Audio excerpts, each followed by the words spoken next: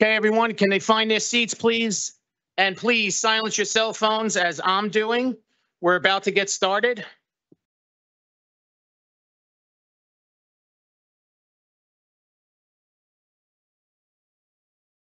Okay, good evening, everyone. We are on the record. Today is Wednesday, the 14th day of June, the year 2023.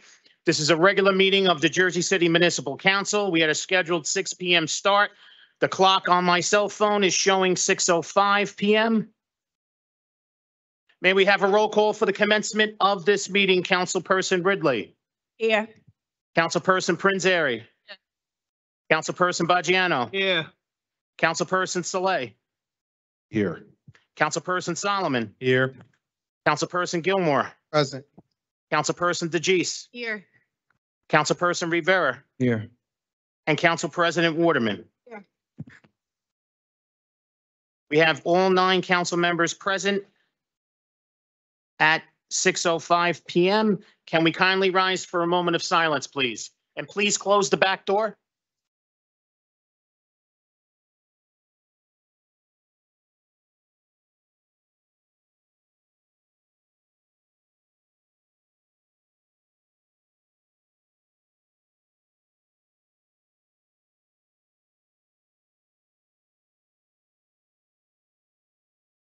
Silence all your cell phones.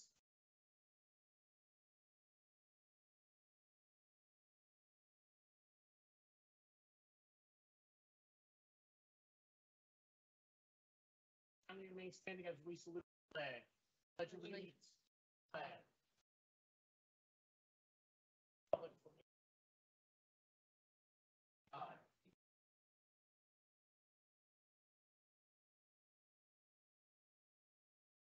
It's Flag Day. Thank you very much. On behalf of Council President Waterman and the members of the Municipal Council, in accordance with the New Jersey Public Laws of 1975, Chapter 231, the Open Public Meetings Act, also known as the Sunshine Law, adequate notice of this meeting has been provided by the posting on the bulletin board of the first floor of City Hall, the annual notice, which is the schedule of meetings and caucuses of the Municipal Council for the calendar year 2023, and filed in the office of the City Clerk on Thursday, December 15th, 2022.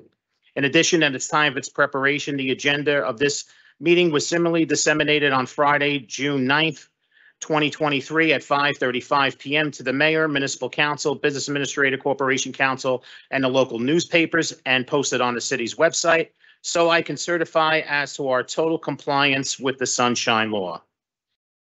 Council members, before we move on to our regular order of business, I need a motion to add items 10.53 and 10.54, and they are resolution numbers 23-488 and 23-489. I'll read them into the record. First, 10.53, Resolution 23-488 is a resolution authorizing the use of competitive contracting to procure a contract establishment, an emergency rental assistance program in accordance with NJSA 48:11-4.3A. Next, 10.54, Resolution 23-489 is a resolution authorizing the waiver of the 20-day waiting period pursuant to NJSA 40:69A-181B for City Ordinance 21-056, amending and supplementing Chapter 3, Administration of Government, Article 11, Department of Public Safety, Subarticle 1, Division of Police of the Jersey City Municipal Code. Motion. So I have a motion by Councilperson Rivera to add items 10.53 and 54, resolutions 23-488 and 23-489. May I have a second? Second. Second by Councilperson Saleh. On the motion to add items 10.53 and 54, Councilperson Ridley. Aye. Councilperson Prinzary. Aye. Councilperson Baggiano. Aye.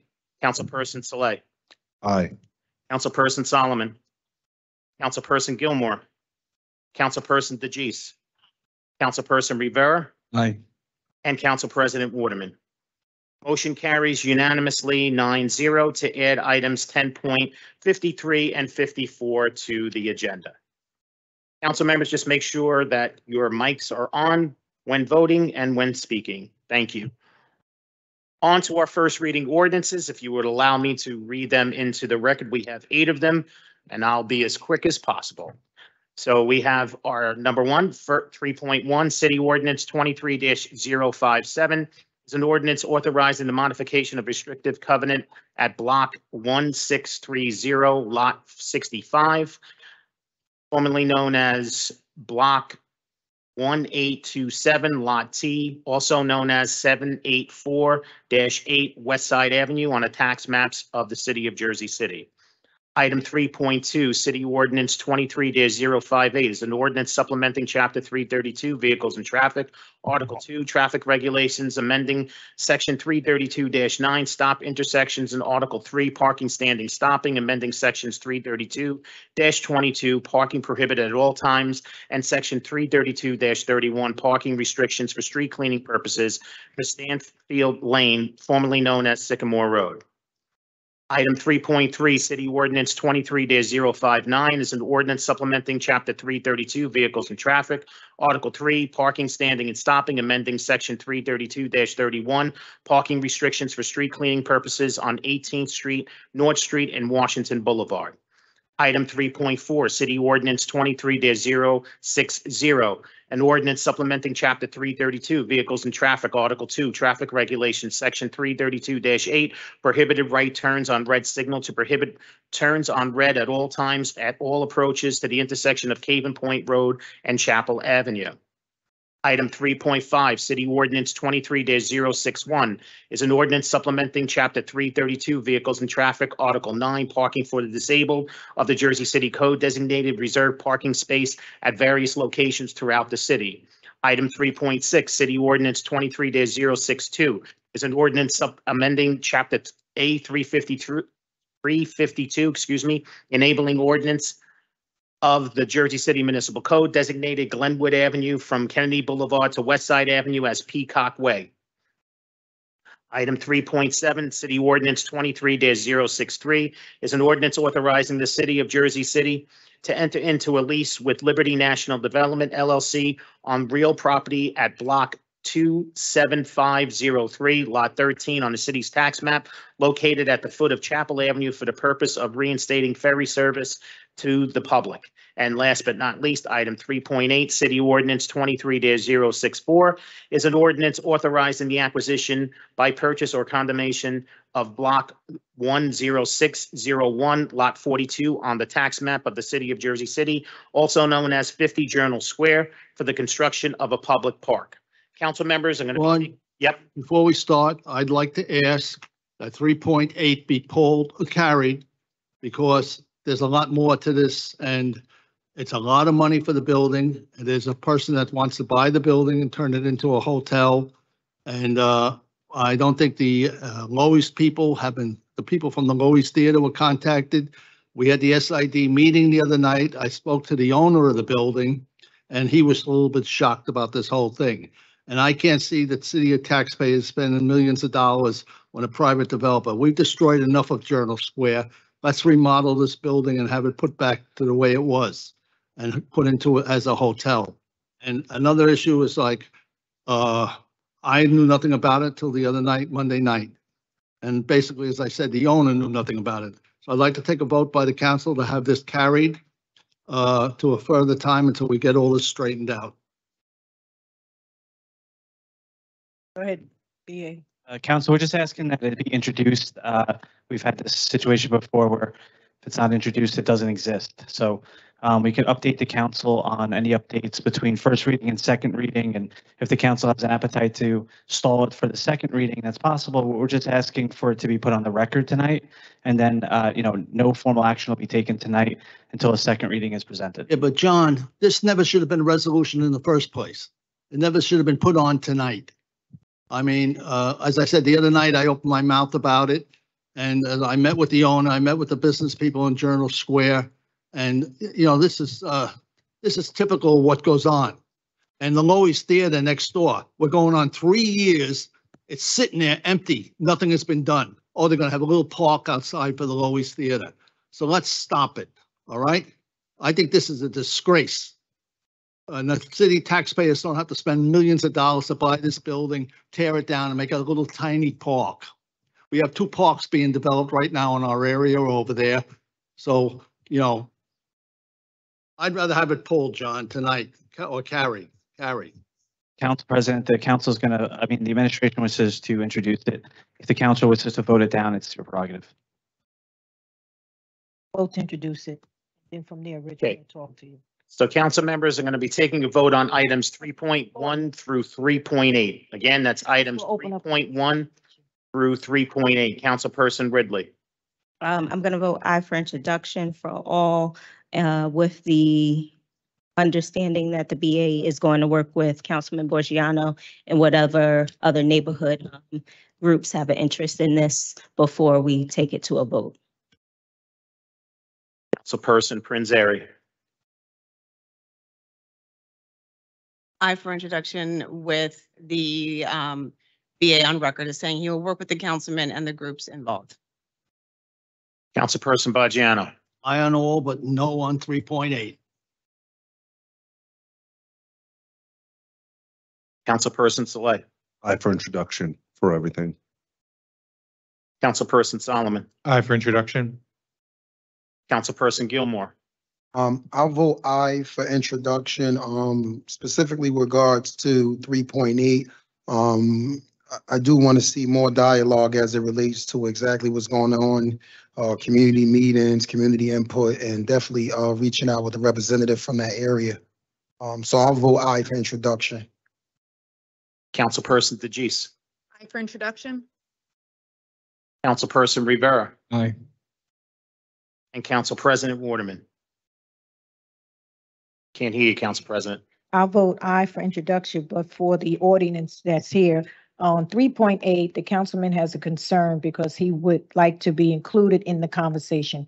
We're voting to introduce it, but it is not law yet. Okay, I want you guys to understand that. All right, so if by any chance, his conversation, the conversation doesn't go the way he like it, we definitely can vote no, and this will not pass. This is just the first reading. So if I can just recap, items 3.1 through 3.7 are introduced unanimously 9-0. Item 3.8 is introduced 8-1 with Councilperson Bajiano voting no.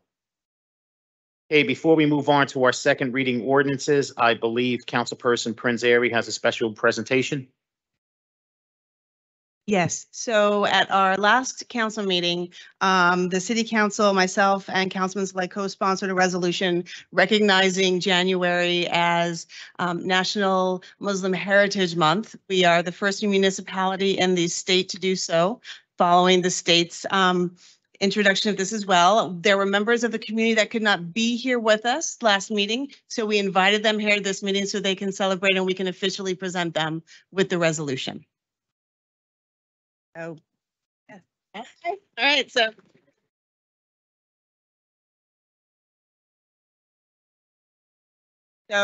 So if I know we have a very long night, but if you all will indulge me so we can read it into the record, I would appreciate it. So this is a resolution recognizing January as Muslim Heritage Month in the city of Jersey City.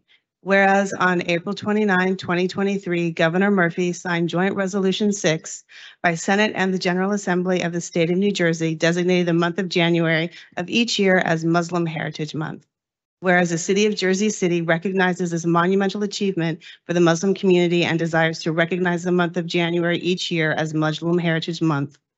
And whereas the Muslim community is one of the fastest growing communities in Jersey City, with a population greater than 30,000. And whereas the city recognizes and appreciates that Muslim community has directly contributed to the diversity and positive growth of the city in various fields, including education, entrepreneurship, government, law, medicine, literature, drama, sculpture, music, food, and culture, as well as all aspects of life throughout the United States and abroad, and continues to influence our beliefs and embedded values. Whereas the city is thankful for the numerous people in the Muslim community who have directly contributed towards effective and better government, civil service, and public interest work, through work in the judiciary, the city council, the board of education, city government offices, and multiple nonprofit endeavors, all of which help the city flourish. And whereas the city will continue to keep its doors open to the Muslim community. So whereas the city council designates that the month of January of each year shall be designated as Muslim Heritage Month in the city of Jersey City. Thank you so much.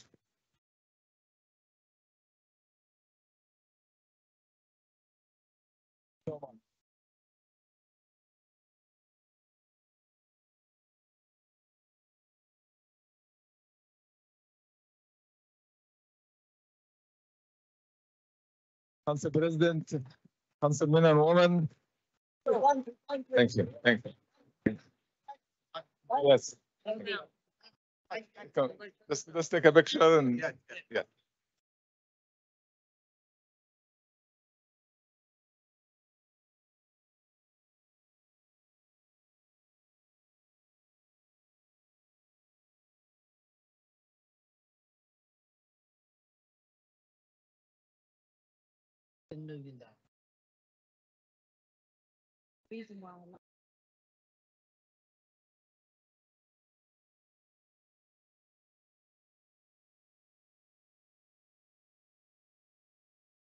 That's the only reason.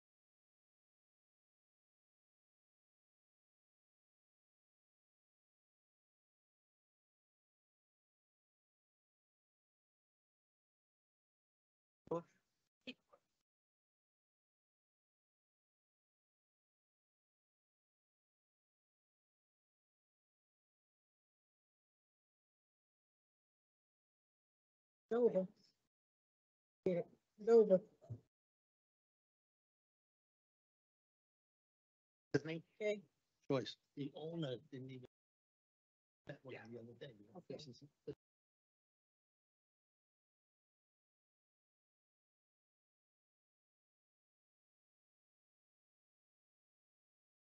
Domain. They're gonna eminent domain if the owner doesn't accept an offer. It was closed for 3 years. I've done nothing.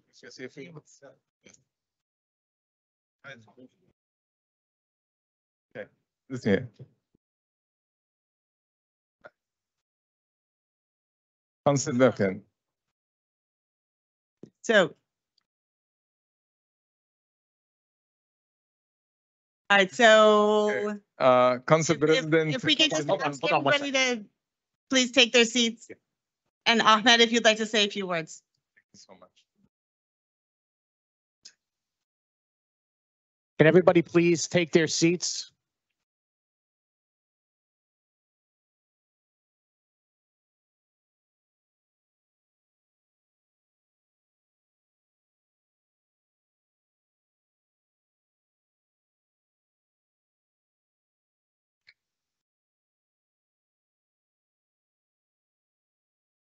You could just state your name for the record and spell it for us, please, for the court reporter.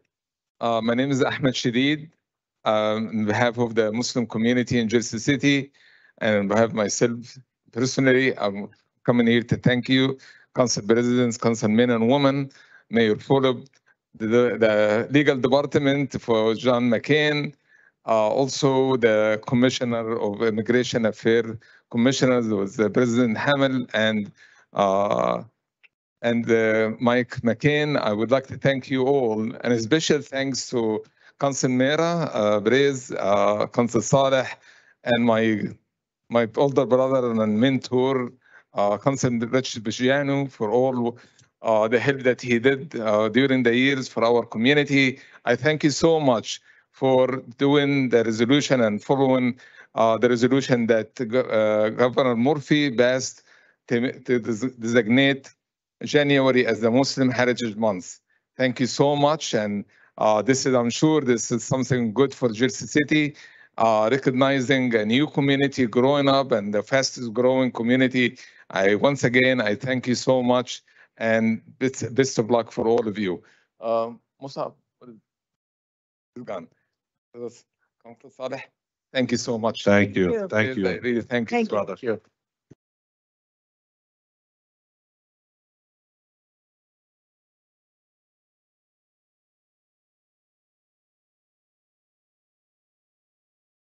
Okay. Now on to our second reading ordinances. Our first second reading ordinances, item 4.1, City Ordinance 23-047 is an ordinance to amend and supplement Chapter 218, multiple dwellings of the Code of Ordinances of the City of Jersey City, New Jersey, to establish a right to counsel program for Jersey City renters. This is a public hearing on this ordinance. Any members of the public wishing to be heard, please come up to the podium and line up in an order that you can. And then when you come up to the podium, please state your name for the record and spell it for the record. And you will have 3 minutes. You'll be timed for 3 minutes. Go ahead, Jean. I'll Hold break on. the ice. Hold on 1 second, Jean.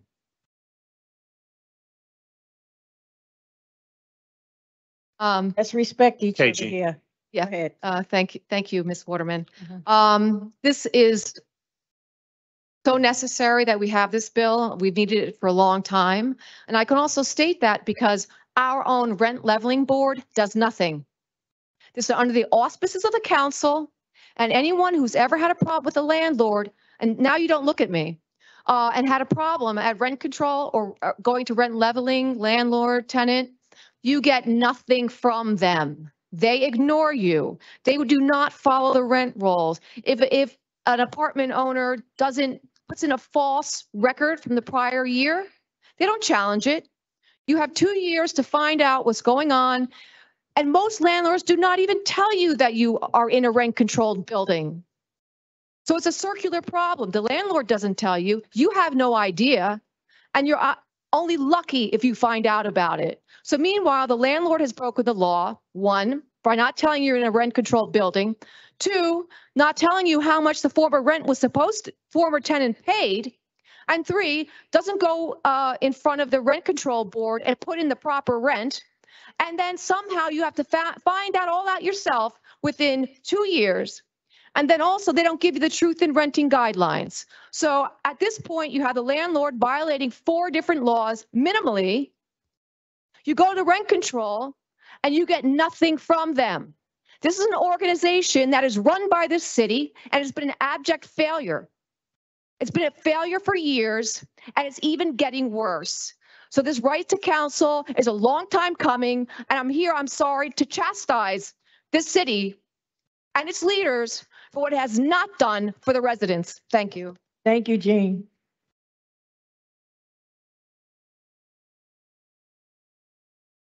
Hi, I'm Sarah Levine. Sarah, Levine, Levine. L-E-V.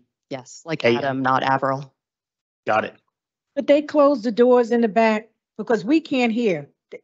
That's why I ask everybody to please respect everyone that comes to the podium because we can't hear that clear. So close the doors and let's give everybody respect so we can hear them, okay? That little one clap. Go ahead. Thank you. My name is Sarah Levine, and I'm here as a Jersey City tenant and a native from the Heights, and I'm an attorney. And I'm here to encourage you to follow the data and pass right to counsel. Dozens on dozens of studies have shown that right to counsel is an effective, moral, and cost-saving solution to the housing crisis. In New York City, before right to counsel was passed, only 1% of tenants had an attorney in housing court, and that was compared to 95% of landlords. After right to counsel was passed, that number went up to 56% of tenants.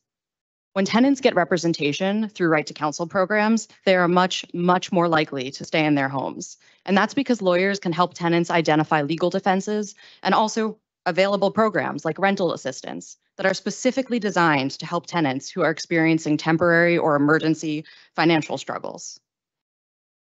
And when tenants get representation through right to counsel programs, they stay in their home 84% of the time. Where right to counsel is passed, eviction filing rates also drop by 30%. And that's because landlords know that a lawyer can help fight baseless or harassing or discriminatory evictions. And I want you to really think about that number, because that means in 30% of evictions, landlords aren't even sure that their case has merit. Right to counsel helps weed out those unjust evictions. Lastly, right to counsel actually saves cities more than twice the money that they spend on these programs by reducing costs to homeless shelters, foster care, emergency health care, jails, and prisons. Nearly 15,000 evictions are filed in Hudson County each year, and half of those happen in Jersey City. That means Right to Counsel could potentially help keep thousands of Jersey City tenants in their home every year. I thank you for your time, and I urge you to vote yes on this ordinance. Thank you.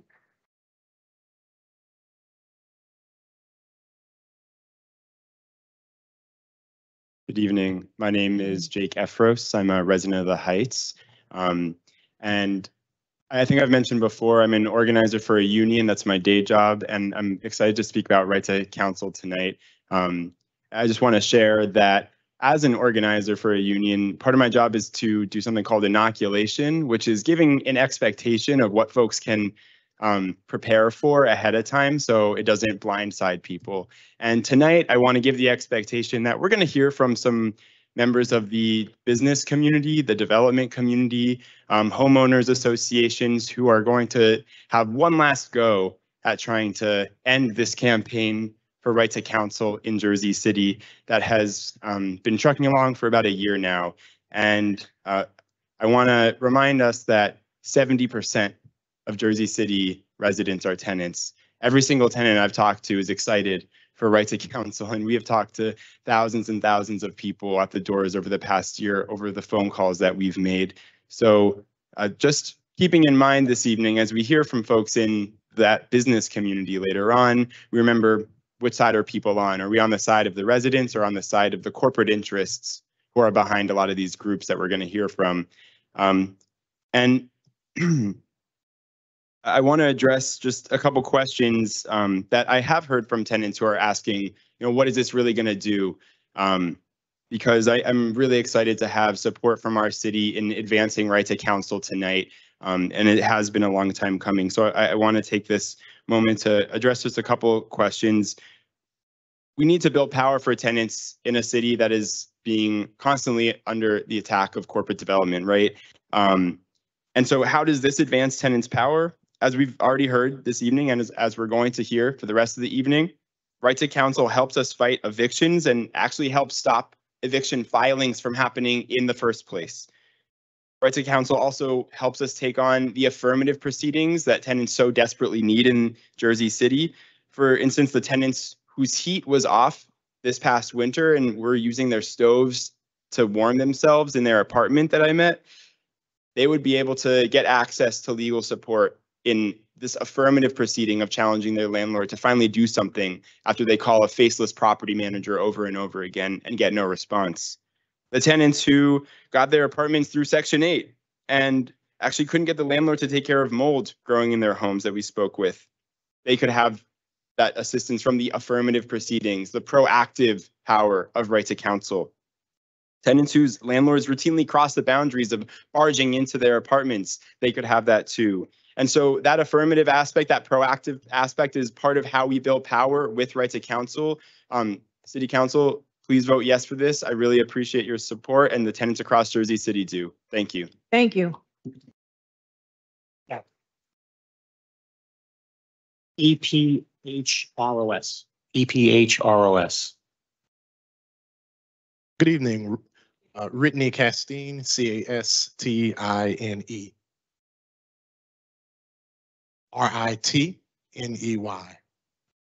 Saw the look of confusion on your face. Good evening, everybody. Ritney Castine. I'm the pastor of Mount Pisgah Church here in Jersey City. And as I say on Sunday mornings at 10, I won't be with you long. But overall, I'm certainly in favor of this work, and I urge the entire city council to move in support of it. On a personal note, I've worked for a number of years in the public health space, as well as in housing efforts, both in Louisiana, my native Louisiana, as well as Washington, D.C. And one thing I'll note is that there are some similarities between Washington, D.C., Louisiana, and Jersey City.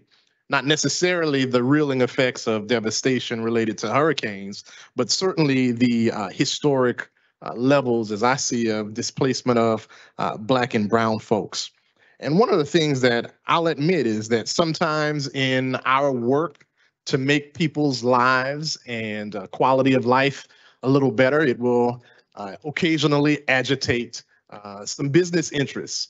but I'm of the belief that not having the stressors of pending evictions means that this is certainly worth an investment. So we know that this region, this area is among the most expensive in the country. And as a pastor, I feel the impact of this work on a daily basis, from direct assistance with rental payments, from working the phone lines, talking with landlords and rental companies, to dealing even with public officials. The thing that we know, and I'm sure that we can all agree on, is that it is very tough for many people in this city. You, at this point, have had plenty of time to read through the ordinance, and I know and understand that there are some pieces that may still be prickly for others, but let us not make perfect be the enemy of good. Let us move forward, and I urge the entire council for full support of this effort on behalf of the people. So thank you so much, and I wish you a good evening. Thank you. Before we go any further, I just want it clear, you cannot eat in this chambers. There is no eating or drinking in this chambers, okay? You cannot. All right. Can I go forward? Okay. Jordy Hernandez here. Good evening, folks. This is a momentous day here. I need your name. Oh, I'm sorry, Jordy Hernandez. I apologize. Today is a momentous day for the city of Jersey City because of many important reasons. It's the day that the city council, get the chance to vote for right to council.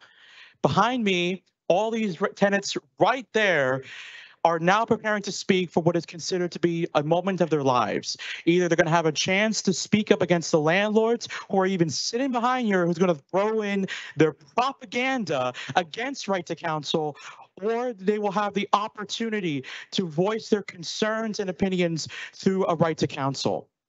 There's been concerns about the housing conditions as well as threats to be evicted. I've known people through what I've heard and stories that without right to counsel, their lives would have been in jeopardy. And it's unfortunate that many of them are facing the same fate as everyone else is. Developers behind me care nothing but themselves. They care about their bottom line. If someone who can make 6 to 7 figures don't realize that there are the working class already trying to make ends meet and trying to find a good house that could work for them. If there was no right to counsel, these people, they don't have a voice. How are they going to address their concerns? How are they going to be worried about their evictions? Especially if anything happens like income and everything. And it's so important that this city council needs to have their voices heard from the people who live here, those who work to make ends meet, and more importantly, to ensure that they have a right if whenever the hell happens to them, whether they're concerned about their house, or they're threatened to be evicted for whatever reason from their landlords, they have a voice and they have a right to counsel to fight back against it. I believe that if this city has right to counsel, and if the entire city council passes it, this will bring a momentous wave of support across the entire state. And we need to lead by example, that if we have right to counsel now, the entire city of Jersey City will be thankful that they have a voice to address their concerns. I urge you to vote yes to right to counsel and make it for all the residents. Thank you very much.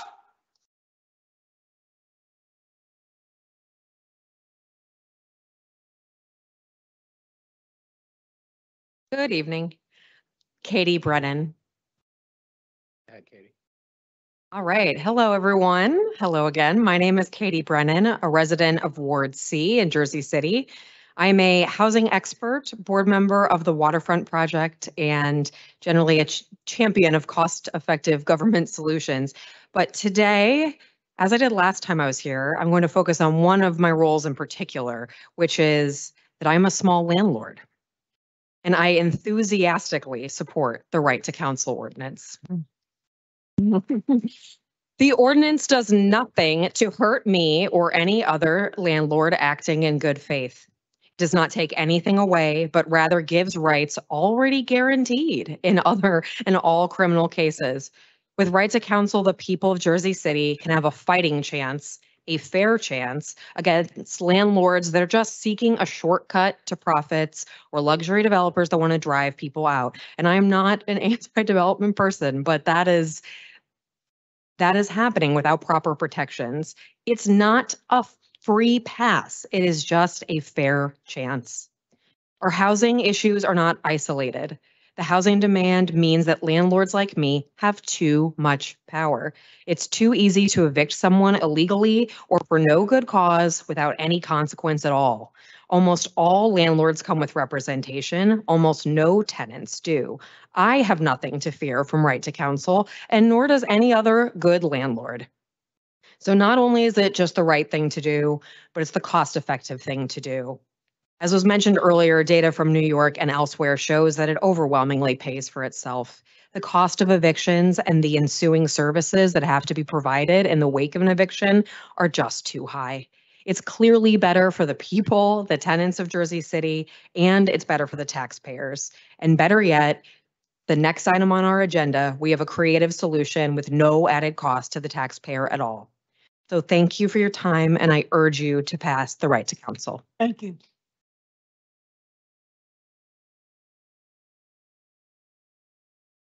Good evening. Carol St. Hilaire, Sainthilaire. I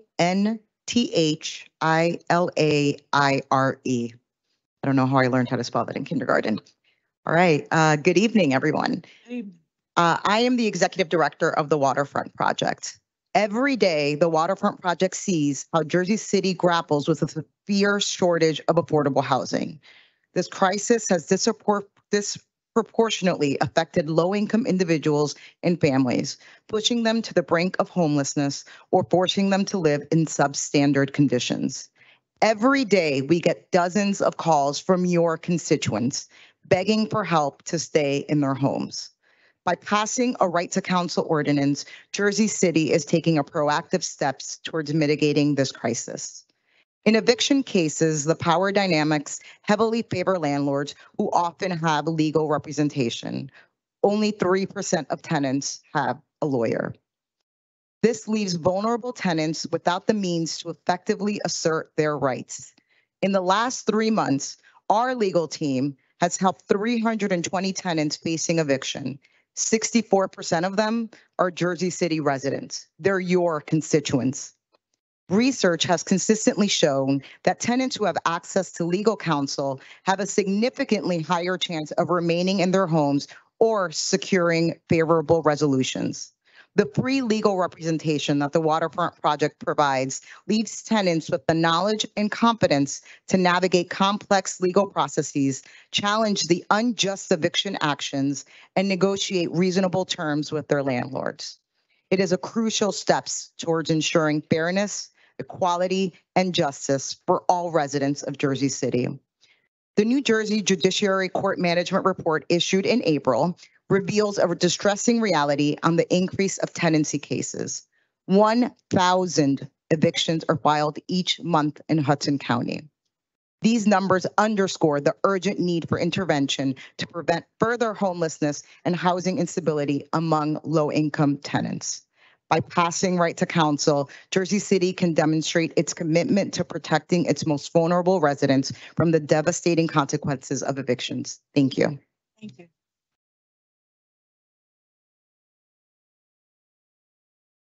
Kimberly Goycochea, Goycochea. I figured you were going to ask. Can you spell that again? I'm sorry. I couldn't hear you. Goycochea. Thank you. I can go? Yep. Great.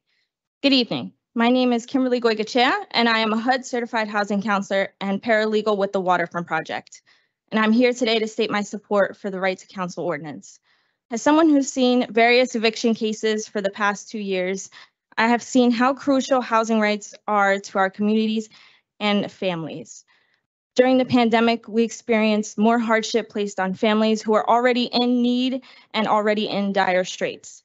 Families who lost working members due to COVID and other illnesses, people who had to relocate due to illegal apartments and flooding from Hurricane Ida, for example, and others in need of rental assistance for more reasons than I can give you in 3 minutes.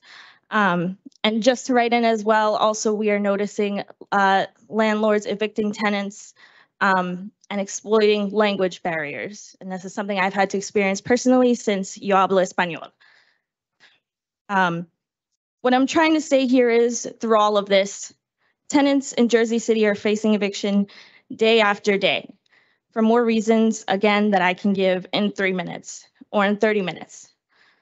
They need advocates. They need the right to representation, and they need someone to tell them the facts and tell them what their defenses are, since they won't know on their own. Sometimes even landlords need to know what a tenant's defenses are, and some of the good ones have been very cooperative with us, assisting us in getting their tenants to stay and mediating bigger issues that could have gone to court but didn't. However, for all landlords that do try to evict tenants, those tenants need someone to advocate for them, to represent them, and to understand the facts as they are in law. They have a right to representation, and the Waterfront Project wants to see that available for all Jersey City citizens. Thank you. Thank you.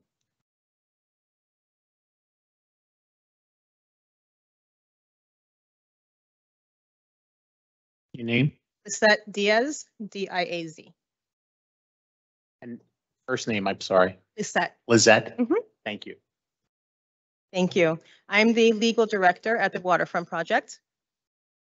As per Eviction Lab studies in 2018, there were 40.5 eviction filings per day in Hudson County. This equates to roughly 14,800 plus filings per year. Any attorney who practices landlord-tenant law can tell you that this number has surely increased in the last 5 years. I could give you countless stories of the power dynamic that naturally exists in landlord-tenant court. We are there every single day. And for example, we have clients whose landlords have lied to the judge about receiving rental assistance, and the client, the tenant, doesn't know the law and doesn't know what that would mean for their case. We also have clients with landlords who may not be ill-intentioned, but the landlords themselves don't know the law. So we're seeing an eviction crisis unfold before our very eyes, and we're here to help, but we need right to counsel. Our communities need right to counsel. And speaking as an attorney, we don't enter into this with adversarial intent. We enter into this space with the intent of enforcing the laws that already exist, but having them enforced fairly and equitably. We want to level the playing field to do our jobs of preventing homelessness. Homelessness, which would adversely affect not only our clients, the tenants, but also our entire community, because for better or worse, we're in this together. So we urge you to pass right to counsel for the good of our clients, but for the good of Jersey City. Thank you. Thank you.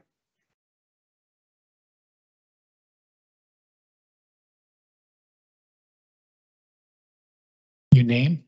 Hi, good evening. First name is Rochelle. Last name is Hoffman, Hoffman. And I am not with, I just forgot the organization they work for anyway. Good evening, council members, and hope tonight's meeting find you all well.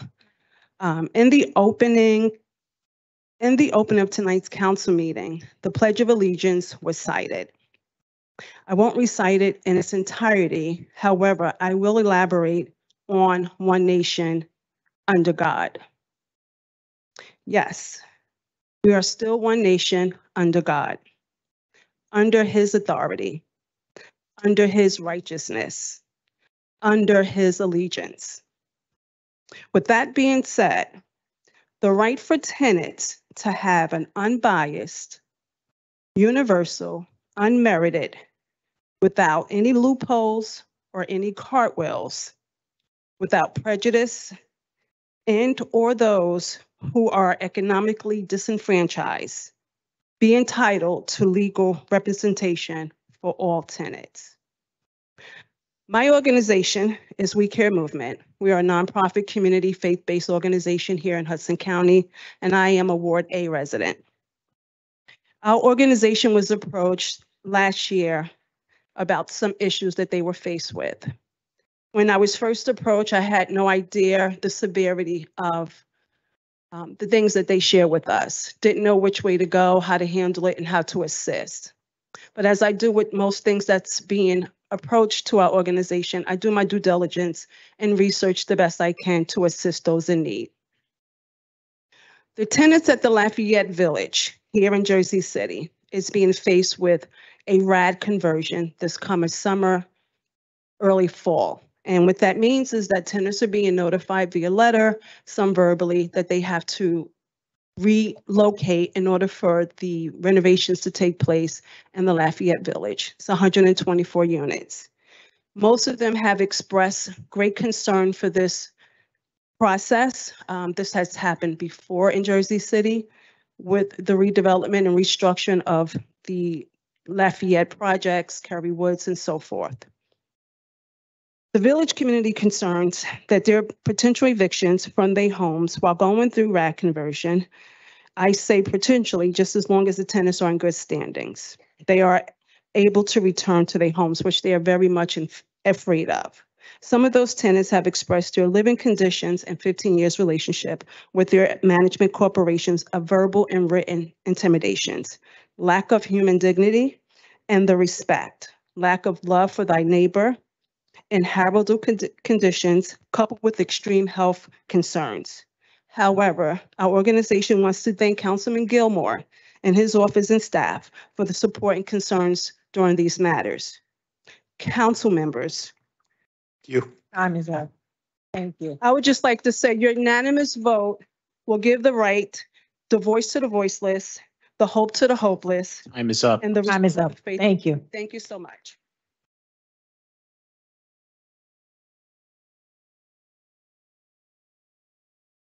Hi, my name is Corey Garriga. Commissioner O'Day asked me to read a message here for you guys.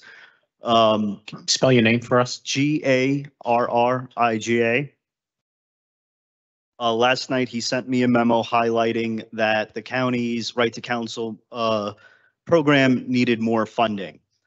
With that said, he said currently the county is going to try and allocate more money as a stopgap for the slew of pending evictions. With all of that said, the adoption of RTC, Right to Counsel, is critical for Jersey City now because with its passage, the city can submit a plan to the state and to begin to spend some of the fees charged to non-residential projects that are sitting in that bank account. Those with evictions hanging over their head cannot afford any delays. It would also ensure a reoccurring stream of revenue going forward, which is still going to be needed even after the current post-COVID eviction crisis slows down.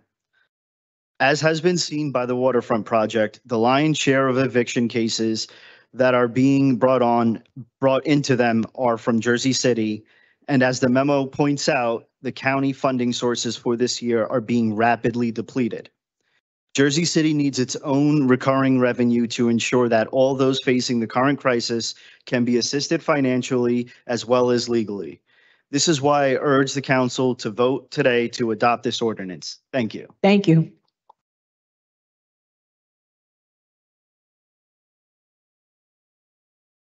Hi, Kevin Bing. Good evening, City Council. Great to see you all. I am here to speak in favor of the Right to Counsel ordinance.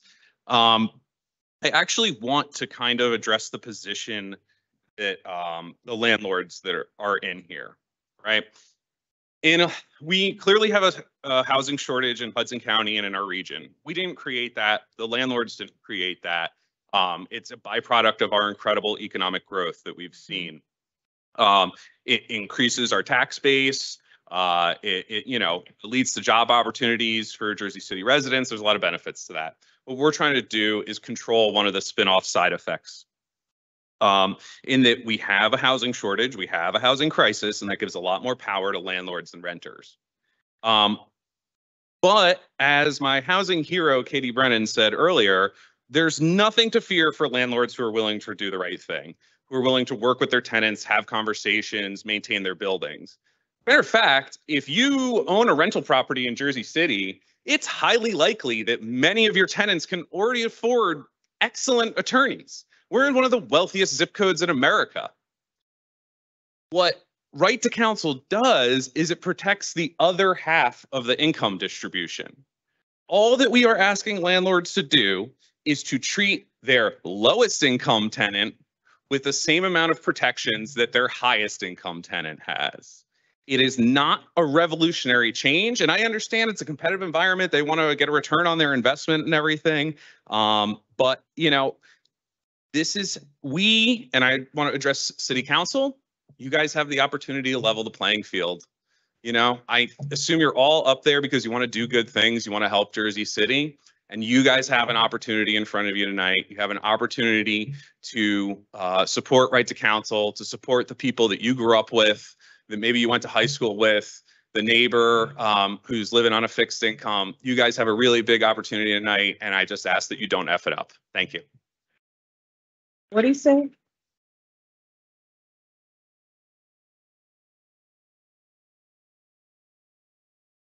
Hello, everyone. My name is Matt Monahan. It's Monaghan. Sorry, that last name again? Monaghan. Thank you, Matt. And I just want to start off by saying thanks in advance to the members of the council who plan on protecting our legal rights as tenants at a time when rent prices are among the highest in the country. No amount of excess profits extracted from our paychecks will do anything to change the fact that we make up about 70% of the population of the city. And as several before me have pointed out, this only provides tenants with equal legal opportunities as their landlords. This does not dictate the outcome of any legal cases, only evens the playing field. I want to also remind the council that this is only one of several actions needed to keep the working class in their homes. This does not change the fact that most buildings in the city are exempt from rent control laws entirely. Corporate developers can buy up hundreds of townhomes and get protection meant for small owners simply because of the size of the building. There's a very easy change to this. You can just change the first exemption to owners with less than 4 dwellings instead of buildings with less than 4 dwellings, and you really only need one other blanket exemption for state mandated exemptions until those are also repealed. So with just a few adjustments, you can change the lives of the majority of the population, and I hope we can count on your support to guarantee legal counsel in the meantime. Thanks. Thank you.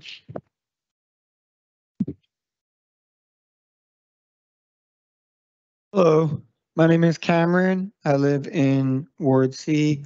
Cameron Orr, Cameron, last name Orr. So I want to thank the council members here today who supported tenants in getting us to this point. And also congratulations to all the people and organizations that have been part of this fight. Because if it hadn't been for the organizing efforts, this wouldn't be happening today. As Frederick Douglass said, if there is no struggle, there is no progress. So I just want to also say our right to counsel is effective. In the 7 cities that passed RTC laws by the end of 2021, at that point, the eviction rate had went down 77%. So we know it works in helping people stay in their homes. So I urge you to represent tenants and, whoa, I'm actually looking at the wrong thing. No, sorry. Anyway, I think it's really important it gives tenants the power to help the city enforce its own laws. Tenants are at the very groundwork of ground level of what's actually happening inside buildings. And they should be the eyes and the ears of what landlords and stuff and big developers are actually doing. Right, the council gives them that power to keep an eye on whether repairs are getting done, whether unfair evictions are happening, whether subsidies are being unfairly terminated, whether landlords are illegally walking in on them without letting them know, things like this. Also, so I hope that you all will vote for this. Once it passed, I think the next steps we really need to fight to get it fully implemented as soon as possible, because every single year, I think it's 7,500 evictions in Jersey City each year. So every day that it's not fully implemented is days that people are losing their homes. So towards that end, I think the funding is really important. I know the fees on developers will cover tenants up to a certain threshold, but for it to be truly universal, we need to get the funding for everyone else as soon as possible. People making, a couple making $70,000 together, paying $2,000 in rent, they won't be able to afford a lawyer. And then other things I think that we could do moving forward, require landlords to post tenants' rights and rents in rent-controlled buildings, what they're supposed to be in buildings, just like employers are required to post tenants' rights in their buildings. Landlords should be required to do the same. We could create, strengthen rent control in Jersey City by defining what unconscionable means, like Newark recently did. There's all sorts of things that we do. So can do, but also we need to just for those of us here, we need to keep organizing to protect our rights. Thank you. And fight for more.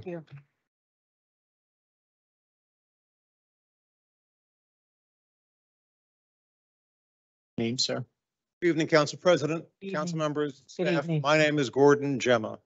Gordon? here- I'm sorry. It's Gordon. hard to hear up here. That's why I need for you to repeat your name. Gordon Gemma, Gemma. Thank you. Thank you. I'm here tonight as Director of Policy for the Jersey City Apartment Owners Association, which represents property owners, the largest block of taxpayers in the city, and voters. While we submitted our concerns to the ordinance under consideration by a letter to City Council of May 17, 2023 from Don Pepe of Skrinsky and Hollenbeck, I understand there's been expression that our concerns have not been fully stated. So I'm here tonight to set some of them in place. And we hope that while many people indicated how they intend to vote, that they listen to all the constituents prior to casting a ballot. In addition to Mr. Pepe's letter, we also made an Oprah request on May 19th, 2023. A copy of our Oprah request was sent to each and every council person. The Oprah request was relatively simple. We understand that there already has been affordable housing funds raised by non-residential fees. We asked three simple questions. They are, how much have you raised? How have you used it? And how much is left? Amazingly, that Oprah request has not been answered to date. We would hope you ask the same question, because if there truly is an emergency, as Commissioner O'Day indicates, you have funds to address it, not 3 years from today, but today. Concerning the ordinance, we have a few issues. The first one is the belief, as set forth in the preamble, that a right to counsel will in fact address the issues of affordable housing. We think that scarce resources may best be used to help subsidize rents, to help address other issues, and maybe possibly build affordable housing. Looking at the ordinance itself, the first definition is of a covered person. A covered person is a person who is entitled to right to counsel. It is not a person who qualifies for low and moderate income. It is any individual in Jersey City who rents a space. So when someone comes up here and says, this helps the low and moderate, no, it doesn't. It takes away scarce resources that could otherwise be used and can help anybody regardless of income. Second, the definition of covered procedure. Covered procedure is any procedure, including a procedure for summary eviction for failure to pay. If there is a reason they haven't paid, is one thing. But a summary eviction simply says, I will represent you, and therefore stop that eviction process. I have more to say. My time is limited, and I thank you for your time. Thank you. All right. Let's respect one another. All right. We can disagree, but let us respect one another. Good evening, Wendy Paul. Good evening, Council President, members of the council. I'm speaking here today on behalf of the Jersey City Apartment Owners Association. Just as Mr. Gemma said, the director of our policy, we represent property owners, landlords of all sizes throughout Jersey City. I also wanted to highlight some of the facts that have been overlooked and missed on behalf of the other parts of throughout the city who have been overlooked, the property owners from the two-family and on. Regarding representation in court, landlords and corporations are required by law to appear in court with representation. Tenants do not have to do that, but landlords and corporations are. Another fact is there is a comprehensive plan to provide direct assistance to tenants currently with the county. This is funded through the county's budget, prioritizing the need, not burdening the stakeholders in addition to the rising costs and taxes. Lastly, there are selective methodologies that have been used, not reflective of all of the types of apartments that are here in Jersey City. For example, one of the most quoted articles was featured in the New York Times, where it showed the increase of the apartment rates from August 2021 to August 2022. The person who wrote that report only looked at one site that listed luxury units, not the entire city. It happened to be picked up by the New York Times. In speaking directly with the person who wrote it, she did not know that it was going to go viral. Unfortunately, that has become the example. In a more recent example, in Money Magazine, there was a list of cities where they had an increase of cities. Jersey City was not on it because that was a more comprehensive methodology. I ask you to consider the 30%, not only the 70% of the people that are here in Jersey City paying into the taxes, the carrying costs, and every other responsibility to not only provide a roof over their family's head, but also for the other renters and the tenant. We also ask to continue this conversation and not have this burdensome policy only be one-sided without having a conversation with all stakeholders involved. Thank you very much.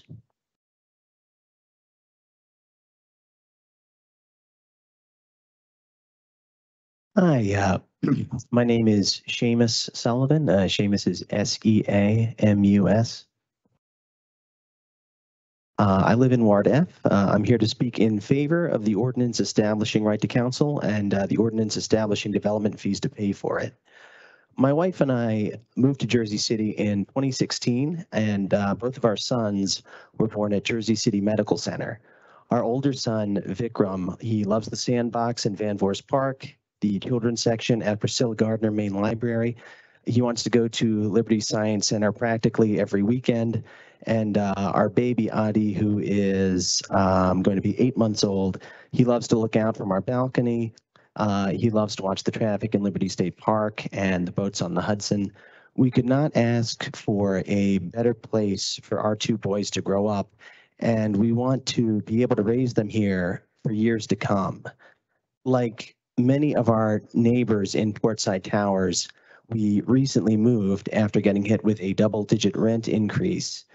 Thanks to the advocacy of our tenants association, we were able to move into a rent-controlled apartment in the West Tower, where I'm hopeful we'll be able to remain a part of this neighborhood and this community for some time.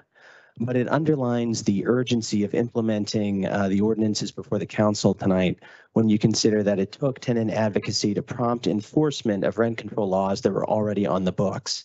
With rents and evictions skyrocketing in Jersey City, it's heartening to see the mayor and to see this council taking up right to counsel and taking up development fees. Passing them is a must, and I urge you to do so. But there's a lot of ground to make up here. I'm going to wax autobiographical for a minute. I'm 37. I was born not far from here. And for my entire life, the considerable power of American political institutions from the local to the federal level has favored profits over people. Reagan-era deregulation allowed advertisers to target kids my age with G.I. Joes and Transformers. Thousands of Americans and hundreds of thousands of Iraqis have died while filling the coffers of military contractors like Halliburton. Even though COVID never fully ended, the expanded child tax credit from the American Rescue Plan has most certainly ended thanks to a lack of votes in the U.S. Senate. And for too long, developers in Jersey City have been excused from paying their share, and landlords have been excused from obeying the law. I have one other great hope for my sons, and that hope is that when they're my age, they can look back on their lifetimes as a period when governing bodies like this one and community groups like our Tenants Association and the other groups here began working to turn things around to implement and enforce policies that protect working and middle-class Americans, not landlords and not business interests. That's the work ahead of us, and I hope that you'll continue that work tonight. Thank you. Thank you.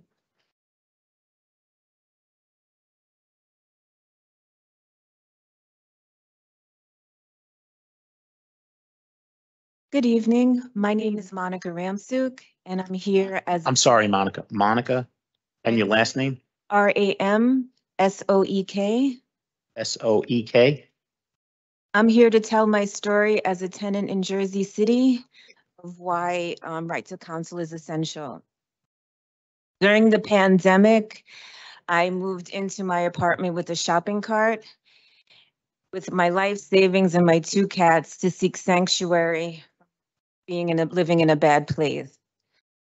During the pandemic and the vaccine mandate, I had lost my job and fell behind in my rent and was on the chopping block to be evicted. Frantically seeking resources, I found rental assistance and finally discovered the Waterfront Project, who represented me in my eviction trial in January. I was able to fairly represent myself and not be in a losing battle. My case was dismissed. They were able to provide me with rental assistance, and because of them, I am not homeless. The right to counsel is important because lives would be ruined without the chance to be able to defend themselves, and my story is an example of such. Thank you. Thank you. Thank you.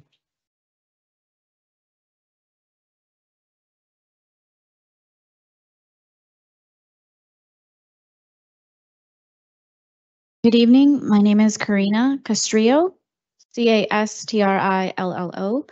I'm a tenant in Ward E. I'm urging the City Council to establish a tenant's right to counsel. Evictions are happening every day, and we need to make sure we do everything we can to prevent homelessness. There are so many instances where evictions are unfair and people lose their apartment, they lose their jobs, and once they're homeless, it's really hard to get back up and start over. What's more, we have a housing shortage and there's less and less affordable apartments. We want to make sure that we have a right to at least take our landlords to court if they're trying to evict us. Furthermore, tenants don't have the means to pay for an attorney and landlords do. It's definitely not a fair game, not just here, but in all the aspects of our society.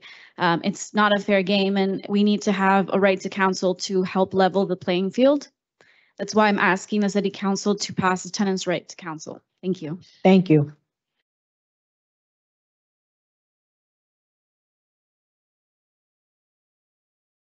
William Jordan, I want to speak my story.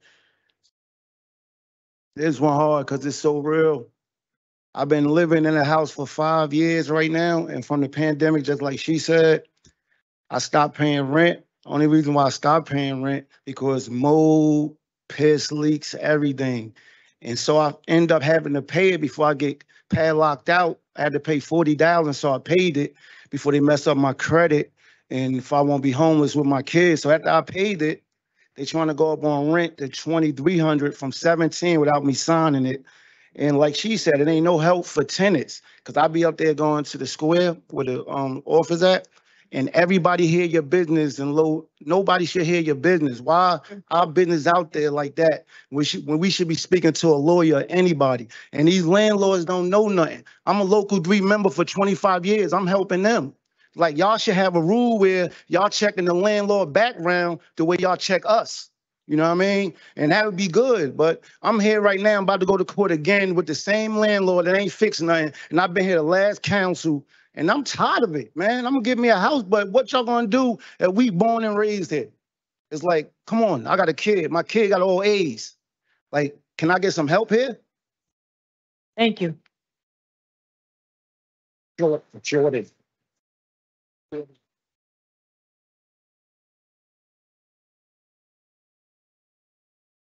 Give me 1 second, I'm sorry. Okay. Go ahead. Noreen Collins. I actually wasn't here to talk about this tonight. I'm here, I'm on the list for something else. But what you're talking about just happened in my house with a tenant. She lived in one of those posh buildings. I'm a small building owner. I've got 2 tenants and then there's me. And she lived in a posh building near Zeppelin Hall. And she was in a domestic violence situation. She applied for an apartment. I met her. I really liked her. And she said, I can't move in for another month because they just raised my rent $1,500 from 1 month to the next. And they said it was because of things that were going on in the apartment, because there was domestic violence and because they called the police. And I'm a lawyer too. And I said, don't you pay them? And she's a lawyer. She said, I'm exhausted. I can't handle this. I'm a lawyer. She's a lawyer. And she just was like, I'm just going to pay them the money because I can't handle it. She didn't have the money to move in, and the domestic violence thing got worse. I let her move into my house for free and live there for a month. I let her pay off her deposit. And that, yes, good people exist. But the fact that that landlord was getting away with that, and when you're exhausted, you just are like, I can't deal with this. I can't go to court. She's already like going through hell. So this is really happening to real people. She's a lawyer too. This is happening to real people, and it's exhausting. And often people who just can't handle it anymore give up and leave, or they pay the money. And the landlords are not being held accountable. Like previous people said, I'm a landlord. It does not hurt me at all if you know the law and if you've got somebody telling you what's going on. It doesn't hurt me at all because I'm doing the right thing. And if you're not doing the right thing, I can understand why you'll be a little nervous. But I hope you pass it, because as a homeowner and a taxpayer, $30,000 property tax a year, I totally support this. Thank you. Thank you.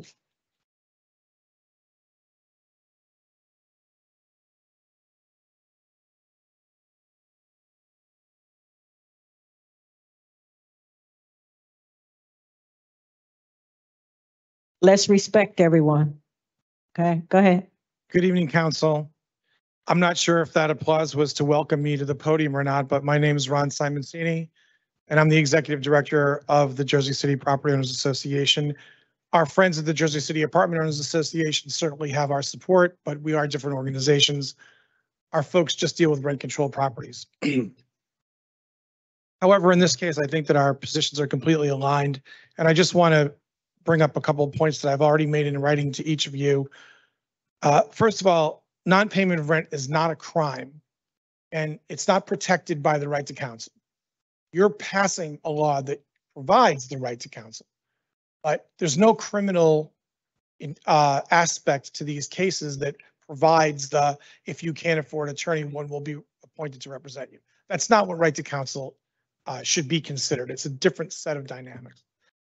The second thing is the presumption that the tenant is in a lesser position than the landlord to pay an attorney is very prejudicial, and it's not true, in particular for the small property. All right. Let's respect everyone.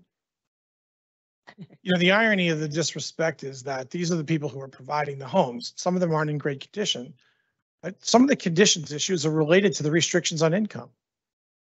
So I don't have a lack of respect for tenants, but I appreciate the council president reminding everybody of their manners. So if you're going to exempt something, why not exempt the non-payment of rent evictions? Because non-payment of rent is very different from what I've heard as the justification for this law, which is that people are being forced out for other reasons and they're being evicted for other reasons and they need protection. Jersey City Property Owners Association agrees with you. No landlord should be forcing somebody out for any reason other than non-payment of rent or any other violation under the Anti-Eviction Act, which is very clear. In this case, only non-payment of rent is what we're talking about. If you're going to let somebody get legal counsel for non-payment of rent, you're acting redundantly to what's already available to the tenant.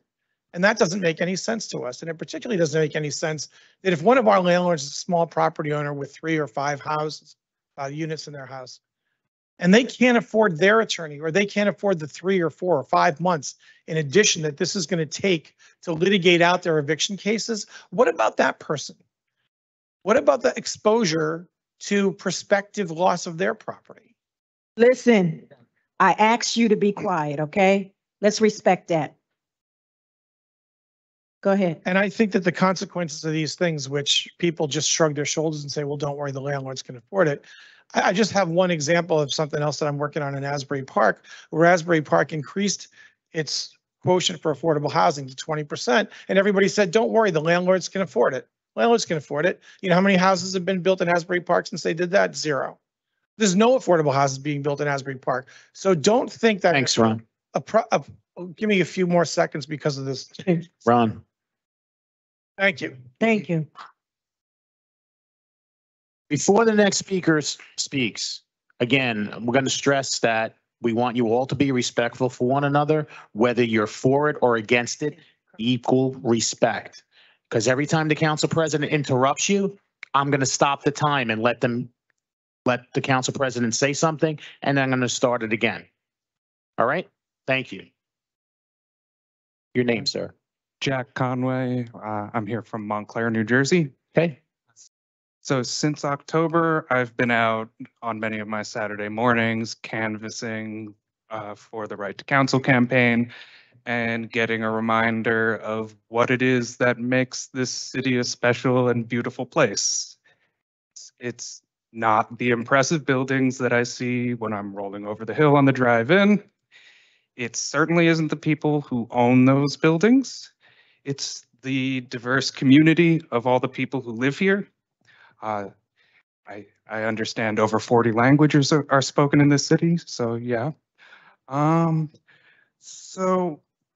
Unfortunately, many of those people are having a pretty rough time right now. And as I've known for some time, there are always people out there who obey the law to the extent that they're compelled to do so. I learned that several years ago when I reported cracks in the ceiling above my bed to my own landlord and was told he was too busy with his restaurant. I got lucky. One of the women I talked to didn't get so lucky. She had reported several times cracks above the ceiling, cracks in the ceiling of her apartment, and did not get an answer from her landlord. And the ceiling collapsed in the empty crib of her infant child. And I've heard many other stories like that out knocking on doors. So yeah, and it seems to me that not all of the landlords, but many landlords use their ability to afford an attorney, which they actually do have more than the tenants in their units. It's true, but they use that as a substitute for following the rules, as a substitute for following the process of proving your case in court. And so I believe that right to counsel will give the tenants around here the ability to push back against that and represent themselves equally. It's not a ban on eviction. It's not even. Yeah, it's not a ban on eviction. It doesn't mean the tenant always gets what they want. It means they have the ability to fight back at all. The landlord will still have an insane advantage. I believe that. I don't think if I got everything I wanted that the tenant would be at the advantage. But please, I urge you to pass this ordinance for unrestricted right to counsel for all, and know that it will help people both here and all across the state. Thank you. Thank you.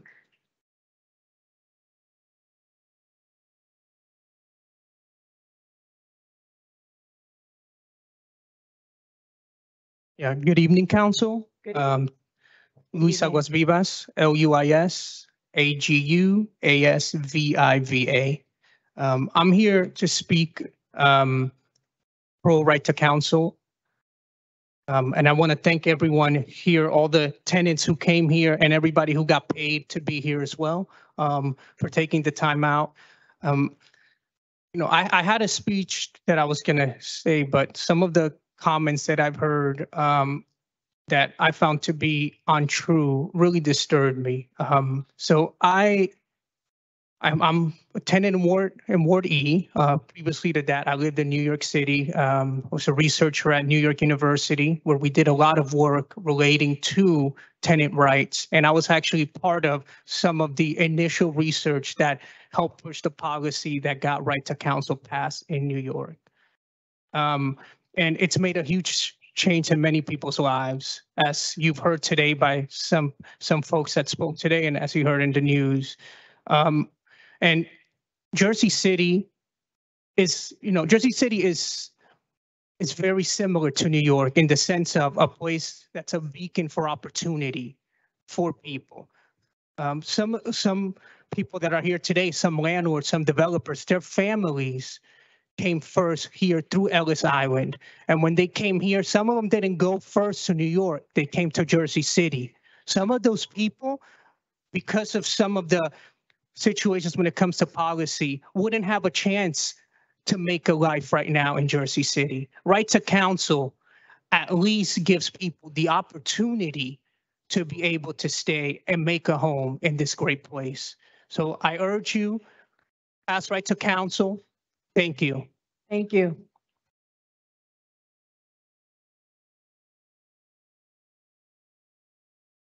Hi, my name's Jonathan Balboni. Can you spell your last name, John? Balboni, Balboni. I'm here to speak for supporting right to counsel. I'm a lifelong resident of Jersey City. I'm 20 years old. I was born here and lived here. And I've just seen the city change. And I mainly want to speak in support for right to counsel because I want one thing, and it's putting it kind of bluntly, but I don't want Jersey City to be a rich man's playground. I want the people who are living here to stay here. I mean, we're hearing complaints about people being evicted, people having leaks, people not having heat. That's not right. And we need to do something about it. And right to counsel is the first step to doing something about it. We have representation guaranteed in criminal court. Why don't we have it when it's landlords and tenants? Clearly, there are more tenants coming from a lower socioeconomic position than there are landlords. They should have representation. Even with that representation, the landlords already have a clear advantage since they kind of control the means of people having a roof over their head. But this is just helping to even the playing field. The playing field needs to be even. We should not have people being evicted onto the streets.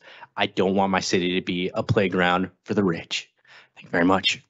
Thank you.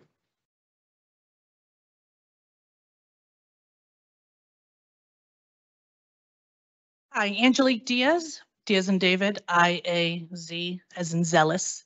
Get that for the record, please. Thank you. Your first name is Angela? Angelique, ANGELIQUE. Thank you. I am a longtime resident of Hudson County. I am also a real estate agent here in Jersey City. I am also running for state assembly on the Republican Party. I would really respect this ordinance if it was called what it really is, which is the right to gaslight. Because I truly feel that these individuals believe that the right to counsel is actually going to save them from eviction, and it's not.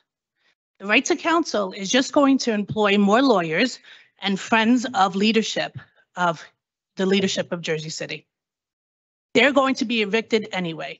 And there was a couple of individuals that came up to this podium and continuously rattled on all of the nice things about this city, which I agree, but there is a premium to pay for that. And not only am I a real estate agent, but I'm also a landlord. and landlords have bills also. So we need to have some income coming in, paying those bills, because property taxes go up, salaries for commissioners go up, salaries for council members go up, and it gets passed on to the homeowners. So these tenants, these socialists, think that everything needs to be free, and this is All really right, all truly- right. Don't stop You're the clock. awarding All bad right. behavior, because not paying rent is bad behavior. Okay, and there is no free lunch. So I don't know what country everyone thinks they live in, but I live in America, and we need to be prosperous and we need to thrive. We're not here to survive, we need to thrive. And you all had the same opportunity that everybody else had. Okay, so this is not an ordinance to help anybody, but really it's just gaslighting you, thinking that you're going to get a service, but really to put feathers in the caps of politicians so that they can look like they did something worthwhile. Thank you very much. Thank you.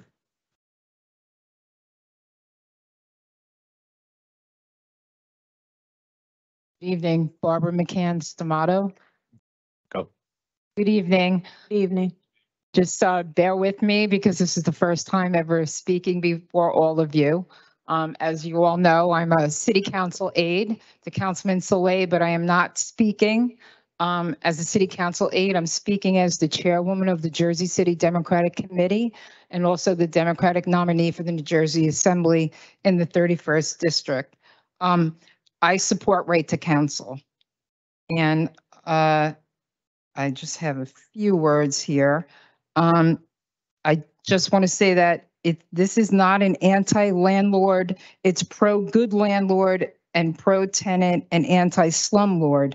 It's a small fee on new construction, and 80% will go towards the Affordable Housing Trust Fund, as you all know.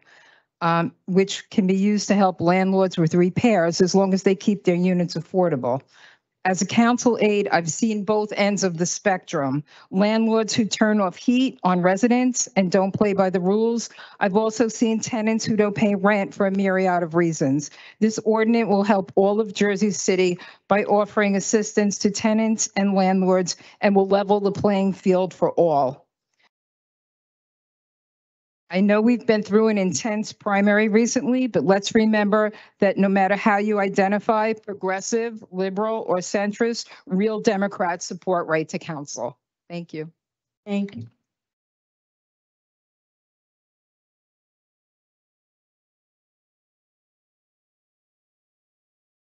John. Hi. Suzanne DeFelice here. Good evening, everyone. Good evening.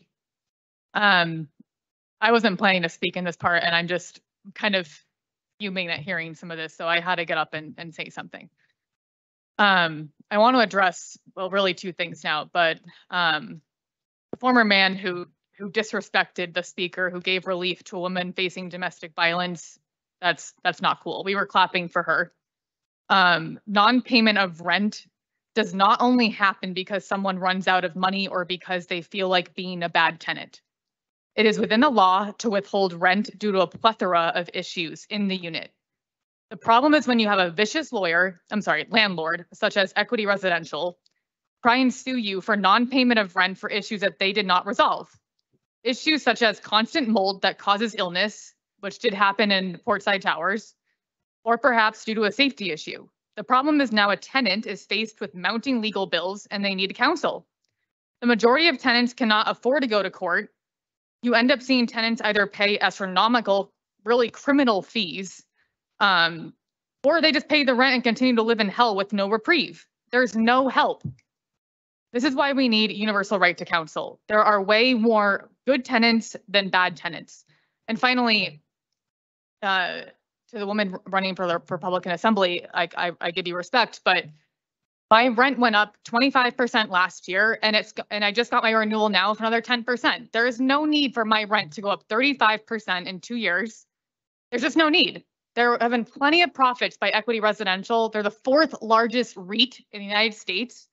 I have respect for that landlord who maybe owns 1 or 2 units or 4 units, maybe it's 10 units. But if you follow the law and you do the right thing, I give all the power to you. I want everyone to make money, but I also don't want to be holding people by the throat. And if I was living in a unit where maybe my lock didn't work, maybe I had a constant leak, maybe my child was sick from mold, I would want counsel and I shouldn't have to pay a fortune to have that. So that is why we need universal right to counsel. There are way more good tenants. There are probably way more good landlords than bad landlords, but we need this, and the city needs it. So thank you. Thank you.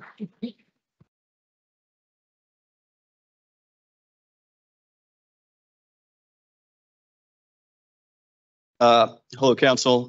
My name is Peter Ottaviano. I didn't intend to speak tonight, so I'm going to keep this brief. Peter, can you spell your last name for us? Yes, it's Ottavino. Thank you. I don't work in real estate or law, but I do work in PR, so I have some familiarity with the dark arts of misdirection and obfuscation, although I try and avoid that type of work as much as I can. You have heard a lot of arguments that don't really address the issue from the people representing the landlords here. Some discussions about questions about funding, about the idea of people who can afford attorneys abusing the system. What you haven't heard is the real reason that they're here tonight, which is that tenants who don't know their rights and can't afford attorneys make a lot of money for landlords. That's all. Thank you.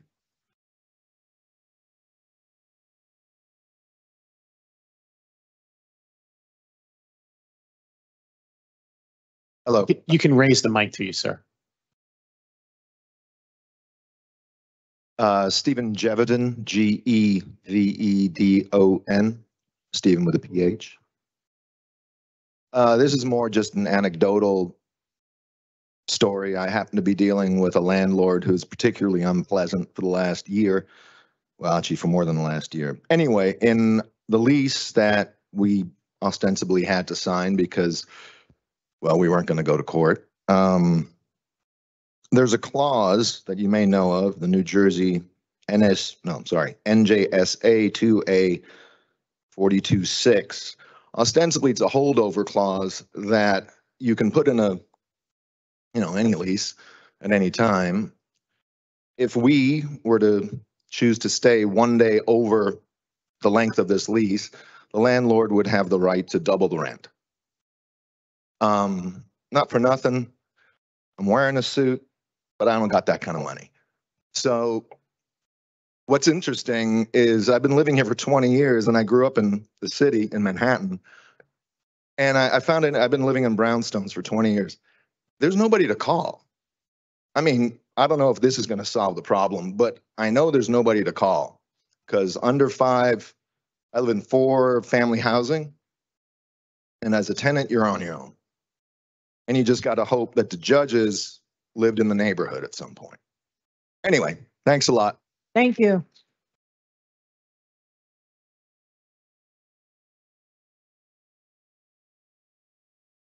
My name is Barton Campbell. Got that? What's the first name? Barton, Barton. You can move the mic down to you, sir. Thank you. Campbell, last name? Campbell. Thank you. Campbell Soup. Okay. Thank you. You can call me Campbell Soup. Okay. Now, I heard that woman, the Republican, Just she address said me. we're just trying to Don't get throw names. free attorneys. Now, I want to tell you why we're not trying to get free attorneys. My grandfather, bless his soul, died in action at the Battle of Okinawa in 1945, defending democracy. My father fought in Vietnam War. I served in the infantry. My son and my daughter are going to go to war if they're drafted. That's not free. That's blood, sweat, toil. I'm not asking for free. I'm asking what I fought and died for. My family, and I'm sure many other people out here. This is not a free attorney. This is an attorney that we fought and died for. I'm not going back to the American Revolution. I'm not going to pretend. But I do know in WW2, I got his Purple Heart right in the medal, right in my wall. His Purple Heart medal. Okay, thank you. Thank you. Thank you.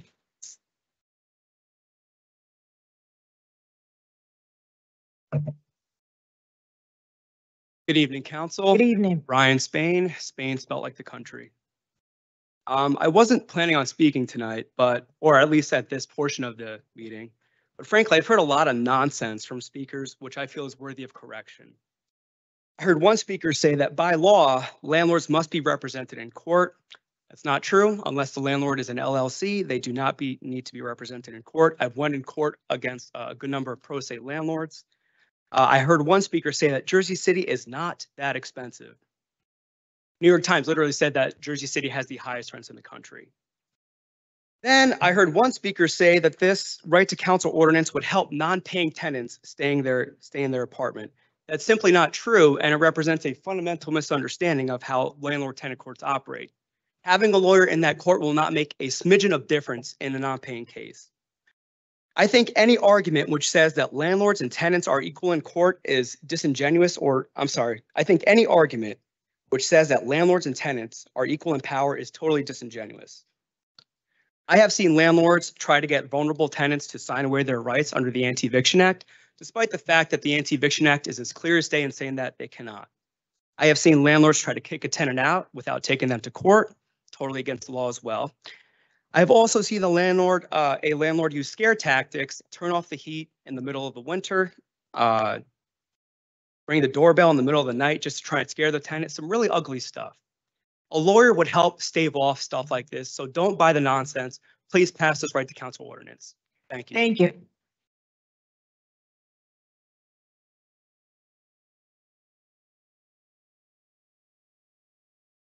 Evan Murkov, Merkov. Good evening, Jersey City Council. Good evening. I'm fortunate to be a rising senior at St. Peter's Prep, just 2 blocks down that way. I learned about the Right to Counsel initiative only 2 months ago, but it has made a strong impression on me, and I feel compelled to speak in front of you tonight. I canvassed for this initiative towards the end of April, and the first building that I entered was a townhouse of 30 apartments. In the lobby, I had a conversation with a gentleman in his 60s and 2 other tenants. The 3 of them explained to me that they were now the majority of those who remained in the townhouse. However, this would not be for much longer. By the end of the month, the 3 of them would leave against their will, as the plot of land would be repurposed for the construction of a bigger and newer rental complex. The gentleman had lived there for 20 years of his life, but now he watched in horror as this development of fate swept over his life.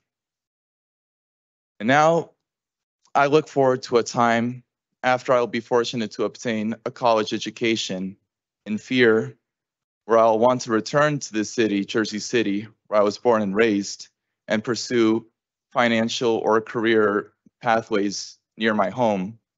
But the Jersey City rental market will be hostile and unwelcoming, even to me, who has been a child of the city. And I speak not only for myself, but for my prep brothers and Jersey City brothers, who no doubt have the same consternations in the context of this decision tonight. Thank you. Thank you.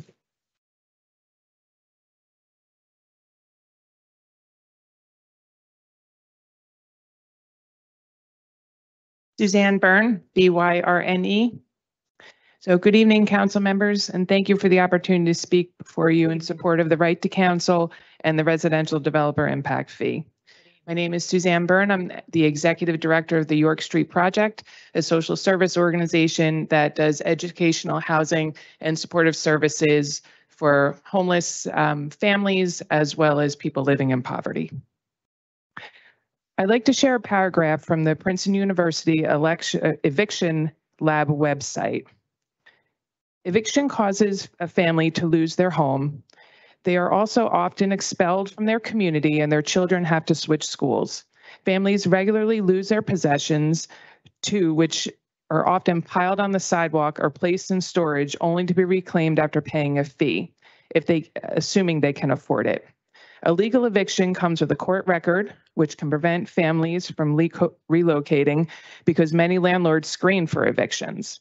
Studies also show that eviction causes job loss, as the stressful and drawn-out process of being forcibly expelled from your home causes people to make mistakes at work and lose their jobs. Eviction also has been shown to affect people's mental health. One study found that mothers who experienced eviction reported higher rates of depression 2 years after their move. The evidence strongly indicates that eviction is not just a condition of poverty, but also a cause of it. Now, in addition to everything above, eviction also creates a heightened risk of abuse and domestic violence, declines in both short and long-term economic outcomes, prolonged housing insecurity, and poor academic, physical, and behavioral health outcomes in children. As a community, we should do everything we can to prevent families and individuals from going through this. Once a low-income family is caught in the spiral of eviction, it is almost impossible to get out. We operate an emergency shelter for families. In 2019, the year before the pandemic, the average length of stay for a family in our shelter was 100 days. In 2021, the average length of stay was 119 days. In 2022, the average length of stay for a family in our shelter has jumped to 171 days.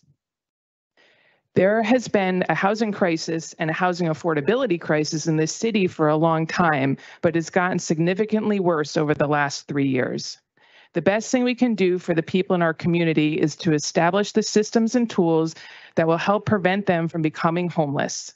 This opportunity to develop a sustainable fund for legal counsel through the Right to Counsel ordinance and an emergency rental assistance fund, and support the rehab and development of affordable housing through the residential development fee will prevent people from getting caught in that eviction spiral. Being thoughtful about how we do this is critical, and I'm out of time, so I'm going to stop here. But thank you. Thank you.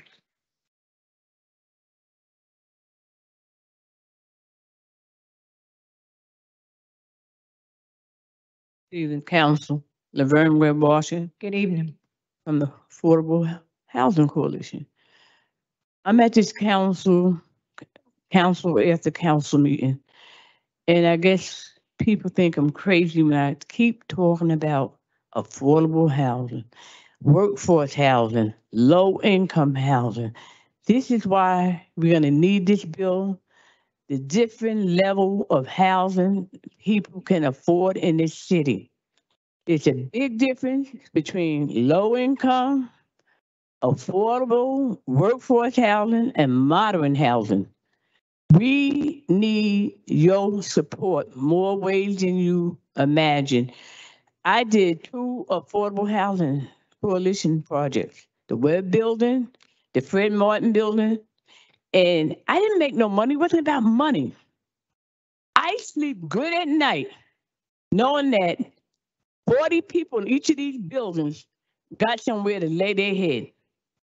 The developers robbed me, but I sleep good at night. I'm working on another project, a workforce project. We need more housing in the city where we wouldn't have this going on here tonight, that we need more lawyers represent our people, because there's nowhere for them to sleep. I get more calls with people in shelters and everywhere else than you get, probably.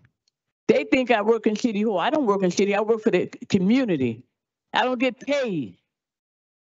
But we need to work together with housing situation along with lawyers representation. Thank you. Thank you.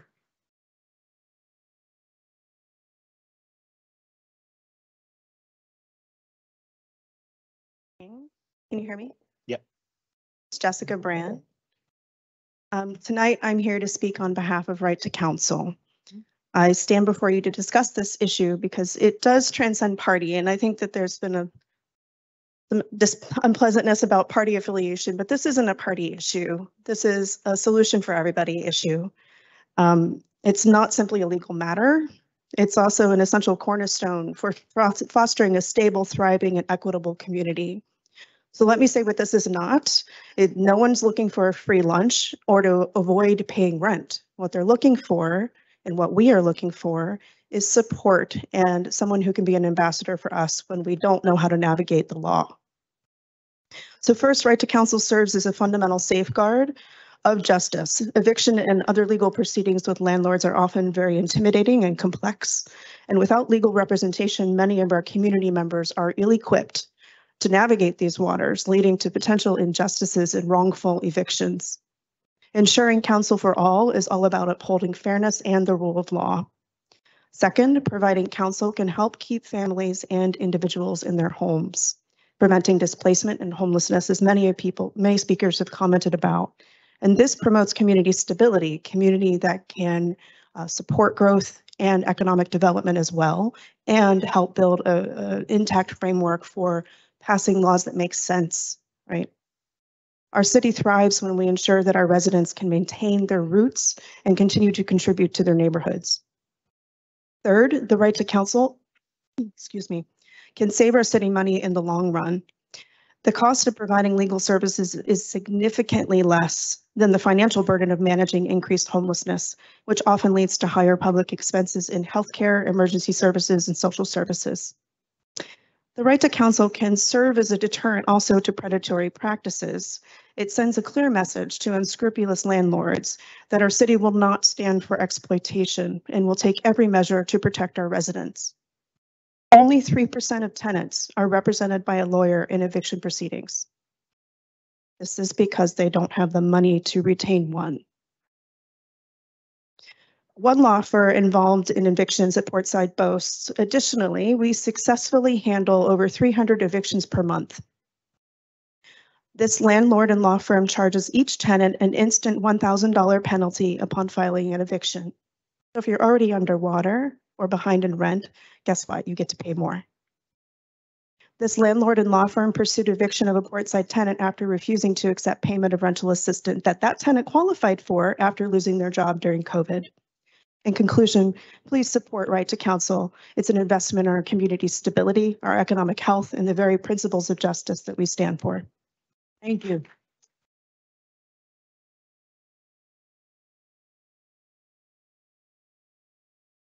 Good evening. My name is Susanna Booth.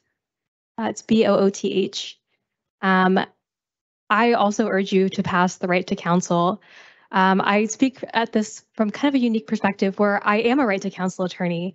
I'm an attorney with New Jersey's Detention and Deportation Defense Initiative, which is a universal representation program for New Jersey residents detained by ICE in and out of New Jersey. We represent every case that we get for a New Jersey resident. And as an attorney now for 2 years in this program, I've come to deeply believe in the right to counsel and the right to universal representation for people going through Byzantine processes like the immigration system and the housing system. Having a guaranteed attorney safeguards our clients' rights as well as the rights of everyone in the community, everyone impacted by deportation, but also housing inequality. It's the only way to ensure the fair and equitable application of the law. Knowing that there is an attorney who will hold them accountable also ensures that landlords will follow the law, and knowing that there is this check ensures that the law can proceed as it's intended going forward. Many of my clients have ended up homeless because of the lack of counsel, which leads to their deportation process. These are all really interlinked systems, but housing is a good way to make sure that people's rights and lives can function well going forward. Right to Counsel will ensure that all are protected in this Jersey City community, and I urge you to pass it. Thank you. Thank you.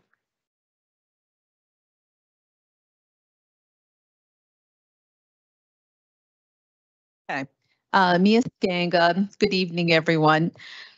I thought I was going to be the last person. I just want to recount a couple of stories of people have recounted to me of what's happened to them. I'm here to support this ordinance, definitely, but I'm astounded, absolutely astounded. A woman I know who's lived at 140 Bay Street for 13 years in a studio, who's now a senior and has a lot of health issues. She got a $550 increase in her rent. She can't afford it. So she's scrambling, but she's got this rheumatoid arthritis, which is debilitating. And then I talked to a couple in Hamilton Park who have a 2-bedroom with 2 young children. They just expected to stay there, and then they get a rent increase from $3,800 to $5,000. So they're scrambling in like the 30 days that they have to find another place because they can't afford $5,000 a month. It's just astounding to me what's going on with the rent increases. And what really makes me angry, and I'll say this again, is all the years I came here and listened as a city council gave out these sweetheart tax abatements to many of these buildings, and they paid nothing to the school district. And now they're just gouging people left and right. If you're in a building for 13 years, it's not like you moved in during COVID and they gave you a break on the rent. You've been there. You got the same increase as you would have. So a lot of people are being hurt by these landlords. And if they can't afford the rent, they can't afford an attorney.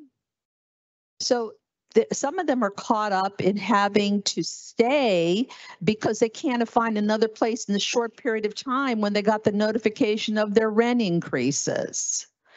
So I think personally, this is just the first step here. Please pass this ordinance. And after that, there's going to have to be an extension of rent control here.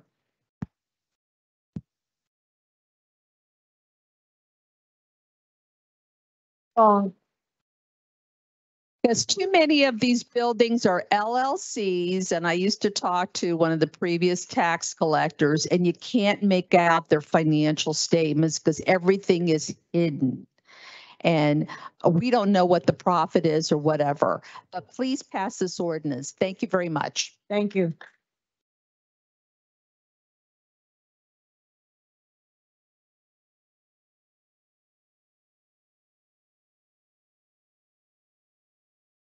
Good evening. Good evening. Give me a time check. I need your name first. My name is Pastor Mario Moody. Mario William? Moody. Moody. Moody. All right. Okay. You're on the clock. On the clock.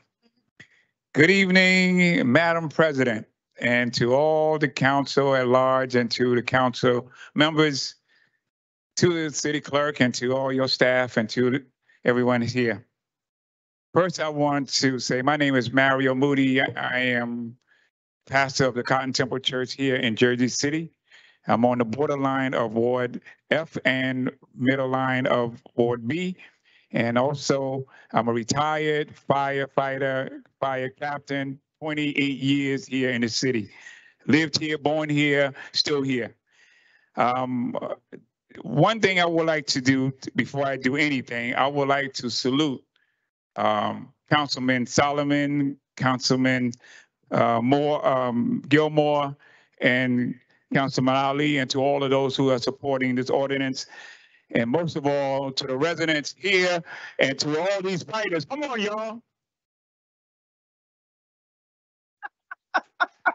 This is what it's all about. This is what it's all about. Now, please don't mute my mic. Just give me a little echo. As a representative of my community and also for my congregation, many of my congregation members live in all different wards, and I have to deal with a lot of this craziness going on in the city. But one thing I would like to do is just say to all the members that are here, we thank you for your leadership. I know sometimes you make a hard decision. You have to make these hard decisions. But tonight, first of all, I want to just reflect back. How did we get here? There was certain ordinance that was passed concerning tax abatement, the Kurtzman studies, and we all messed up. I said it before, you messed up, we as the residents messed up. We should have held you highly responsible. We are at the point where taxes and the actual increase of the rent is going up. We know many of the actual providers for those people that's really going through a difficult time has been lost through the pandemic. We cannot forget the pandemic is the one that really got a lot of jobs and a lot of the homes and everything on shaky ground. Many of the people are pushed against the wall. It's our job to hold these developers at the point of no return. I thank God for the ordinance that you guys are passing because it have enforcement.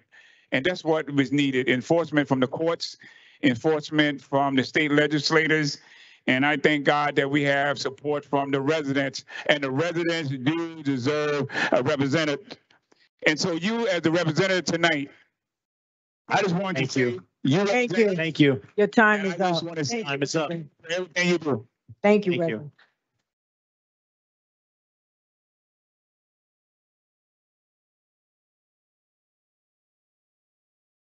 Your name? Beverly Brown Ruja, Brown Rugggia. You went way too fast. Beverly Brown Ruja, Brown Rugggia. Thank you. Good evening. Good evening. I am Beverly Brown Ruja. I'm the Financial Justice Director for New Jersey Citizen Action. We're a statewide organization working for social, economic, and racial justice through policy advocacy and direct services. I've also been a resident in Jersey City for almost 30 years. New Jersey Citizen Action supports the proposed right to counsel ordinance and urges this council to pass it into law. Jersey City is a real estate market where tenant turnover is a common practice used to maximize rental profits.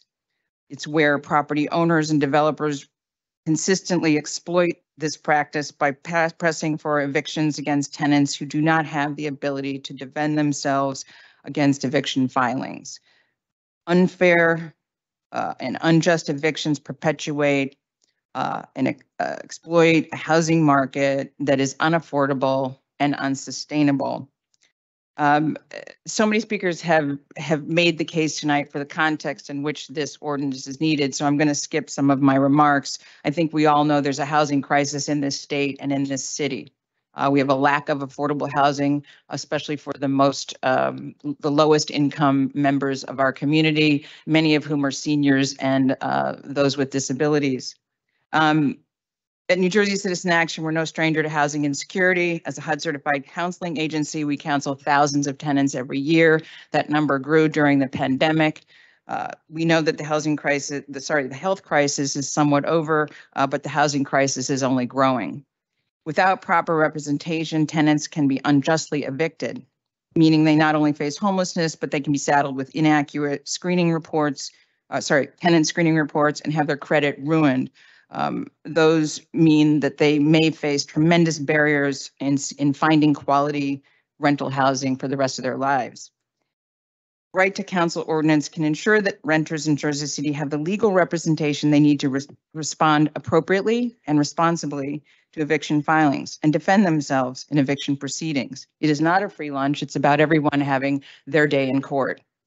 Legal representation for tenants will also make proceedings more efficient and help clear the backlog of the New Jersey courts.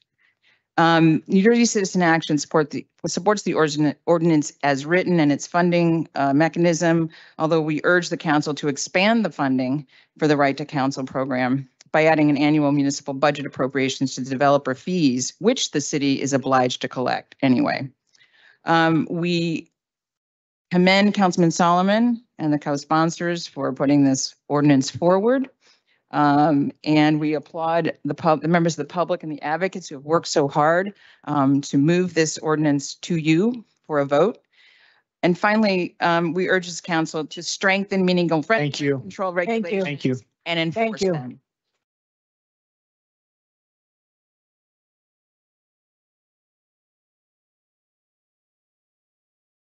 Mamta Singh, MAMTA. Last name Singh, SINGH.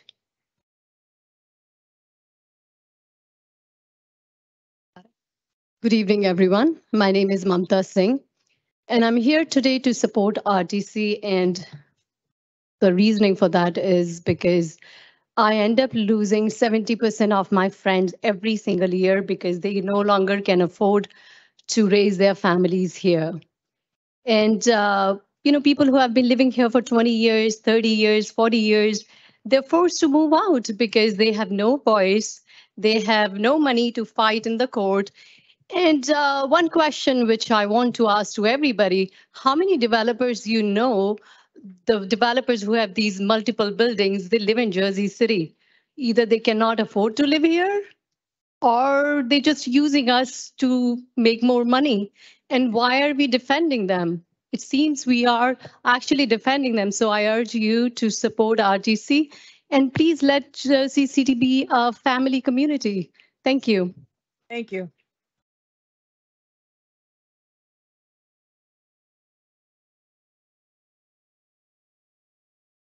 My name's Adrian Gainda, Ghainda. Gotcha. Good evening, council members. I, like many that have spoken before me, wasn't prepared to speak this early. Don't even have anything written out this time because there's just two sentiments that I want to make.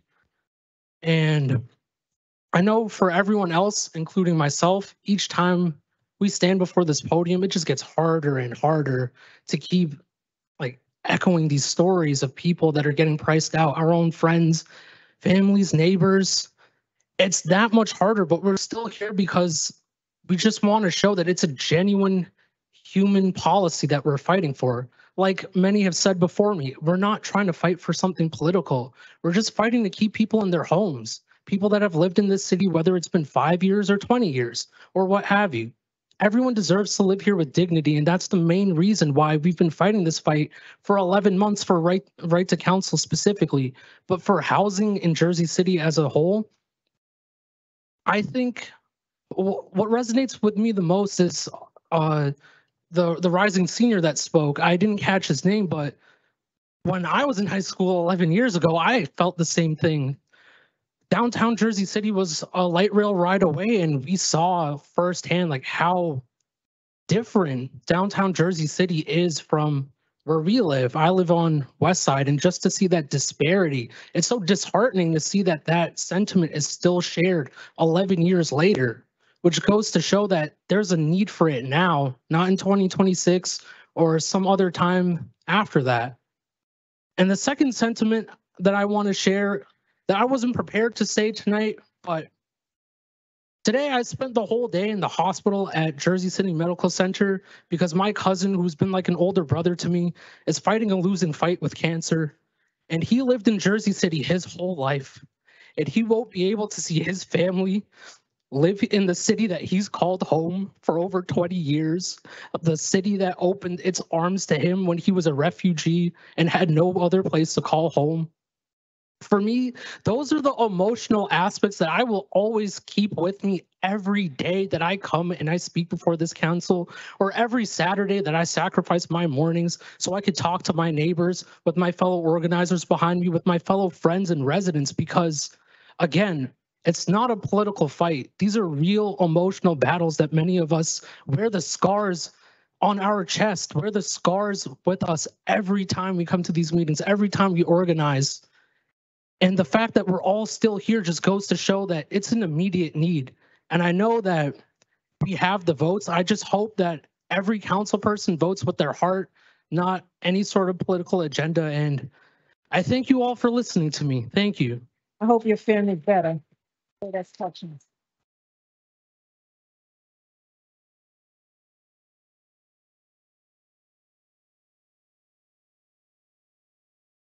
Good evening, City Council. Good evening. Thank you for listening to us here tonight. My name is Elena Little. I'm a tenant in Jersey City. I want to stand in solidarity with so many others tonight and urge the City Council to pass the Right to Counsel ordinance and the associated funding mechanism. Right to Counsel is a proven policy to help keep people in their homes and prevent wrongful evictions. I'll keep my remarks brief in the interest of not repeating what everyone else said, but just a few things. I want to say that if you are a landlord and you're doing your job as a landlord, you have nothing to worry about. This is not about stacking the odds in anyone's favor. It's just about leveling the playing field. Everyone getting a fair shake. I also support the funding mechanism so that this may be implemented immediately, but I do furthermore want to note that over the long term, this is a policy that will save taxpayers money by keeping people from becoming homeless. So whether So this would potentially free up money in the overall city budget, whether this could be a relief for taxpayers or better services directly improving our quality of life as residents in Jersey City. Either way, this should be a cause for celebration for small homeowners as well as renters, and anyone who believes, as we do, that housing is a human right. So please pass right to council on the funding mechanism tonight. Thank you so much for your time. Thank you. I yield the rest of my time.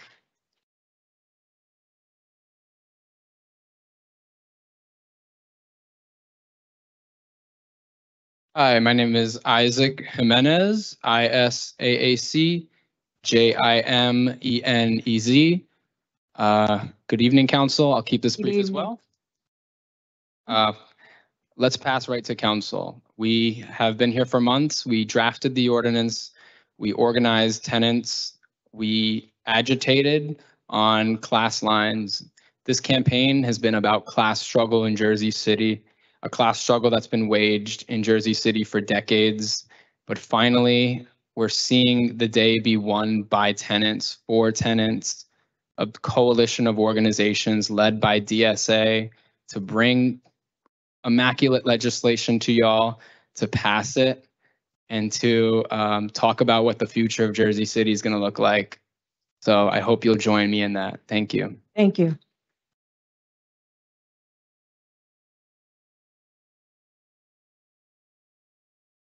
Hi, good evening.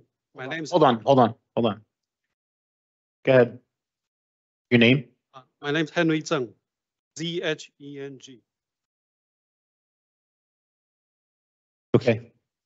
So I just want to say a fact, because I guess the rental increase is this 2-3 years. A lot of people saying about because the reason is inflation. So I'm good at the number. I will give you two equations. First one is 100 equals 33 plus 67. That's the base year of inflation, CPI, right? 33 means the weight of the housing or the rental or the shelter. 67 is all the other, is food, is energy, is communication, everything else. Second equation I want to put, assuming it just published for this past month, is 5%. So the left-hand side will be 105 because 5% increase. The left-hand side, we said that the housing rental increased by 20%. That'll be 33 times 1.2. It will be 39.6. Let's make it simple, 40. Make it 40. Then what is the rest to be coming in there? It should be 65, right? Because 105 equals 40 plus 65. Base year is 67. After inflation, or the rest going to 65. Does it make sense? Does it make sense? Something is wrong, right? If you have a piece of paper, you can see that something is wrong. It means that the rental should not increase by 20% because the egg, the bread, whatever is not going down. It's not from 67 going to 65, right? It's not a deflation, it's an inflation. You buy a dozen of eggs. 2 years ago, it's less than $2. Right now, it's over $4 a dozen. Is that inflation or deflation? Based upon those two equations, you can think about it. Where's issues there? Thank you. Thank you. This is still a public hearing on City Ordinance 23-047. Any member of the public wishing to be heard, please come up to the podium and state your name for the record. Name is Julia Lomba, Lomba. Thank you. I didn't come prepared to speak at all, but I felt it after hearing everybody, I feel compelled to say something. I relate to those few that said that they were born and raised here, and this is their city, and they feel it's being taken away from them. Well, I've been here since I was 5 years old, and I've lived here all my life. And I grew up downtown Jersey. I went to St. Peter's Grammar School. That's when they had a school next to prep. I graduated from St. Aloysius Academy. So at that time, I lived with my parents in Greenville. And I graduated from St. Peter's College, now university. I have to make a comment about the realtor who said she's been here many years. She didn't say how many years, because I feel I run into a lot of people that tell me now, oh, I've been here a long time, and they've been here 2 or 3 years, and Jersey City is theirs now. And it's usually these newcomers. And it seems like every other new person coming here becomes a realtor, and she's been lucky enough to buy property. And she is a landlord. So she was speaking in for the landlords. I understand that. Everything has raised. We know when we go to the grocery store or shop anywhere. So of course, reasonable raising of rents is understandable. We expect that. And I'm that person who lives at 150 Bay, and I've been there 13 years. I moved back downtown 13 years ago. I've seen all the changes around me in all the buildings. And it was reasonable. I had reasons that I want to move back to where I started. And I figured I'd live there a year, but I'm in a building that's supposed to support the artist. I am an artist, but I never got any of the benefits. This building does have some assistance for some units, but I never was one of them. I paid a regular rent through all the years I paid my increases until this year when they decided $550 more because your rent has not been raised enough to what they can get now. So I support this and hope you will pass this. And I thank you for the time. Thank you.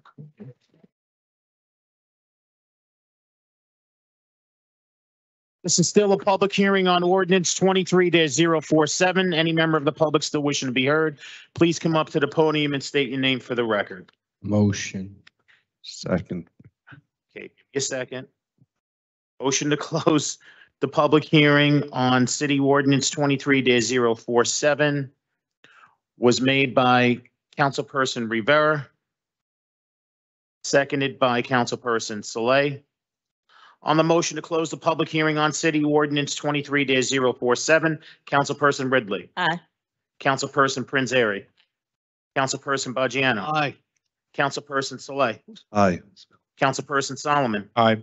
Councilperson Gilmore. Aye. Councilperson DeGise. Aye. Councilperson Rivera. Aye. And Council President Waterman. Aye. Motion carries 9-0 to close the public hearing on city ordinance 23-047. For final consideration and adoption of city ordinance 23-047, Councilperson Ridley. First, I just want to say thank you to everyone who came out tonight and over the last several meetings to speak about this topic. I think there were good points on anybody that is for and against right to counsel. The gentleman, I can't remember his name, but a gentleman came up here and said that, there are some things that have been said tonight that are not true. And, he tried to dispel some of those, yes, he tried to dispel some of those things. But I think we have to be very careful and we have to understand what it exactly is that we're voting for tonight. And I understand that some people understand what we're voting for tonight, and some people understand that this is not something that's going to happen right away. But I just want to make sure that everybody is clear on that. But I do understand the need and the feeling that we have to do something to start moving in the right direction, even if it's not something that's going to happen today. So I am going to vote yes for right for counsel, but I do want to make sure that everybody understands that, there's issues on both sides, right? There aren't all perfect tenants. There aren't all perfect landlords. And no, every landlord is not rich, which is something that I've been saying through this whole process. Now, if you live in a high-rise luxury apartment on the waterfront, I totally get why you feel that way. And I'm not talking about that. I get it and how you feel like you need more assistance there. But, we have a lot of seniors and fixed income property owners in my ward. Some of them are my neighbors, and I take care of their personal business for them. So I would hope that some tenants realize that some of their landlords are in similar predicaments as them, and that we need to have help across the board. And we need help now. And if you're having an issue in your rental apartment now and you can't survive, you can't really afford to wait.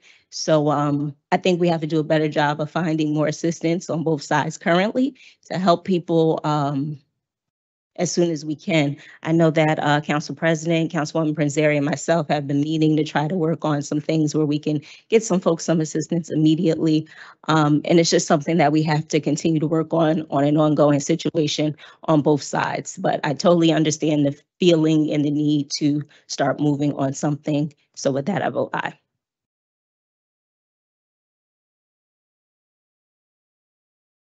Councilperson Prinzeri. All right, so also thank you to everyone who has come out to speak over the course of this conversation from the introduction back in April to today on both sides of this. I think that we can all agree that there are a lot of crises that we've been facing, especially coming out of COVID, and there is the need to make sure that tenants are protected. I know I will only speak for myself, but I am certainly that my council colleagues will echo the number of calls we get through our office with people asking for help. But at the same time, we also have the 1 and 2 family homeowners that are also asking us for help. So when we go through and we consider these policies, it's really important that we take the time to deliberate and think and talk about unintended consequences on all sides.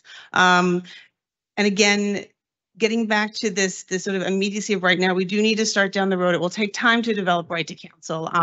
But I think that there are ways that we can find additional funding to cover things like temporary rental assistance. Council President, Councilwoman Ridley, and myself have been looking at that, and also in conversation with Councilman Solomon to see what we can do with that immediately. We've also set up a meeting with the county to start talking through ways that we can better work together as government entities entirely. There are buckets of funding on both sides that people can avail themselves of, and it is our job as city government to make sure that we are using them effectively. I've seen this for fire victims. I've seen this for other relocation victims where we worked with city and county to maximize that. So having said that, while I, am again in my conversation with Councilman Solomon, we disagree a little bit on how we think the division should be structured. My main concern is that we stay away from administrative fees wherever possible. So if there are county and city partnerships, we can do that. I know I'm kind of talking to the other piece of it right now. So I am going to vote yes with the expectation and the promise that I've received from my council colleagues that as we continue these conversations together and with the county, when there's opportunities to make amendments to better for everyone, including, people that are developing buildings or building homes, because that builds out our tax base and that keeps our taxes stable. So we need to consider things like that too. This is not just a one-sided argument here. So I'm going to vote yes.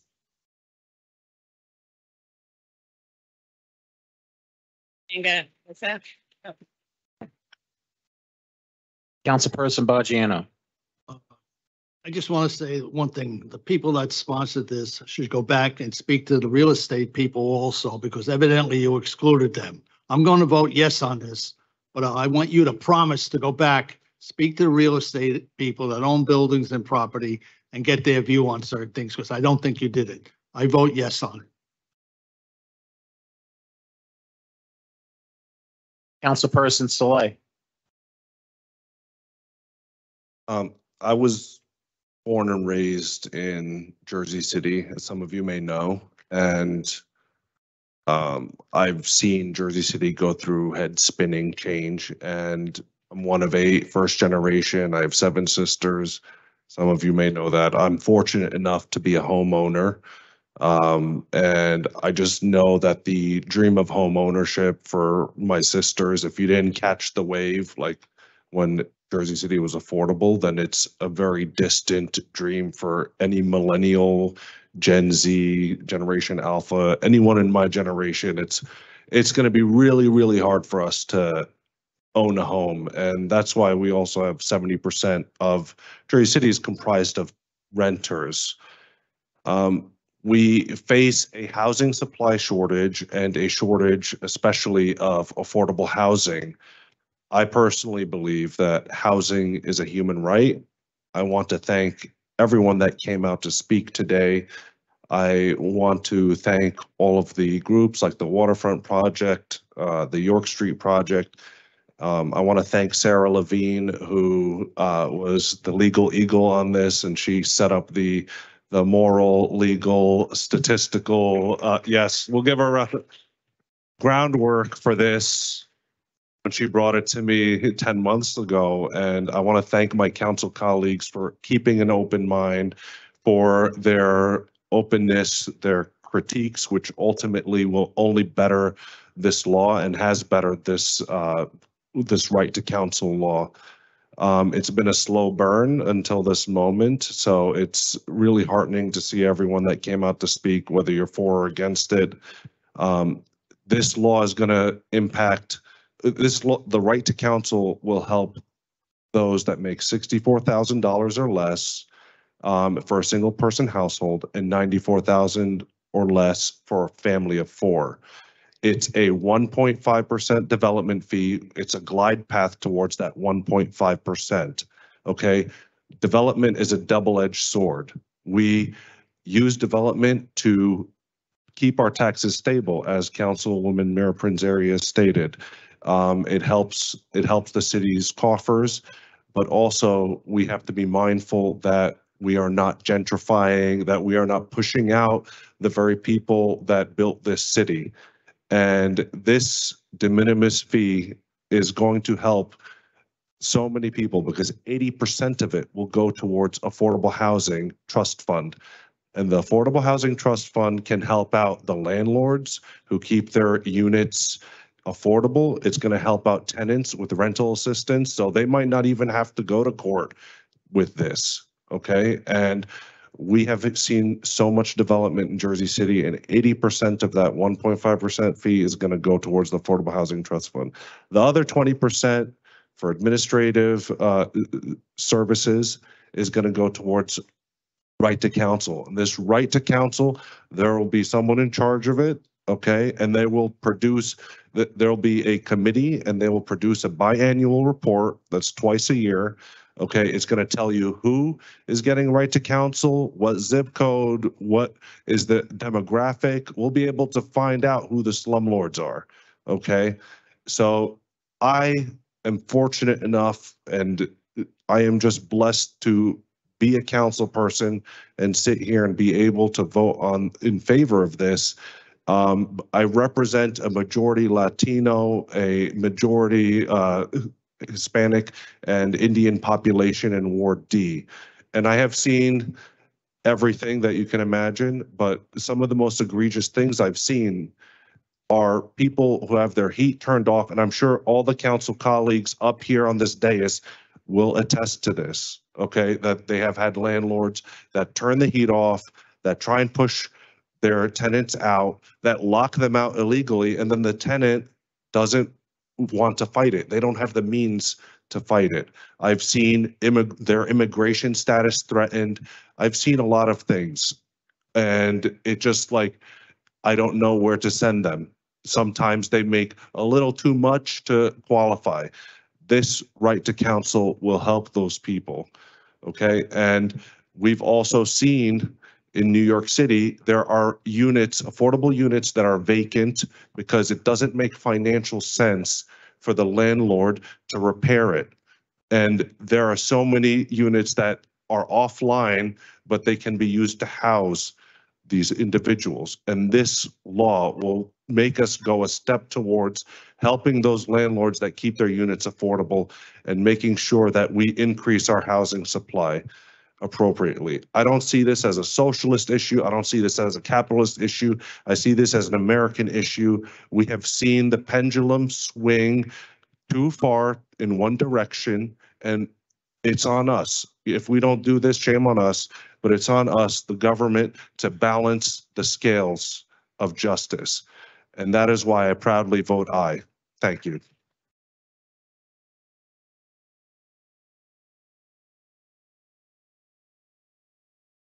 Councilperson Solomon.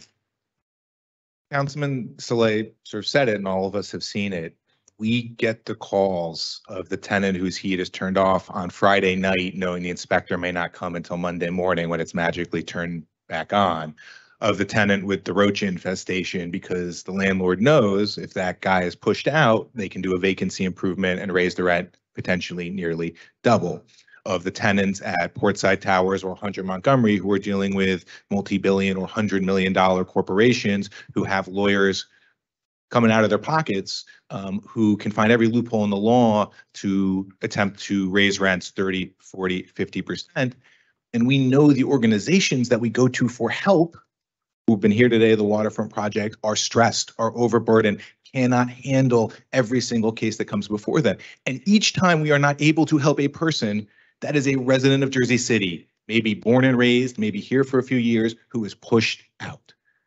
And that is why we have to take action now. I want to say some thank yous as this vote goes forward, but first, just an incredible thank you to all the organizers from the Right to Counsel Jersey City Coalition. You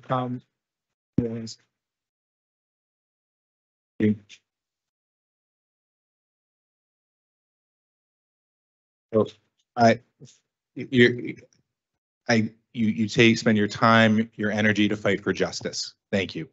Thank you to all of my colleagues individually. Thank you, Councilman Gilmore, Councilman Soleil, Councilman Rivera, Council President, Councilperson DeGise, Councilman Bogiano, Councilman Pranzeri, Councilman Ridley. We don't agree on every piece of this legislation. You all have made great amendments to the process already, and there is a commitment from me to continue to work with you as we go forward. None of us know what the future holds for Jersey City, for the real estate market, for all those things. And so we are going to be committed to working together to ensure the best possible implementation of this. And then thank you to all of the groups that have helped support this. We have dozens of organizations across the state that have endorsed this bill. We have had dozens of reverends and pastors and imams and rabbis across Jersey City endorse this proposal. And we have had dozens of elected officials and political nominees for future election and candidates for office endorse and get behind the proposal. So thank you, thank you, thank you to all of them. And ultimately, I want to close with this of why we think this is so necessary.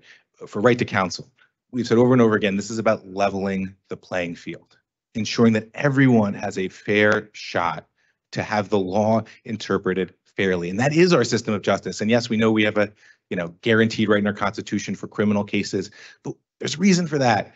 And in civil cases, when you're home, your right, the place you raise your kids, your family, when that is at stake, it should never be taken away from you illegally, improperly, or unethically. And having an attorney will prevent that from happening in thousands of cases in Jersey City. And just so you understand the efficacy of that, when some of the folks who were against this proposal decided to lobby us, what did they do?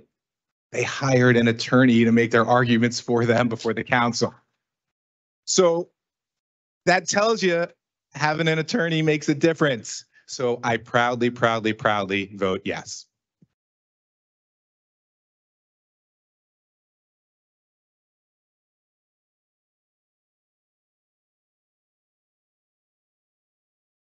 Councilperson Gilmore. I do want to thank my colleagues, Councilman Solomon, Councilman Soleil, the Right to Counsel Committee for working on this. It's a hard job implementing legislation because you want to make sure you're being fair across the board. I do want to thank the community for coming out, speaking for or against exercising their constitutional right.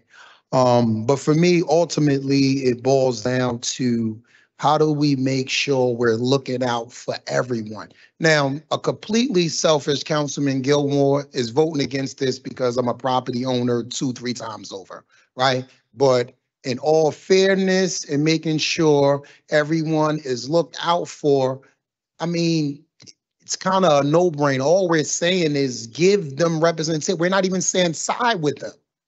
We're just saying give them representation. If any of you have been to court for a speeding ticket, it's scary.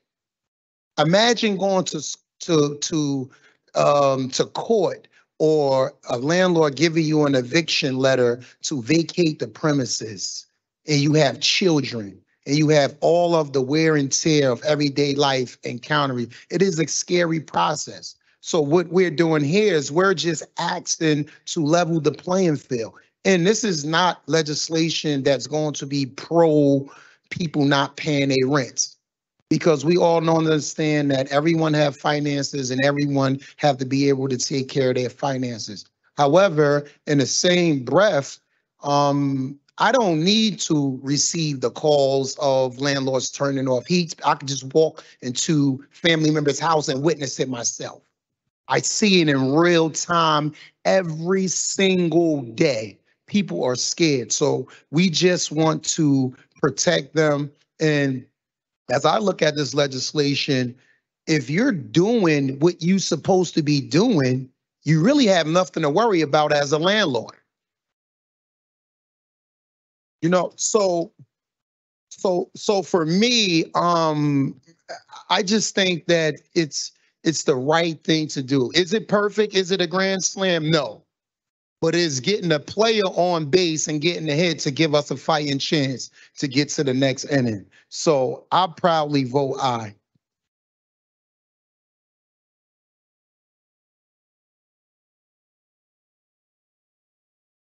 Councilperson DeGise.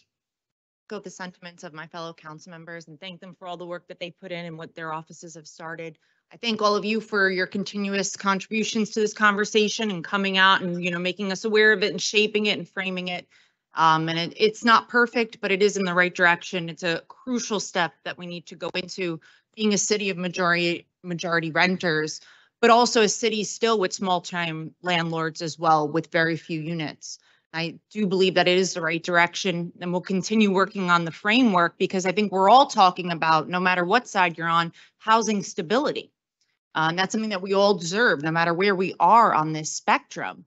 And we need to make sure that that housing stability touches our middle class workers that don't traditionally qualify for these services, and make sure that just because they make a little bit more on paper or they're a union employee with a progressive pay scale, that they deserve to have representation and consultation services too, that are landlords with few units and our mom and pop homeowners that have a second unit that is supporting their mortgage payment, that don't want to face foreclosure, have resources too, and have a place to go to navigate a very complex tenant landlord world.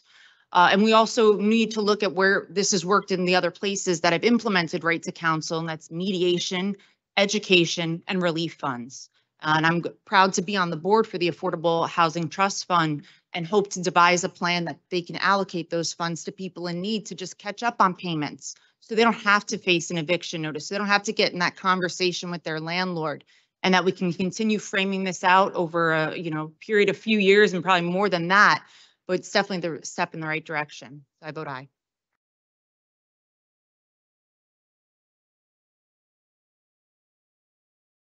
Councilperson Rivera.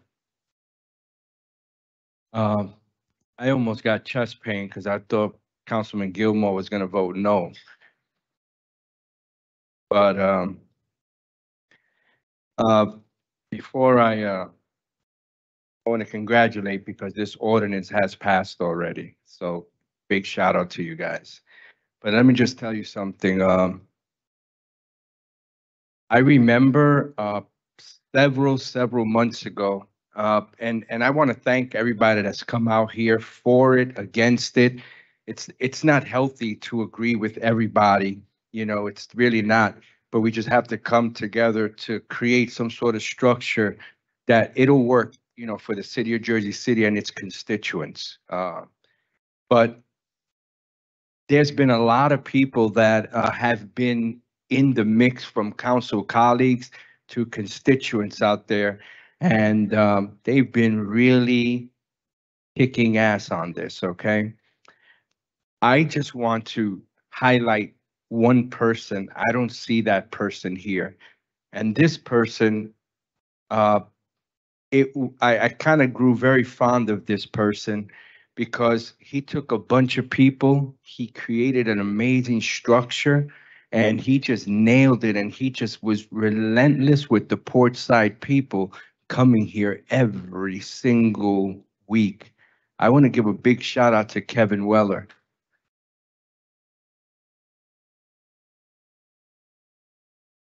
It's not to say it's not to say that I don't appreciate everybody that came out here because it is appreciated, but this guy, I met him at the Portside Towers, and how we met, it was a situation where the Portside Towers, had a whole boatload of situations. And while I was there was a delivery person with a family that got stuck in the elevator while I was actually speaking to him. And, was a concern that bothered me. I immediately told Councilman Solomon, and then by that time, we had a redistricting issue, and he said, "Wait a minute, we got to speak to Councilman Gilmore." So I said, "Wow, we've been talking all this time to the wrong person," but we are connected up here, and I just want you to understand that you guys came up here week after week after week, and we were listening. You might not think we weren't listening, because maybe we don't stare at you when you guys are on that podium. Maybe we take a bathroom break because we have to go. But we were listening every single time you was out there. So great job today. I want to give a big shout out to Rodolfo Santos back there. Cheeky, he's one of my baseball players. One of my baseball players since he was a kid. But I proudly vote aye. Keep up the great work.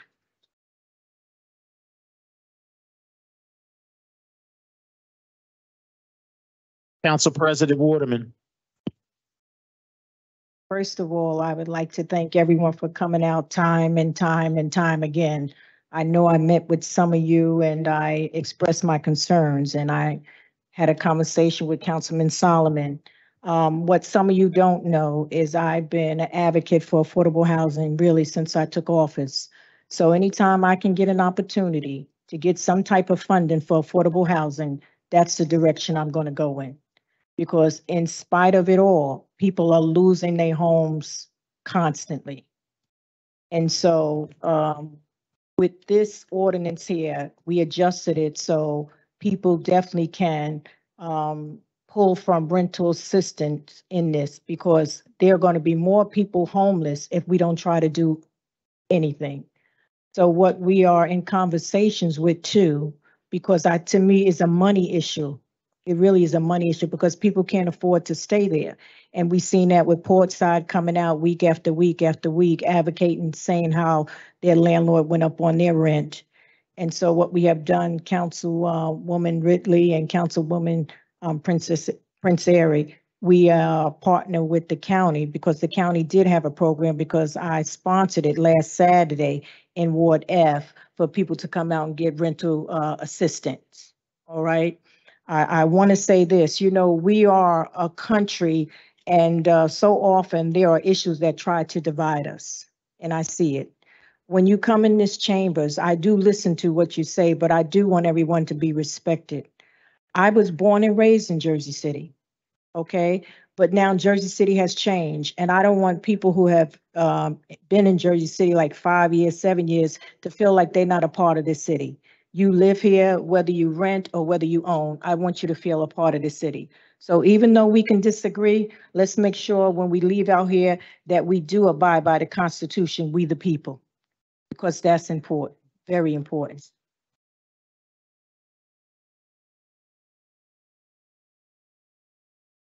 With the right to counsel, I understand it. My concern is this though, because I deal with landlords. Well, I deal with small development, because being a minority, there are developers who are minorities that have their challenges, even trying to get through a system to even for them to build. My whole intent is not to hurt them because they have waited so long just to build. Sometimes when we make law, we always be thinking of the big developers. Just like you say, they can afford a lawyer. But sometimes the small developer, he just can't. And so when this law passes and he's going to start building new, he is going to be affected by it. All right. Will this hold up his process? It may. I don't know, because we assume that everybody have money, but he has a dream too. And sometimes we don't look at it broad like that, but I really try to be a good listener and look at it broad because I do deal with them because I want them to go to a certain level too, because after all, they deserve that right too. With the right to counsel, now based on to my understanding, I want to make sure I'm right here because even though, and I like this all on record, 20% will go to those tenants who need representation when the landlord tries to force them out. When the landlord do not keep up their property like they should, they can have a representative, okay, to speak for them to make sure the landlord does or what she's supposed to do, he or she's supposed to do. The other 80%, based on to my understanding, when I talk to different lawyers, and some of them are in here too, they say the majority of cases that they're receiving now is 80% of non-payment of rent. Now that bothers me. Because even though some of you here, to be perfectly honest, some of you, if you can't pay your rent, you ain't going to be here 2 years from now. It's just not going to happen. And so what we are trying to do is get some type of system in place that consists you now. This law, when it passed, it doesn't pass. This ain't going to happen to 2 or 3 years. For real. And that's scary to me. Some of you were born and raised here. You can't pay your rent. I'm listening to you come every week, every month. I'm listening to what you're saying. So as a council person, I'm concerned about that because I want you to stay. So we are trying to create mechanism for you to stay, to help assist you with your rent. I do want you to stay. So we are partner. We're trying to do everything we could do. And believe it or not, I've been trying to go after slum landlords. That's something I've been working on, going after slum land. I'm dealing with a situation on Randolph. The place is horrible. Just like you say, when they have LLCs, it's hard to track them. I feel the same frustration as you do. I really do. So this right to counsel will only help that 20%. That's what is going to help. But that 80%, I have to have another mechanism in place that can assist them with their rent, or else they're going to be out and our homeless population is going to increase. So yes, I'm going to vote yes, but I really want you to understand, I'm hearing you, but I see a broader picture. My new developers that are minorities that had a hard way to go, they're going to start developing. Will they be able to pay? I don't know. I'm going to follow it and trace them because I am concerned about them because they do have a right to develop too. And some of you out there, you'll understand what I'm saying. So with that in mind, I will vote yes with it.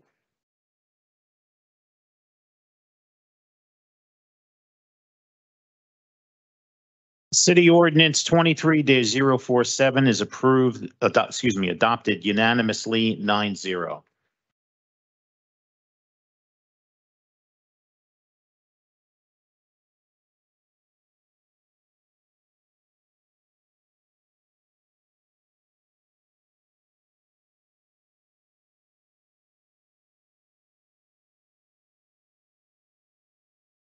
Sean, Okay, Sean, okay. Sean. Yes, Sean. Council President. Before they leave, one thing I do want to say before you guys go, everybody that's in here. So often, you say we rubber stamps or whistleblowers or whatever the case may be. If you are an owner or a developer and one of your landlords that you deal with are slums, then you should give them up. And that's just the truth. You should start turning them in because they're not allowing people just to have human rights. I want that because I know people are listening. So if you know landlords that are not keeping up their property, please call us because we are definitely making sure that things get done because people are living in filth and they do not deserve it. All right?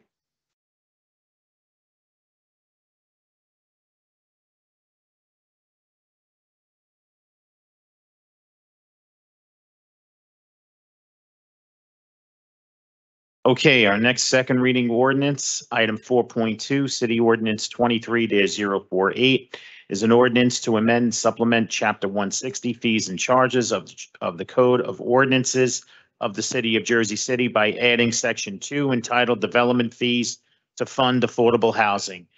Yeah. Wait, before I ask anything, if we can leave quietly, because we still have to conduct an entire agenda. We only went through the first readings and one second reading ordinance. So I appreciate your cooperation and exiting quietly. John, Yes, Councilperson Bajano. Yusef is going to say something about this and get something corrected so people understand it. We're gonna, well, later on in the agenda for resolution 10.12. I know we're referring it to the planning board. We want to change it from 1 to 3 family to 1 to 4 family owner occupied. It only has 1 to 3 family owner occupied as an exemption.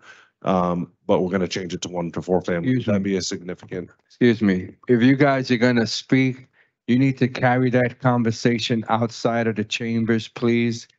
We're still conducting business and we can't hear it. So if you guys are gonna speak, please stay outside the chambers. Okay, Councilman. I want to ask, would it be a significant change if we were to amend it, 10.12? There's the ordinance in the attachment. Essentially, it says 1 to 3 family owner occupied, and I want to change it to 1 to 4 family. John. Pardon me? I think he was coming up to explain it, that's why.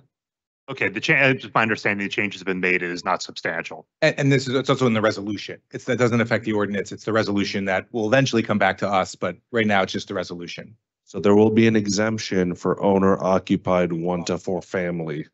New, doesn't affect any of the, New Doesn't affect development, all of this is Existing new development. homeowners, new construction, and if you're owner occupied, you get an exemption. Okay?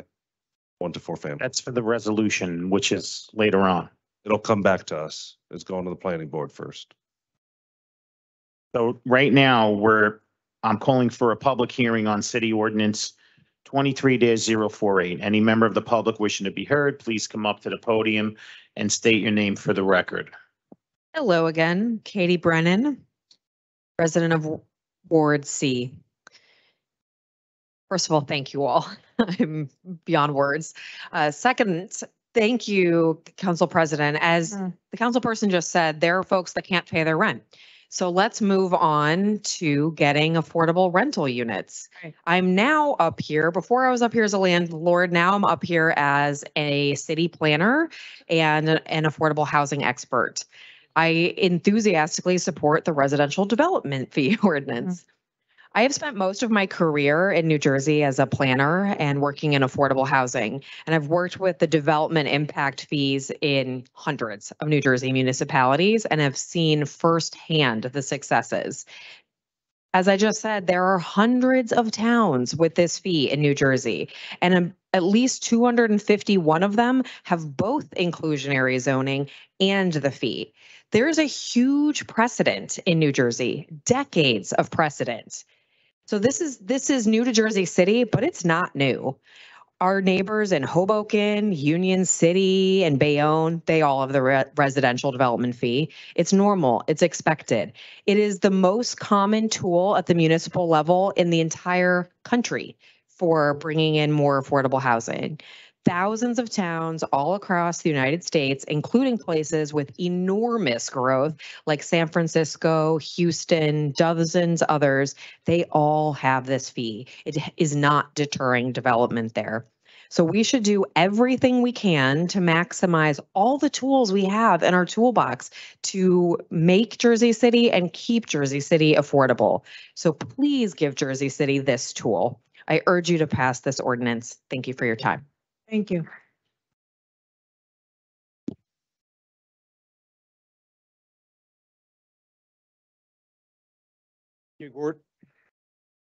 Gordon Gemma again of the Jersey City Apartment Owners Association. Now that you have adopted the right to counsel, question is, how do you fund it? And I agree with the concerns raised by some of the council people here. You have monies right now that you've raised. If you adopt this fee ordinance as drafted, one of those tools in your toolbox you can't use. Because in fact, this ordinance as drafted says that those fees must in fact go to an affordable housing trust fund. And then after in an affordable housing trust fund, you have to adopt a plan. And then after you adopt a plan, that plan must be approved by either COA or the courts.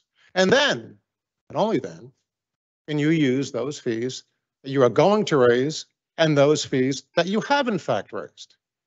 So the question is this the right tool if in fact you want a right to counsel use? Or as Council President Waterman properly said, this is not going to help you today. To someone who's being evicted today, this doesn't help. 2 years from now is not today if you're facing an eviction. This ordinance, as drafted, stops that. And I ask one other thing. The ordinance, as drafted, properly says that the monies you collect have to be approved by the court or COA. 20% of those monies you intend to use for administrative fees. Not all of that 20% is used for right to counsel. The court and COA can say, some, all, or none of that is used for right to counsel. Pray tell, if the court says that, what do? You have a right to counsel ordinance. And so effectively, your process has stood itself on its head. It would make more sense to use the fees you have today, that you have in your coffers, although we don't know how much you have, because you haven't addressed the Oprah request, put together a plan, get the plan approved, and then put the fees in place to fund that plan. When I first started speaking, I indicated on behalf of an association, we're not an enemy, we're not here to criticize the council, we're here to work with you. I thank Councilman Bojano for asking you to reach out to us.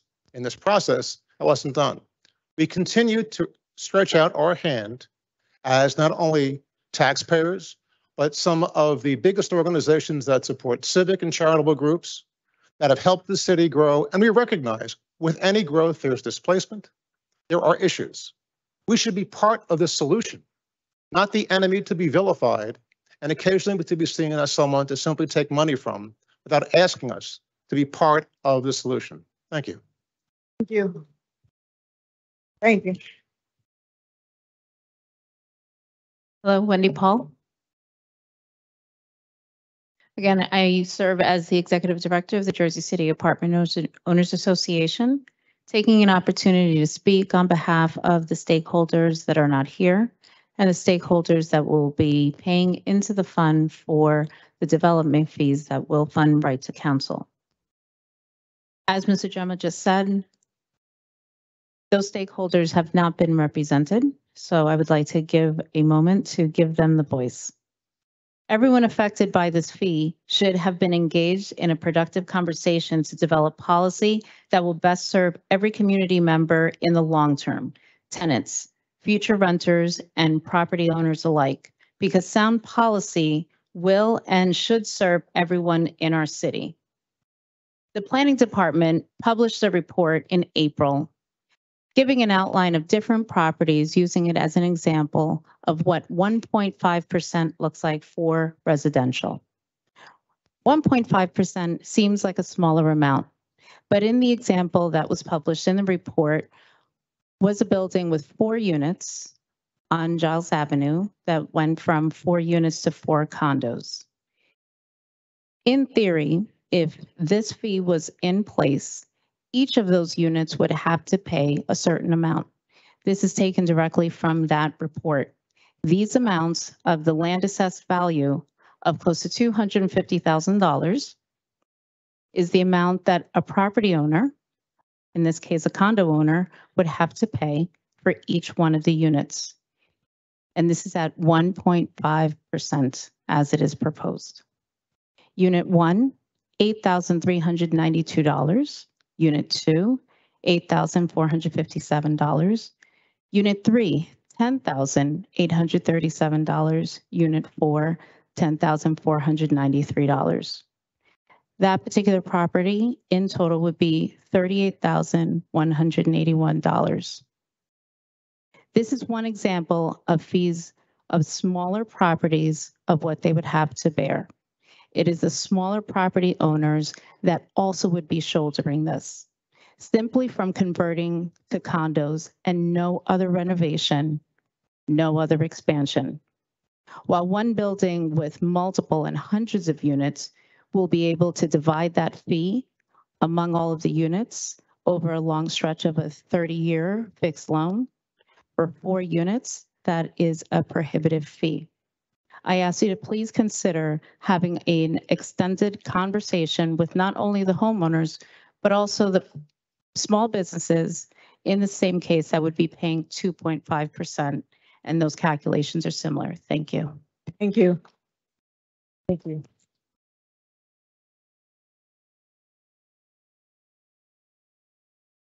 My name is Isaac Jimenez, speaking in support of development fees. As Katie, who spoke first, said, development fees are found all across New Jersey to fund the Affordable Housing Trust Fund, and I hope we can do the same here.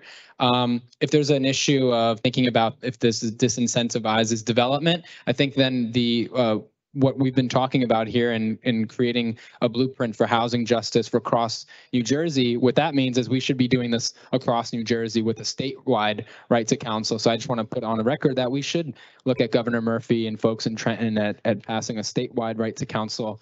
But I know you guys want to pass this now because you want to fund what you just voted on. You don't want to put it on the tax burden, but there is an issue, I think, with development fees, a legal understanding of these fees, where they can go, and that is that they can only go for the same people that qualify for affordable housing, and that's means tested.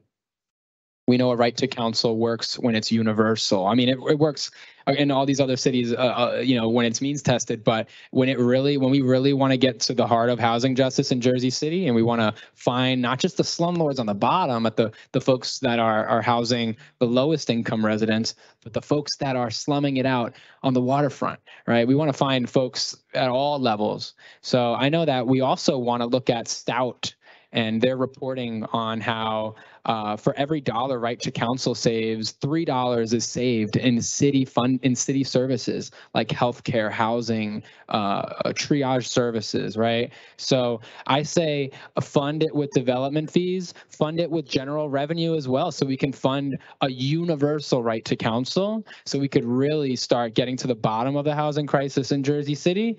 And yeah, I think if anyone had 6 cars, they wouldn't be called a small car owner. I think it's pretty ridiculous, but I'll leave that. I think the stakeholders are represented in this council and caucuses every single day. This is the one day that tenants have to win. Thank you.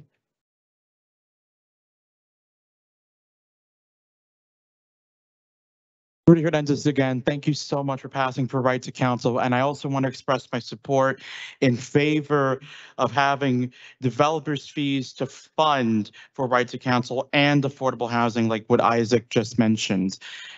As you've probably been aware, we have seen unaffordable housing across much of Jersey City, as well as in my hometown of Elizabeth, where both Isaac and I lived and had as our hometowns as well. But more crucially, developers' fees are important as we need to help fund it.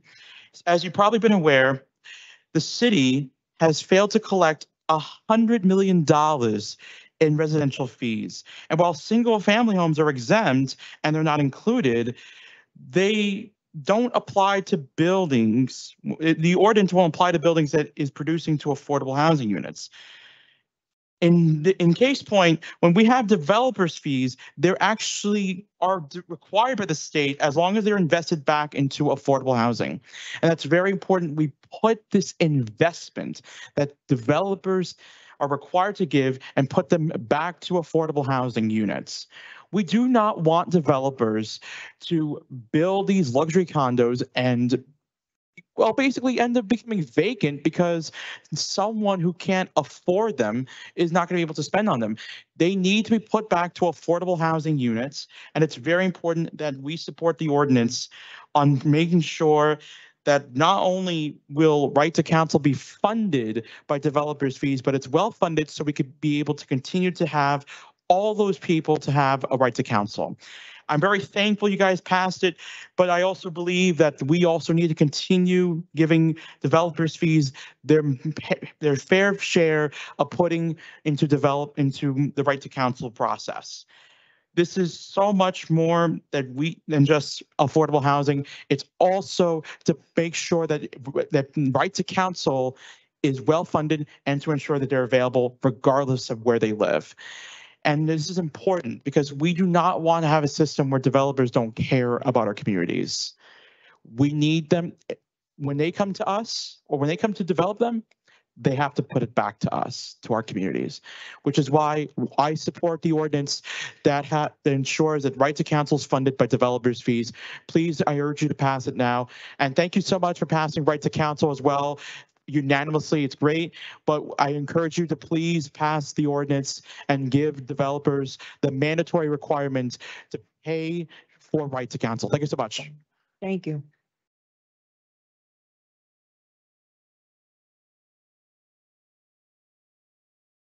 Evening again, Jake Efros.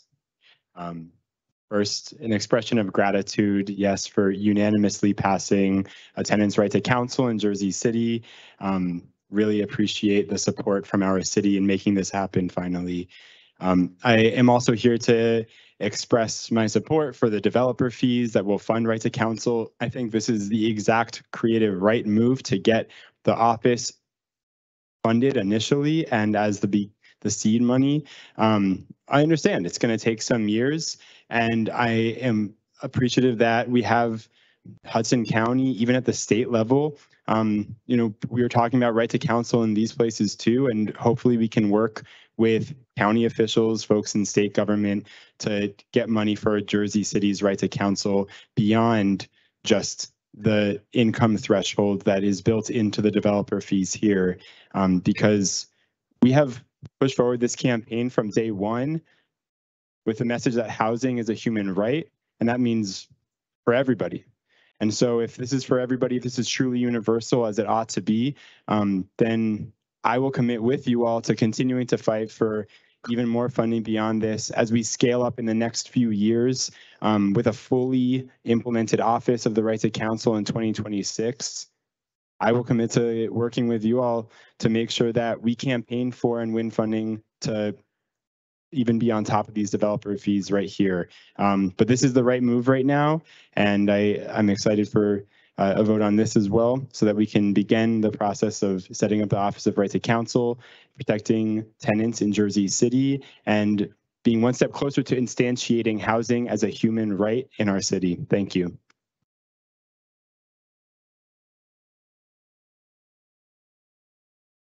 Levine again.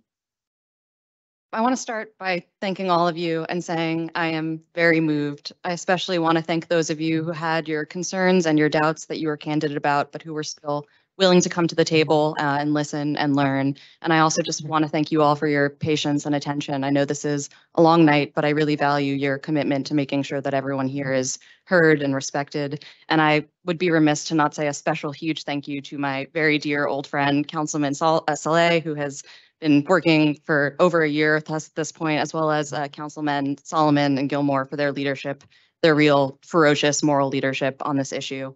As I said before, I'm an attorney. I'm a former Deputy Attorney General of New Jersey. I'm here in my personal capacity, but I do want to share some law with you. In 2008, the state legislature passed a law requiring every city in the state to exact fees on new non-residential development to raise money for affordable housing. Now, as a default rule, every city is required to collect those funds before the construction official can issue a COO. And the city has to then give that money to the state treasurer to put in the state's affordable housing trust fund.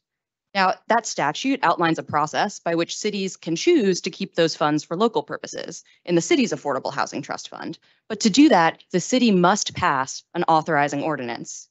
Now, Jersey City has already been collecting those funds and putting them in the city's trust fund, but the city has never passed an authorizing ordinance. So that means under the status quo, Jersey City is not in compliance with state law, and it means those funds are at risk. So it is high time that the city crosses its T's and dots its I's by passing this ordinance. And I want to remind you that none of the money that is currently in the account can legally be spent until this ordinance is passed. This ordinance will generate tens of millions in revenue over the next decade without increasing property taxes. These dollars can be used to create and repair affordable housing, to support affordability programs like rental assistance, to protect tenants from unjust evictions through our Right to Counsel program, and more. Development fee ordinances are commonplace. You can just look to our neighbors in Hoboken and Union City and Bayonne, and development has not slowed down in any of these cities. This ordinance will not affect buildings with affordable units, but this ordinance will ensure that any building without affordable units is paying some fair share to support affordability in this city. Thank you so much for your time. Please vote yes to support this ordinance. Thank you. Thank you.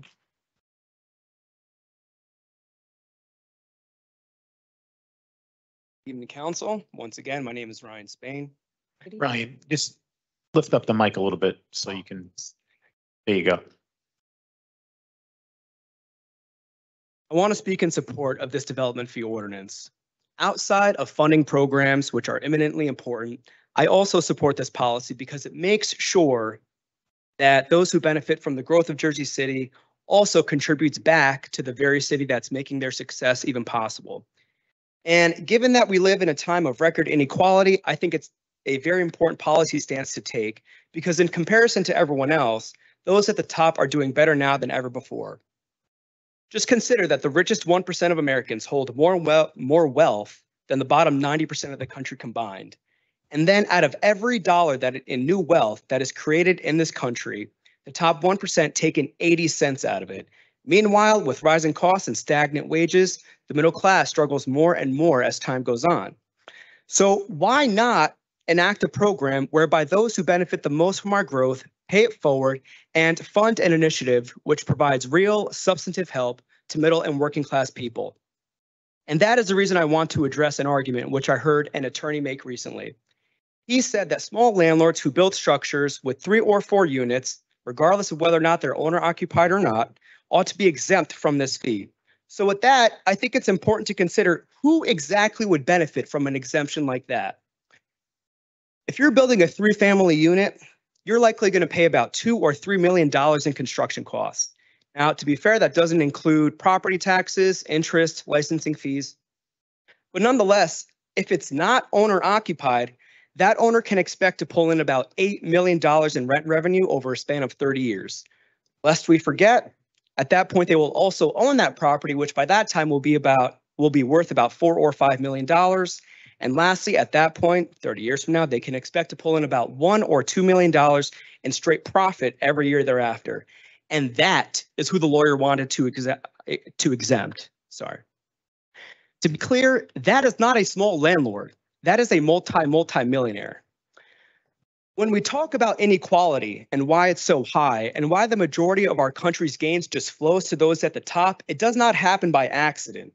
It happens because the system we created pushes the flow of money in that direction. With one exemption here, with one carve out there, one tax cut behind us, all of it adds up. And the system is pretty straightforward. People at the top use their money and power to influence governments so that laws get passed which benefit them.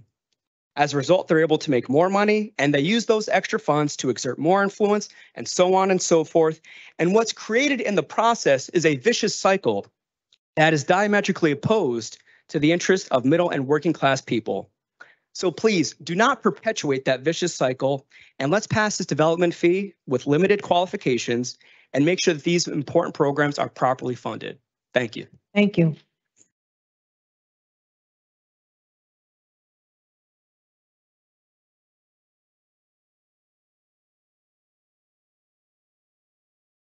Good evening again, Council. Thank you for allowing me to speak again. Luis Aguas Vivas.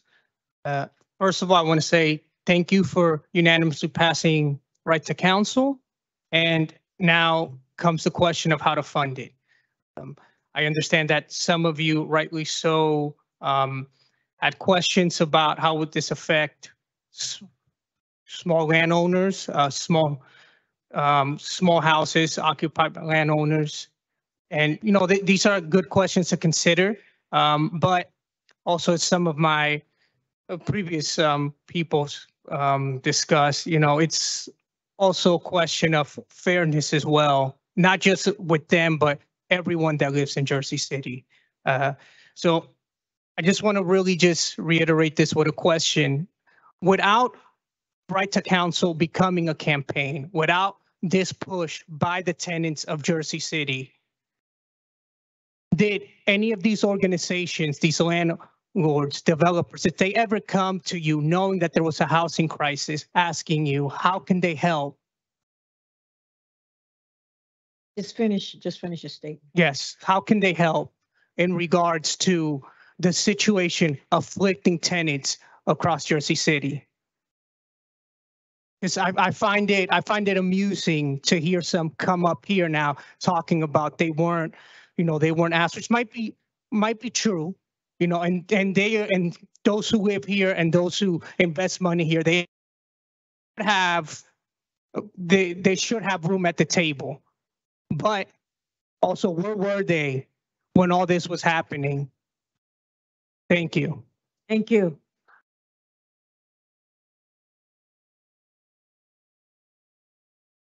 Hello, my name is Cameron, or in Ward C. Just want to say again that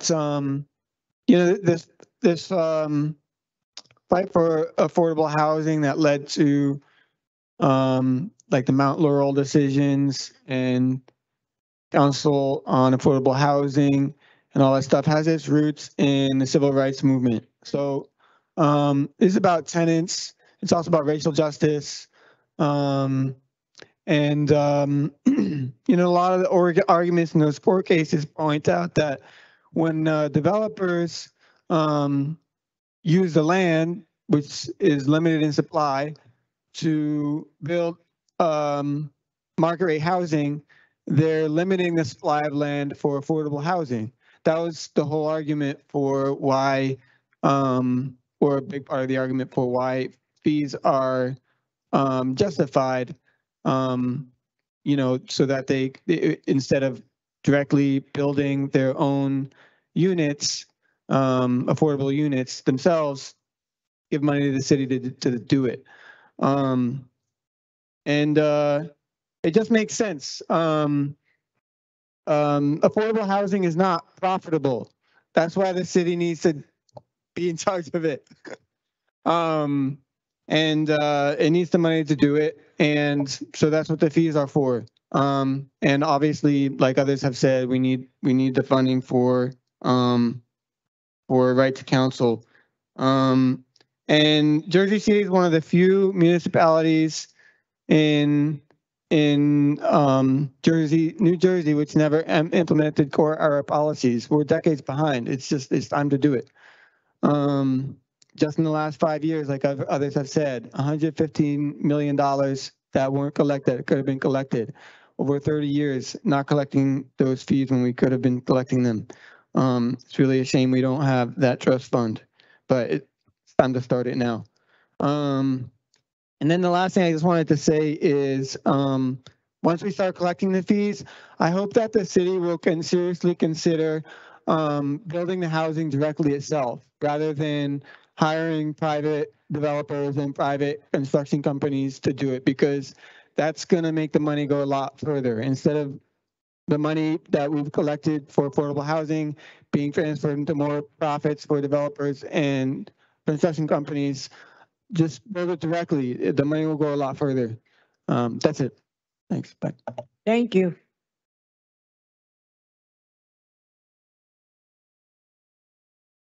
Good evening. Good evening. Moria, Moriah, last name Kinberg, Kinberg. I live in the Heights. First of all, I just want to thank the council for passing the right to counsel ordinance unanimously, and all of the organizers who made this happen. This is an amazing day for Jersey City. Step two. Step two, now we need the money to make this happen.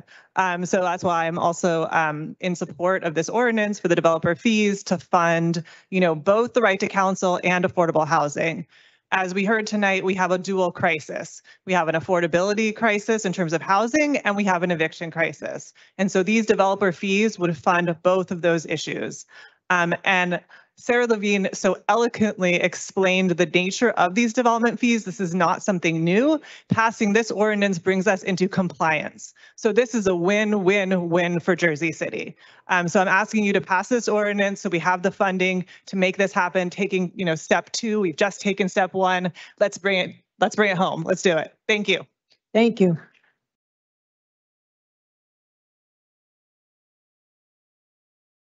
Good morning, I'm Suzanne DeFelice. So again, thank you for passing right to counsel so far. I think it's definitely a huge step in the right direction for a lot of people.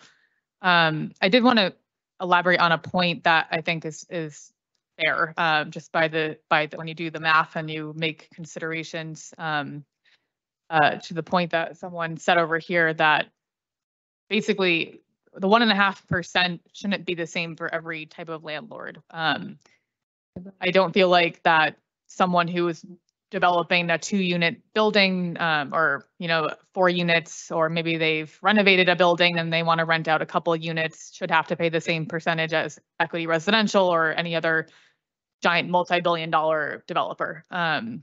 That's probably doesn't incentivize smaller developers, maybe minority developers. So I just want to make that point.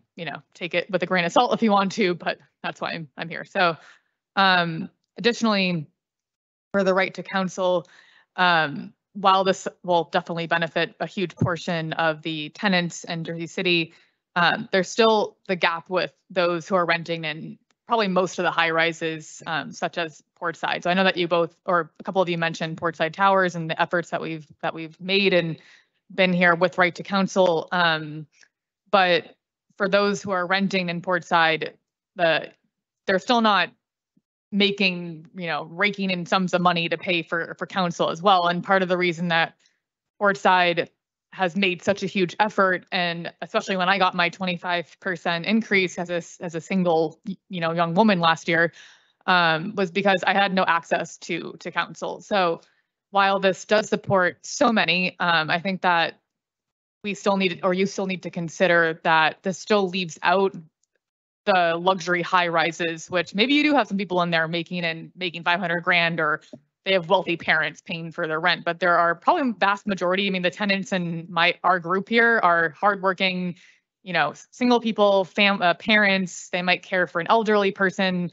Their mother may have cancer. I mean, I'm giving you real case scenarios here. Student loans, so I just want to make this put on a human level of what is still in the gap to be in consideration. So thank you, guys. Thank you.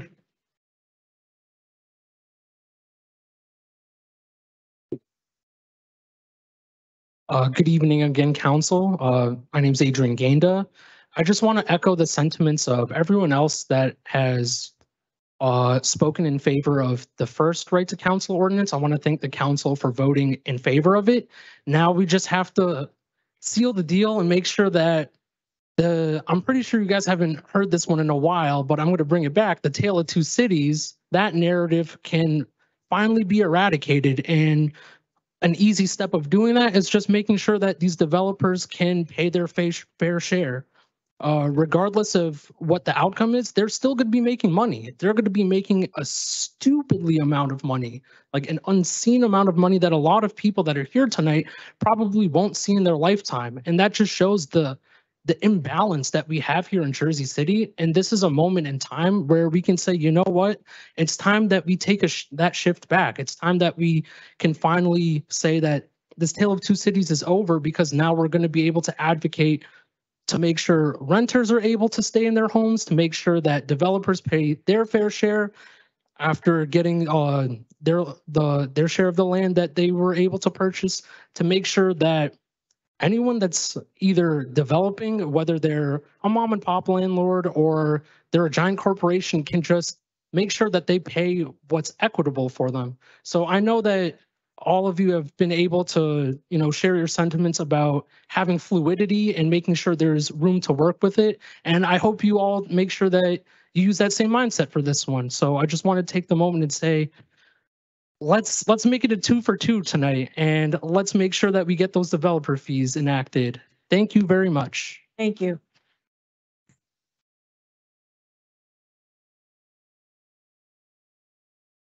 Hello, everybody.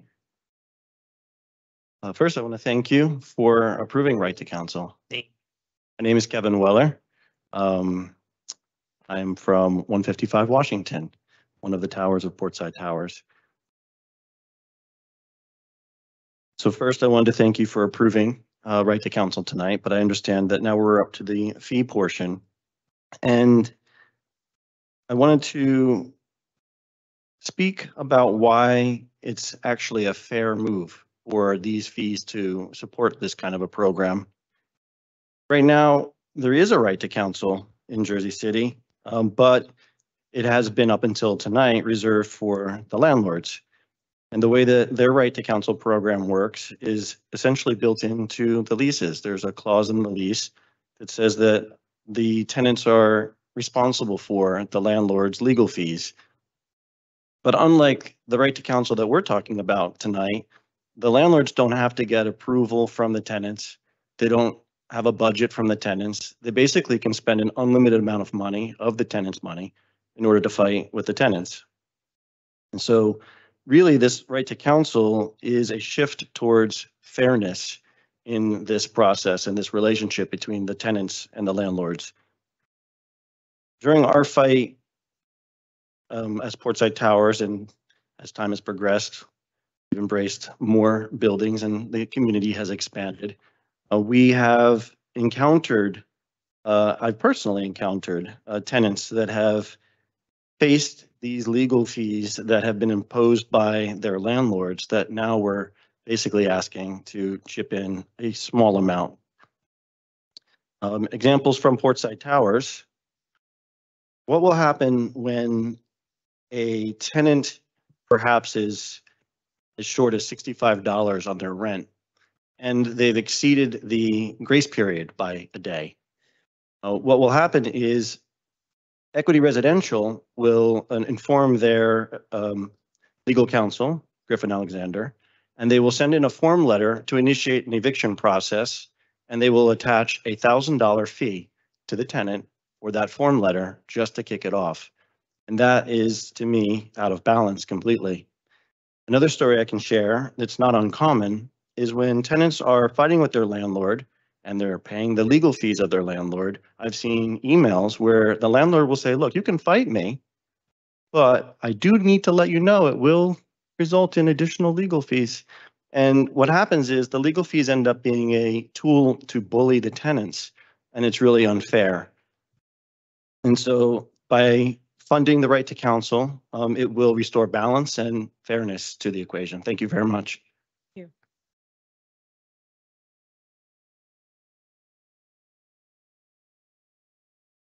Good evening, everyone. My name is Juan Bautista. I want to start by thanking the whole City Council for voting in favor of right to counsel. I think you know that it's been a long work from the council members that have collaborated with the activists, the organizers, and a lot of what we have heard tonight has been about fairness, about bringing that equalizer for the majority of Jersey City. And, you know, we hear always a lot of passion in the crowds that come here to speak at City Council, but it's not just passion, right? It's data points. It's stories behind the people who are struggling to pay rent, to defend themselves. But also we've heard tonight from experts on housing, how this is not something new. This is something that we have seen in other parts of New Jersey.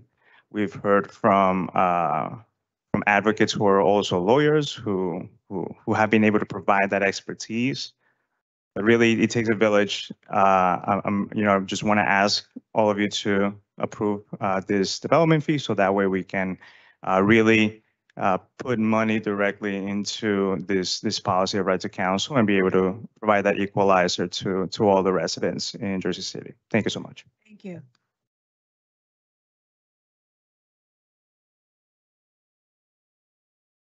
Hi, everyone. My name is Sidney Ferreira. It's SYDNEY. F is in Frank, ERREIRA. Can you spell that one more time for me? I'm sorry. Yes. F is in Frank, ERREIRA. Thank you.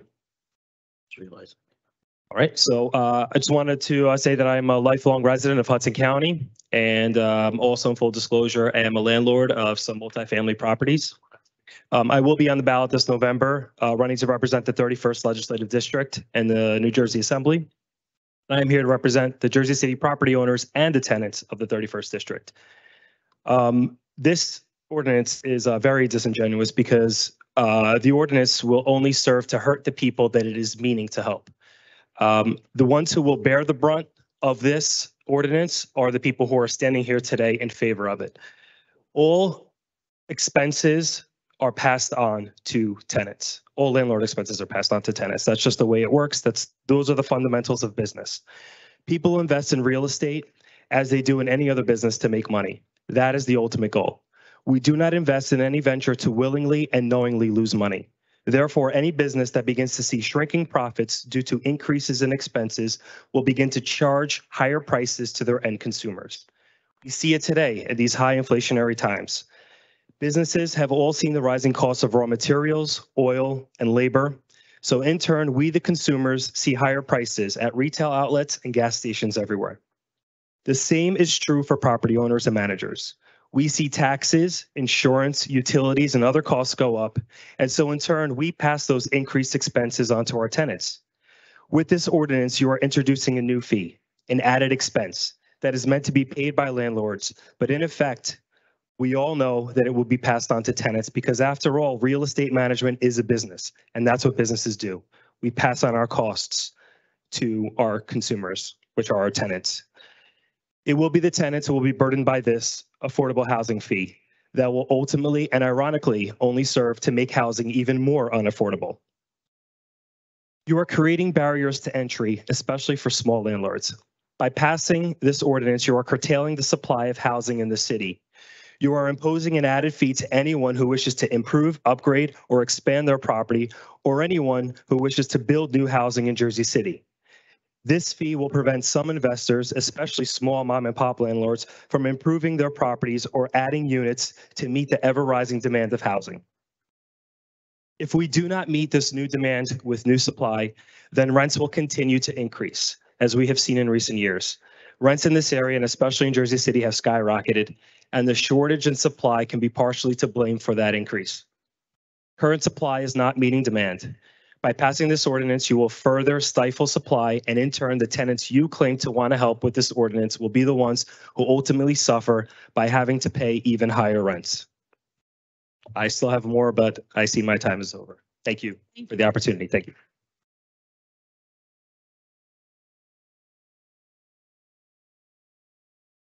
Again, Suzanne Byrne, BYRNE, Executive Director of the York Street Project. And I forgot to mention before too that I also serve as a board member on the Housing Community Development Network of New Jersey. So I think you all just heard a very good argument for why rent control should be your next topic to tackle. That's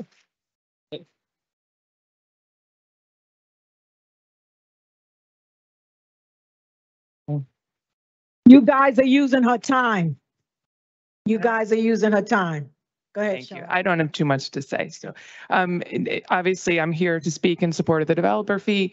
In addition to the development and preservation of affordable housing, the city needs an emergency rental assistance fund to use as a true homeless prevention tool. Being thoughtful about how we structure the emergency rental assistance, pairing it with nonprofit organizations that can do case management and other supportive services gives families and individuals in Jersey City the opportunity to address the problem before it becomes a crisis. Once a family or individual is evicted from their home, the damage is done and it can take years to recover, assuming they're ever able to do so. The cost to the community and to taxpayers will always be less, and the outcomes for children, parents, and individuals will always be better when homelessness can be prevented. Thank you. Thank you.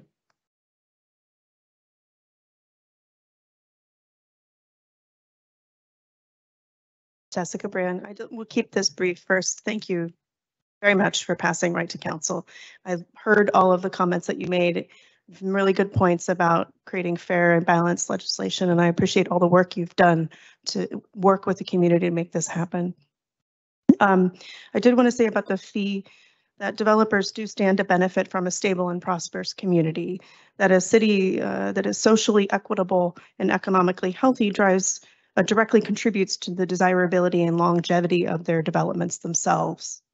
Therefore, it's both beneficial and justifiable for them to contribute to a fund that supports right to counsel.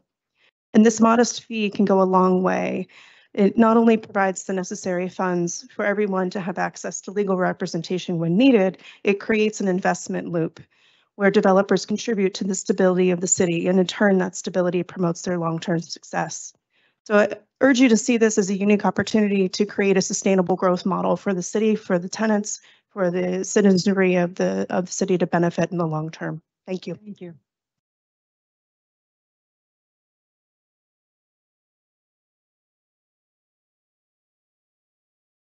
Good evening, it's Jean Daly. I'm just listening to a bunch of individuals. I wasn't going to speak upon this, but I am now. First thing is the gentleman in the suit who just was 2 people ago.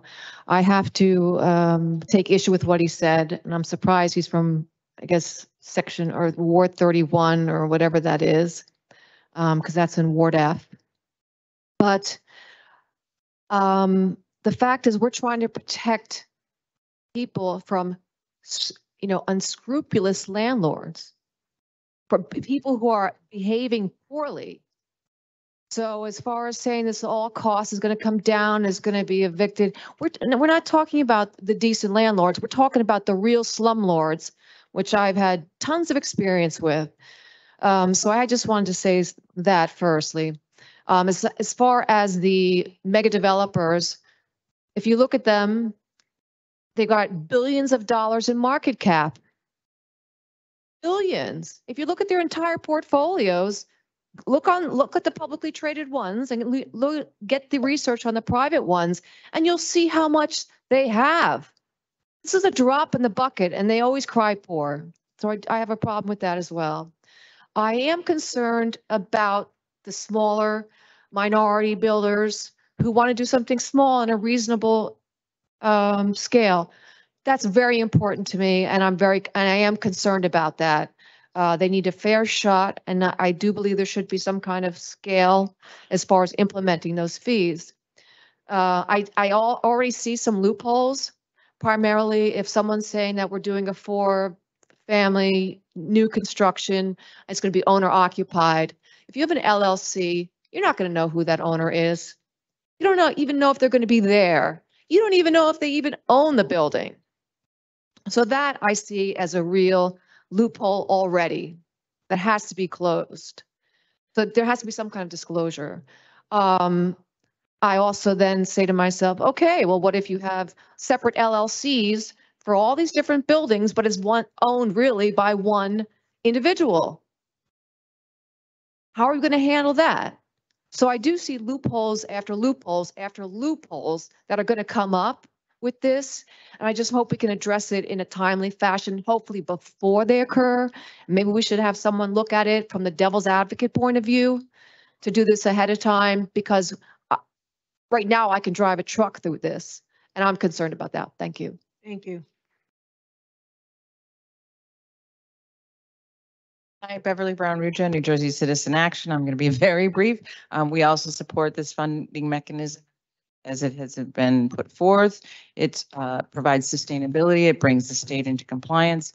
But I would like to concur with Susan and say that this gentleman has made the best case I've heard in a long time for strengthening rent control and enforcement of rent control. And I hope that the council will take that up next, but please pass this funding mechanism ordinance. Thank you. Thank you.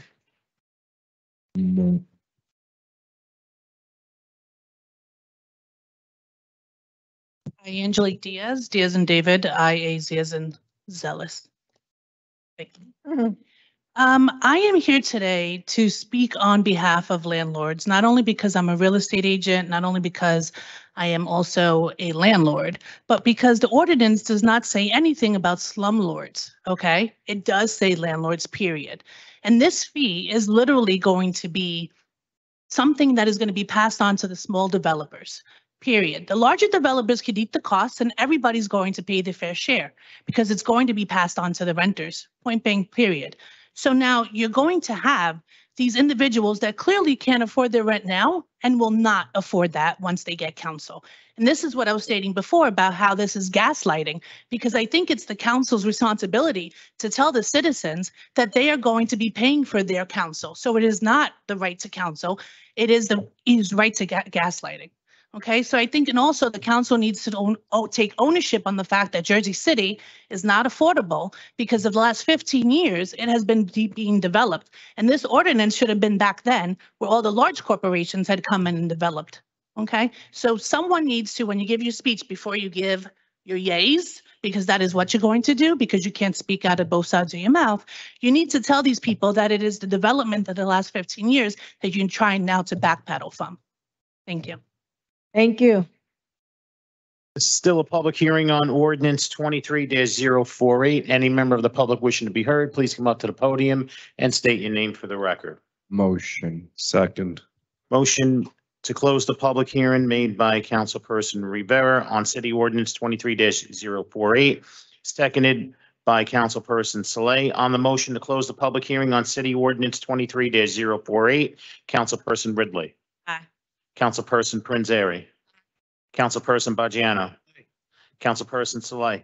Aye. Councilperson Solomon. Aye. Councilperson Gilmore.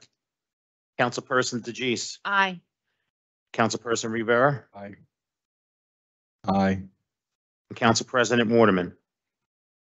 Motion carries unanimously 9-0 to close the public hearing on City Ordinance 23-048.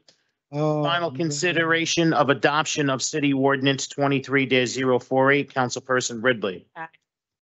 Councilperson Prinzary. So just briefly, and in my conversation with Councilman Solomon, you know that I have concerns that we haven't actually done a fiscal analysis to see how it's going to impact landlords on all scales. My ward is mostly zoned for lower residential buildings. And some of the unintended consequences may be that it is harder now for some of these smaller projects to do prevailing wage work, right? So our unions won't be able to come on those projects because the cost of building is going to be higher. Additional unintended consequences for doing just a flat 0.51 and 0.5 over 3 years. We're not really quite sure how that's going to affect the market altogether. And I'm happy to have somebody show me the math and show me I'm wrong. I have no problem with that. But as somebody who grew up with an educator, you always have to show your work. So I'm going to go ahead and vote aye. But knowing in the conversation we had about when the fiscal analysis fees come out, we have those conversations about the implications and impact moving forward. Yeah.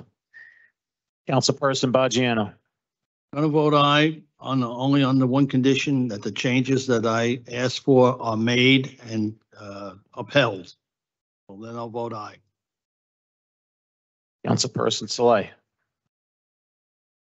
This is a no-brainer for me. 300 other municipalities have this fee, Newark, Union City, Hoboken, Montclair, and it's high tide that we come in compliance with state law and pass this ordinance to collect this fee.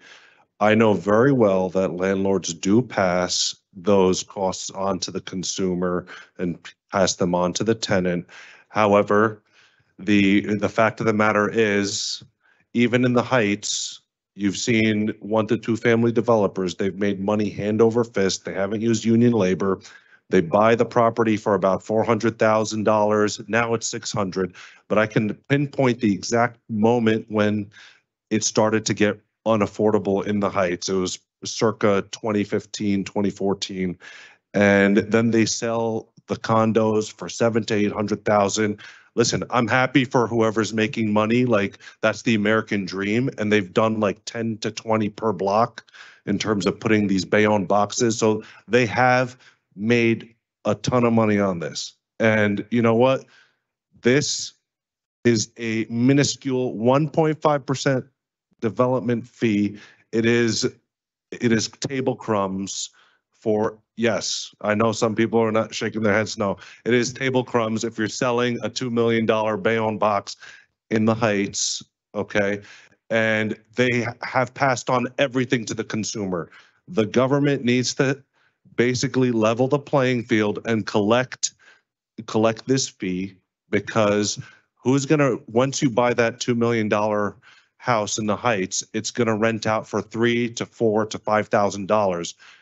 Who has the money to rent that out? Okay, we need to put more affordable housing units. We need to start collecting this and putting that money towards rental assistance. And this is the final piece of the puzzle to help with the right to counsel. With that, I vote aye.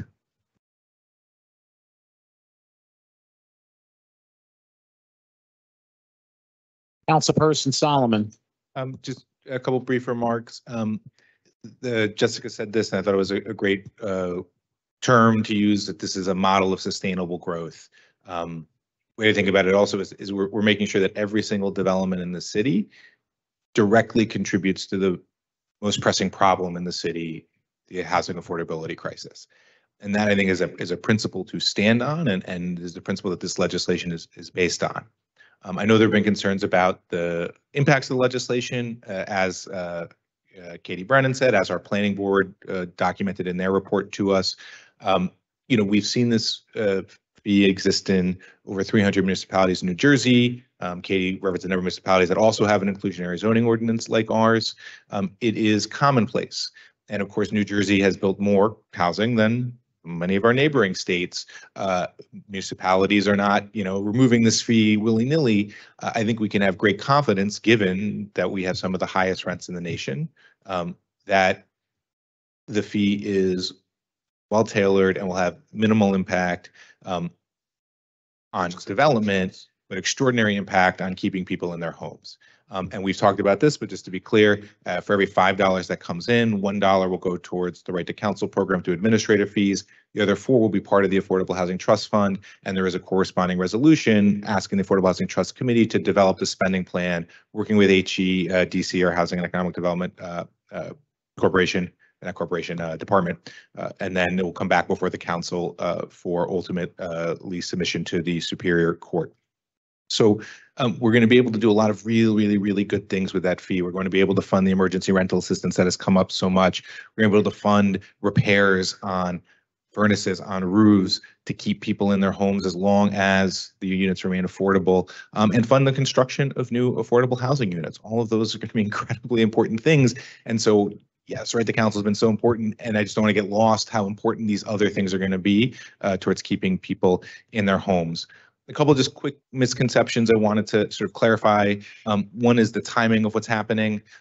It is correct that for the residential development fees to kick in, it's going to take a little bit of time, get those collected, approved by the courts. And so the full Right to Counsel, as written in the ordinance, doesn't start until 2026, but the program will begin as soon as it can, as soon as the existing funding is there, and working with the Affordable Housing Trust Committee, ideally utilizing some of the non-residential fees already collected, both for that and for emergency rental assistance. And that entirely leaves out the additional money in the Affordable Housing Trust Fund, which doesn't have to follow the same rules. A couple of folks have seemed to indicate that this may be a fee on businesses, and have talked about the non-residential fee. So just to be clear, the non-residential fee is simply on the construction, not on existing businesses, on the construction of non-residential uses. And that fee is mandated by the state. And so simply the question is, do we send the money to Trenton, or do we keep it in Jersey City? I think that is an obvious answer to that question, and that's what this ordinance clarifies in what the city is doing.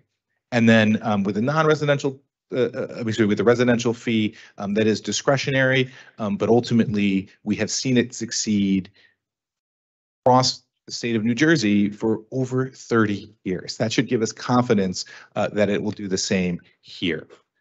Last but not least, before I cast the vote, I just want to issue a couple more thank yous that I neglected in the first round.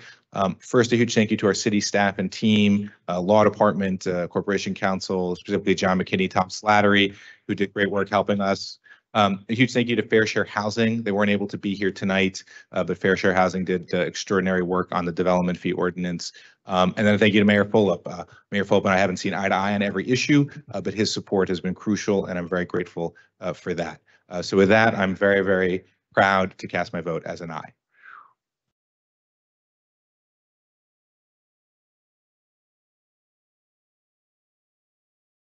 Councilperson Gilmore.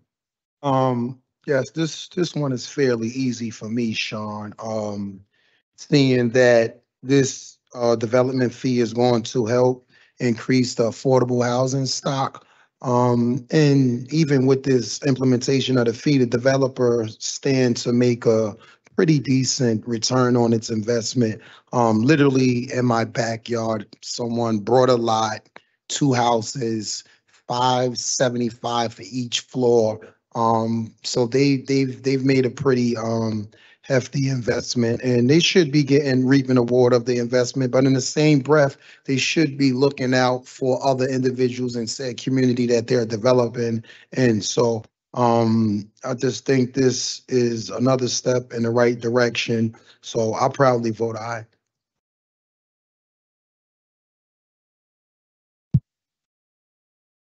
Councilperson DeGise.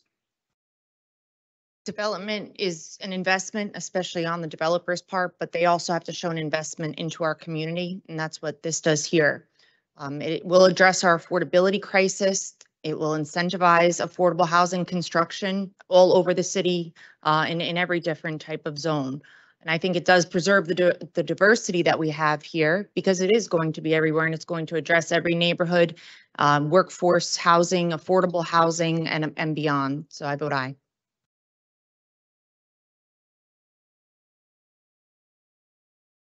Councilperson Rivera. I vote aye. And Council President Waterman. I just want to state it for the record, I am concerned about the minority developers that are just starting out to start building. I know this is going to affect them. I really do. I heard somebody came up here and say the tales of the two cities. What will stop that is when everybody really is at the table, whether we like each other or not. When you can have the developer who you disagree with, whether they big or small, at the table with something that you're trying to create for the residents in Jersey City. Because then what you will do, you will hear both sides of the coin. The small developer, he was not at this table because they kept calling me. He was not at this table, and he's afraid at this point he is, because he has so many obstacles just to develop. When you're a minority, you have obstacles. And sometimes I don't think people really understand that. They think they can just do what they do and, things just pass for them. But that's not true. They're having a very difficult time to get this done. They really are. So I would have appreciated if they was at the table so they can just express to you guys exactly what they feel and what they go through. They were left out on this end. They was. Okay. So you fighting for 1.5. Yes, they were. You fighting for 1.5. So now, based on the way this ordinance is written, it have to go to the Affordable Housing Trust Fund. Okay, and they have to come up with a plan. And so with them coming up with a plan, I think should be in consideration that if they are a small minority business, just like we do the cannabis, that they can probably pay a lesser fee or something like that.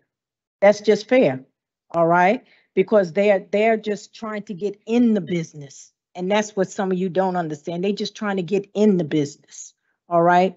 So I'm a vote yes, but I'm going to follow through with the Affordable Housing Trust Fund, which I am on the board, to try to make sure that the small developer, that he gets a fair share of this, because he is left out. You coming after the big guys. I get you. You can pay for it. But always remember, when we create law, it does affect the little guy too, just like you're saying how it affects you with your rent, and this is going on. And another lady, she said that, it's going to be passed on to the renters, to the residents. Either way, the landlord is going to go up on your rent. I heard what you're saying, that we need to make sure that there could be some type of rent control, because on a rent control building, it can only go up 4%. But those buildings that are not rent control, they're going up too high. So there need to be something in place for that, because if not, then people will be homeless. They will be in the street. So we got some challenges ahead, and that's just the truth.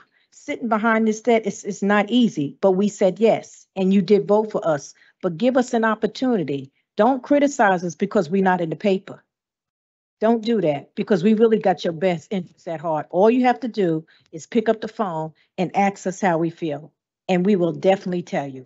We are for this city. Like I said, I was born and raised in this city, and I went to the public school system. So I do vote aye.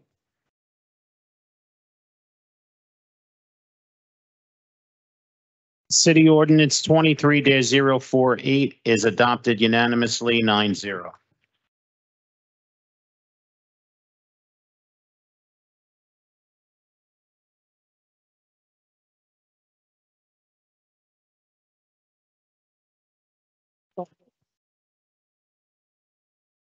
Okay. On to our next second reading ordinance, item 4.3, City Ordinance 23-049 is an ordinance amending Chapter 160 Fees and Charges and Chapter 316 Tobacco Products and Smoking Devices to establish licensing requirements for smoke shops and tobacco stores. This is a public hearing on this ordinance. Any member of the public wishing to be heard, please come up to the podium and state your name for the record. Good evening. My name is Jean Daly, and I'll speak very quickly. How are you going to notify the existing store owners that this is in place and that they need to now go through this process? I think that's very important because if you just throw it out there, there's got to be a mechanism, no, to alert the people who actually just sell cigarettes and stuff, not the smoke shop people. How are they going to know about this? I know, I'm going to ask the business department. Council, I mean, corporation council, is there a way that we're going to notify the public people, the people who own these businesses, that they have to have this now? Is there a mechanism in place? I'm very pragmatic about some things. There's no answer from them even. That's sad. That's very sad. Okay. I guess there's no answer. So if someone can come up with something, I would love to know about it. I know my time is clicking and I'm sorry to waste your time, but this stuff should have been thought out. And again, it's just common sense. It's really scary to me that no one has an answer for this. Thanks. Motion. This is still a public hearing on City Ordinance 23-049. Any member wishing to be heard, please come up to the podium and state your name for the record. Motion. Motion to close the public hearing on City Ordinance 23-049 was made by Councilperson Rivera. May I have a second? Second. Second by Councilperson Saleh. On the motion to close the public hearing on City Ordinance 23-049, Councilperson Ridley. Aye. Councilperson Prinzary. Aye. Councilperson Baggiano. Councilperson Saleh. Aye. Councilperson Solomon. Aye. Councilperson Gilmore. Aye. Councilperson DeGise. Councilperson Rivera. Aye. And Council President Waterman stepped out. That's correct. Okay. So motion carries 8-0 to close the public hearing on City Ordinance 23-049 with Council President Waterman absent. For final consideration and adoption of City Ordinance 23-049, Councilperson Ridley. Aye. Councilperson Prinzary. Councilperson Baggiano. Councilperson Saleh. Aye. Councilperson Solomon. Aye. Councilperson Gilmore. Aye. Councilperson DeGise. Aye. And Councilperson Rivera. Abstain. And Council President is still absent. Okay. Just let me recap.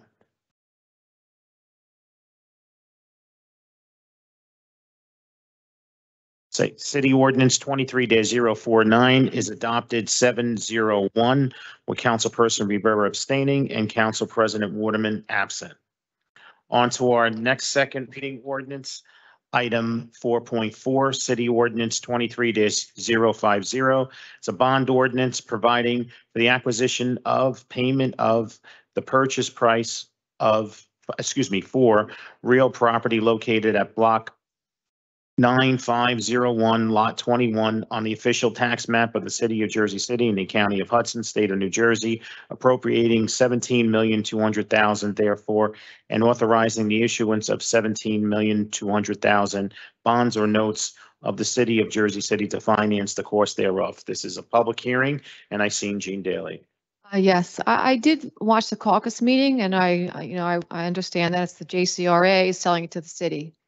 There is an issue at hand, and this is a resolution that was passed July 14th, 2021. And it says that, I have to read off my script thing. They adopt a resolution to purchase that property.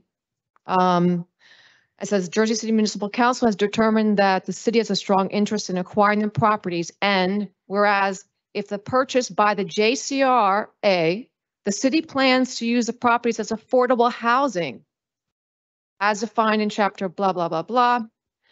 The city's acquisition of the properties, meaning the JCRA, will be extremely beneficial to the city because it will help expand the city's affordable housing. That's not what went on in the council meeting, the caucus meeting. What went on was that we're going to buy it from the JCRA and we're going to find a developer to develop it.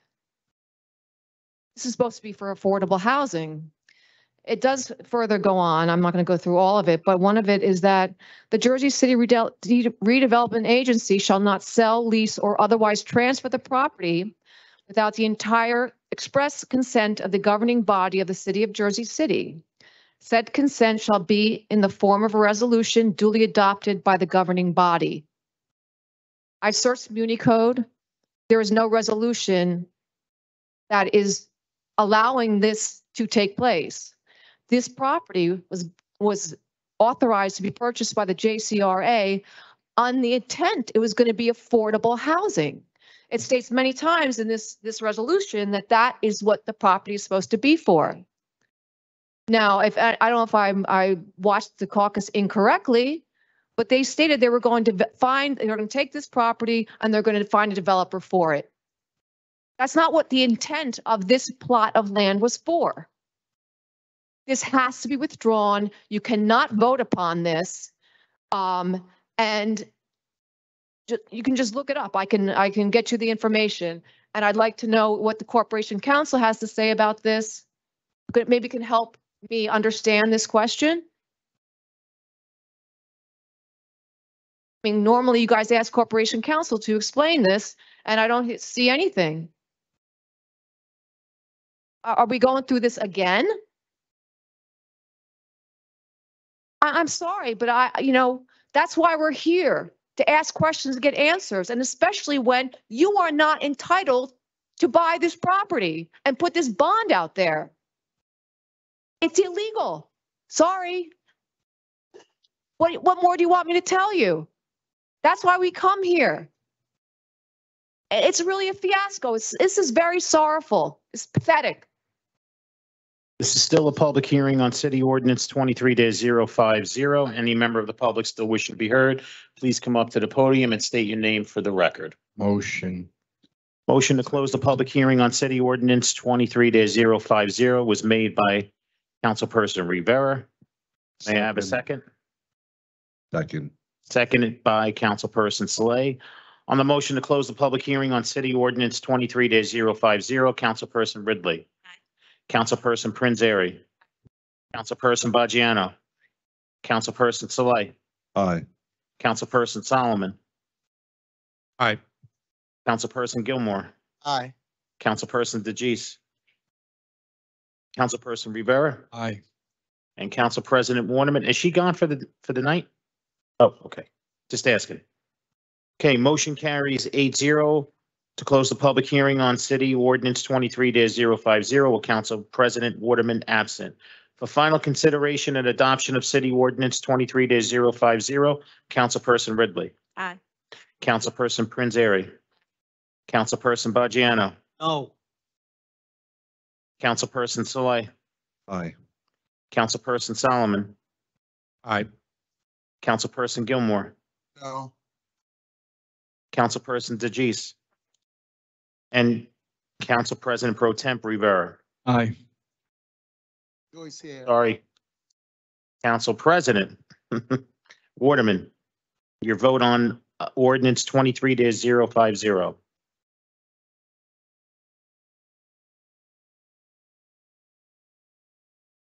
Okay, City Ordinance 23-050 is adopted 7-2 with Council members Baggiano and Gilmore voting no.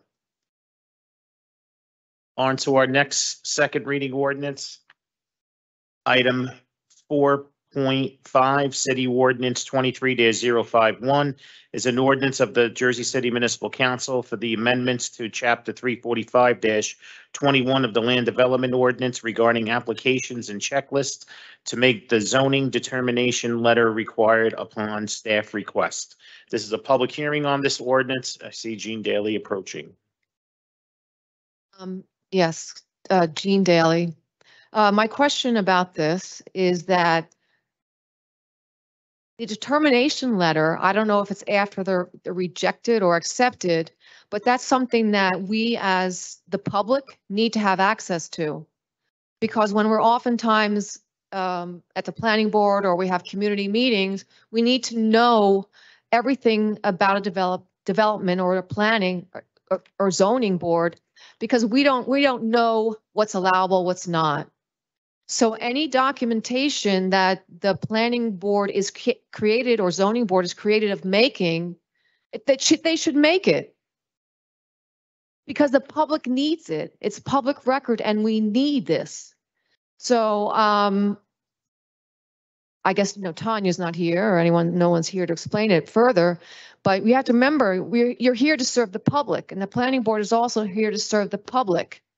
Not just the building owners or the applicants, but the public. We need to have these records and they need to be open to us. So by saying that they don't have to do something only if it's requested by someone, well, what if the public wants to know and just have it for public record? Because I do remember Tanya saying that, well, by the time we've worked with them for this amount of time, they kind of know what's this and know what's that. Well, guess what? The public doesn't know that. We don't have this information because we're not privy to the dialogue. And it's very unfair that they would just stop from making this necessary, or make the planning board publish it themselves, because you're only putting us, or we the public, at a disservice with this action. Thanks. This is still a public hearing on City Ordinance 23-051. Any member of the public wishing to be heard, please come up to the podium and state your name for the record. Motion. Second. Motion to close the public hearing on City Ordinance 23-051 was made by Councilperson Rivera, seconded by Councilperson Saleh. On the motion to close the public hearing on City Ordinance 23-051, Councilperson Ridley. Aye. Councilperson Prinzary. Aye. Councilperson Bajano. Councilperson Saleh. Aye. Councilperson Solomon. Aye. Councilperson Gilmore. Councilperson DeGise. Aye. Councilperson Rivera. Aye. Council President Waterman. Motion carries 9-0 to close the public hearing on City Ordinance 23-051 for final consideration and adoption of City Ordinance 23-051. Councilperson Ridley. Aye. Councilperson Prinzary. Councilperson Bajano. Councilperson Saleh. Aye. Councilperson Solomon. Aye. Councilperson Gilmore. Councilperson DeGise. Councilperson Rivera. Aye. And Council President Waterman. City Ordinance 23-051 is adopted unanimously 9-0. Before we move on, Council President, would you like to cast your vote on City Ordinance 23-049? Okay, just to recap that vote, it is now 8-0-1, adopted 8-0-1, with Councilperson Rivera abstaining on City Ordinance 23-049. On to our next ordinance, which is item 4.6, City Ordinance 23-052, is an ordinance of the Municipal Council of the City of Jersey City adopting amendments to the Powerhouse Arts District redevelopment plan regarding the theater to be built on Block 11506 and the constitution of the nonprofit board that shall control the theater. This is a public hearing on this ordinance. Any member of the public wishing to be heard, please come up to the podium and state your name for the record. Motion. Motion to close the public hearing on City Ordinance 23-052 was made by Councilperson Saleh. May I have a second? Second. Second by Councilperson Ridley. On the motion to close the public hearing on City Ordinance 23-052, Councilperson Ridley. Aye. Councilperson Prinzary. Councilperson Bajano. Councilperson Saleh. Aye. Councilperson Solomon. Aye. Councilperson Gilmore. Aye. Councilperson DeJeece. Councilperson Rivera. Aye. And Council President Waterman. Motion carries 9-0 to close the public hearing on City Ordinance 23-052. For final consideration and adoption of City Ordinance 23-052, Councilperson Ridley. Aye. Councilperson Prinzary. Aye. Councilperson Bajano. Abstain. Councilperson Saleh. Aye. Councilperson Solomon. Aye. Councilperson Gilmore. Aye. Councilperson DeJeece. Councilperson Rivera. Aye. And Council President Waterman.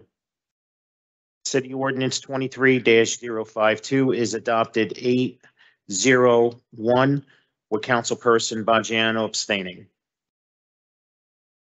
On to our next second reading ordinance, item 4.7, City Ordinance 23-053, an ordinance of the Jersey City Municipal Council adopting amendments to the Route 440 Culvert redevelopment plan to allow for interim uses. This is a public hearing on this ordinance. Any member of the public wishing to be heard, please come up to the podium and state your name for the record. Motion.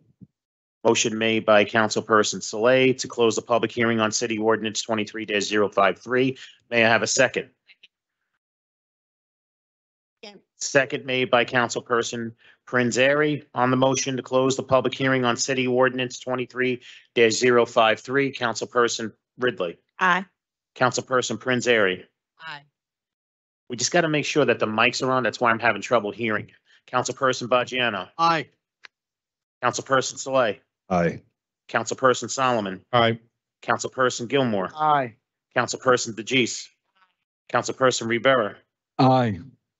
And Council President Waterman. Motion carries 9-0 to close the public hearing on City Ordinance 23-053.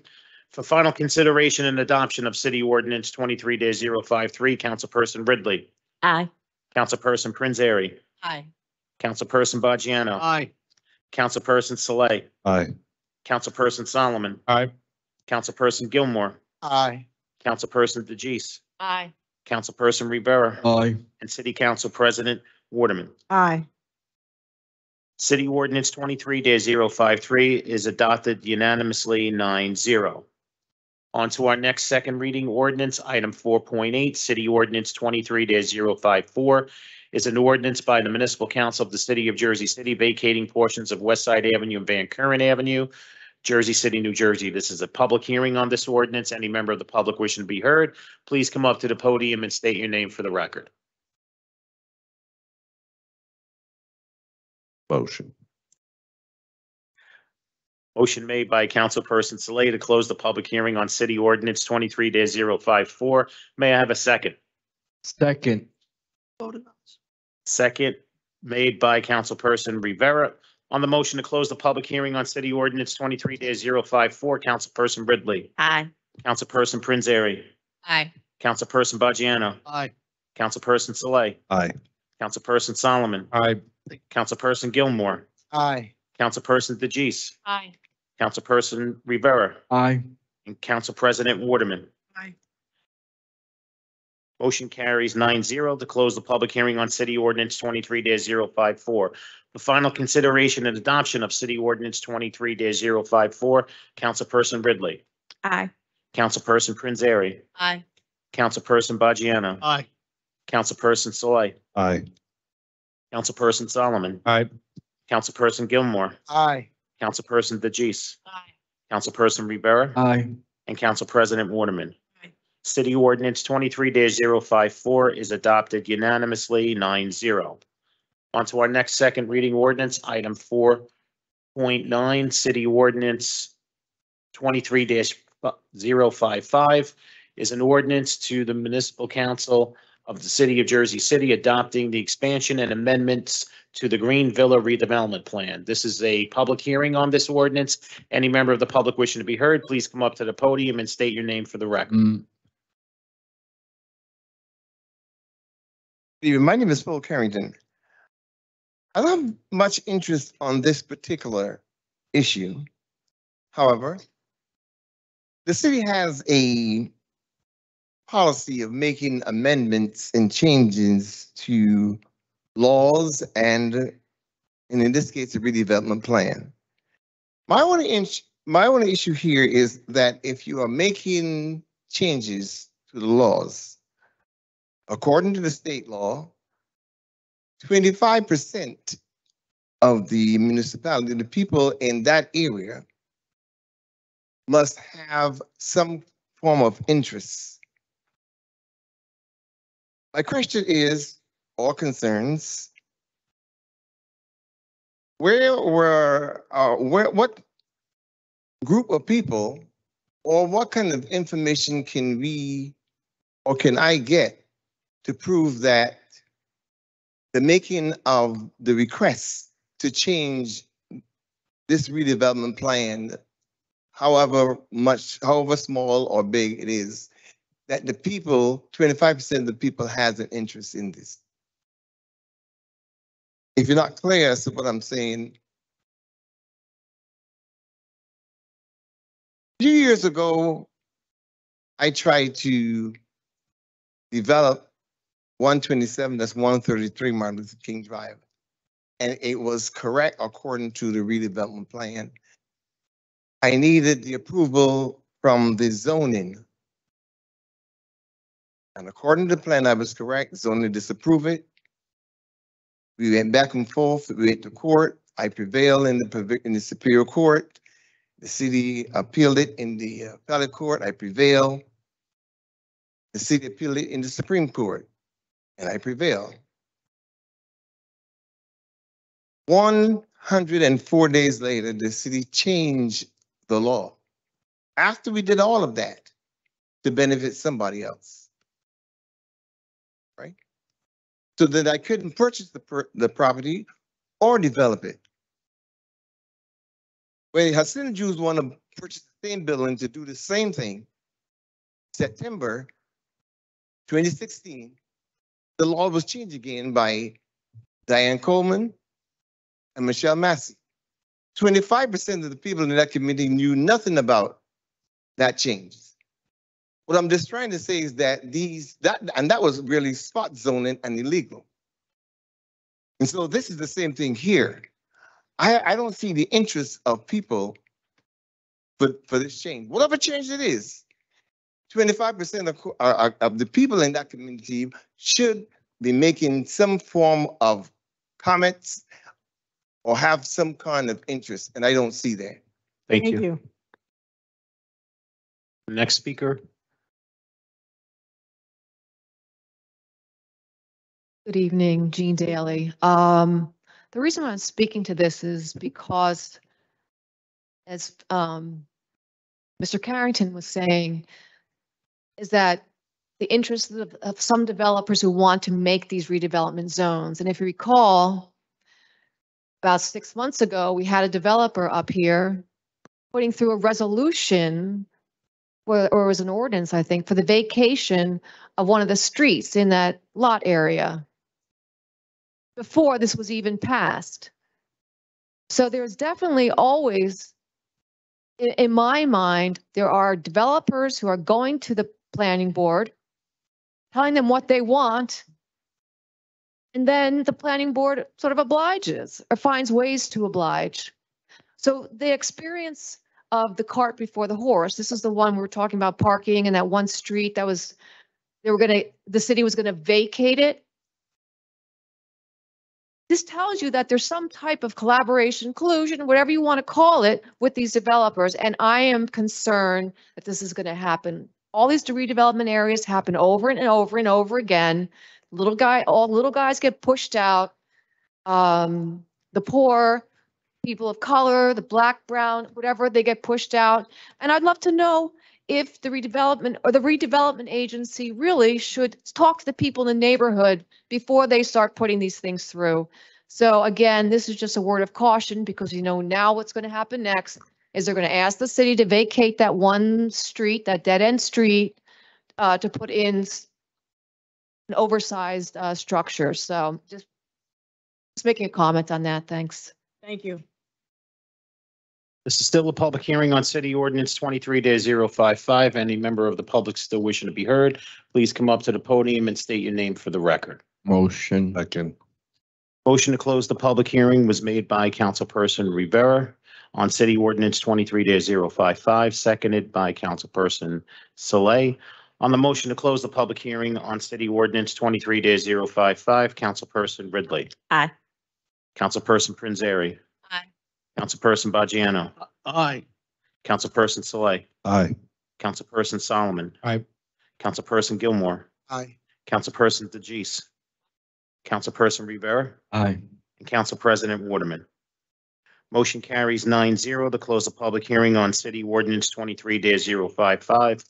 For final consideration and adoption of City Ordinance 23-055, Councilperson Ridley. Aye. Councilperson Prinzary. Councilperson Bajiano. Aye. Councilperson Saleh. Aye. Councilperson Solomon. Aye. Councilperson Gilmore. Aye. Councilperson DeGise. Aye. Councilperson Rivera. Aye. And Council President Waterman. City Ordinance 23-055 is adopted unanimously 9-0. And on to our very last second reading ordinance, item 4.10, City Ordinance 23-056 is an ordinance amending and supplementing Chapter 3, Administration of Government, Article 11, Department of Public Safety, Sub-Article 1, Division of Police of the Jersey City Municipal Code. This is a public hearing on this ordinance, and I see Jean Daly. Yes, Jean Daly. Quickly, there's a lot of good in this ordinance, but there's a lot of, well, some bad in this ordinance. The fact is, the money numbers are fine. The question is, how can small groups, neighborhood groups, different cultural groups hold their events with this type of fee structure?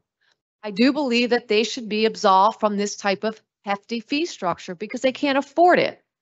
If you want, the developers to pay that kind of money, fine. Movie shoots, fine.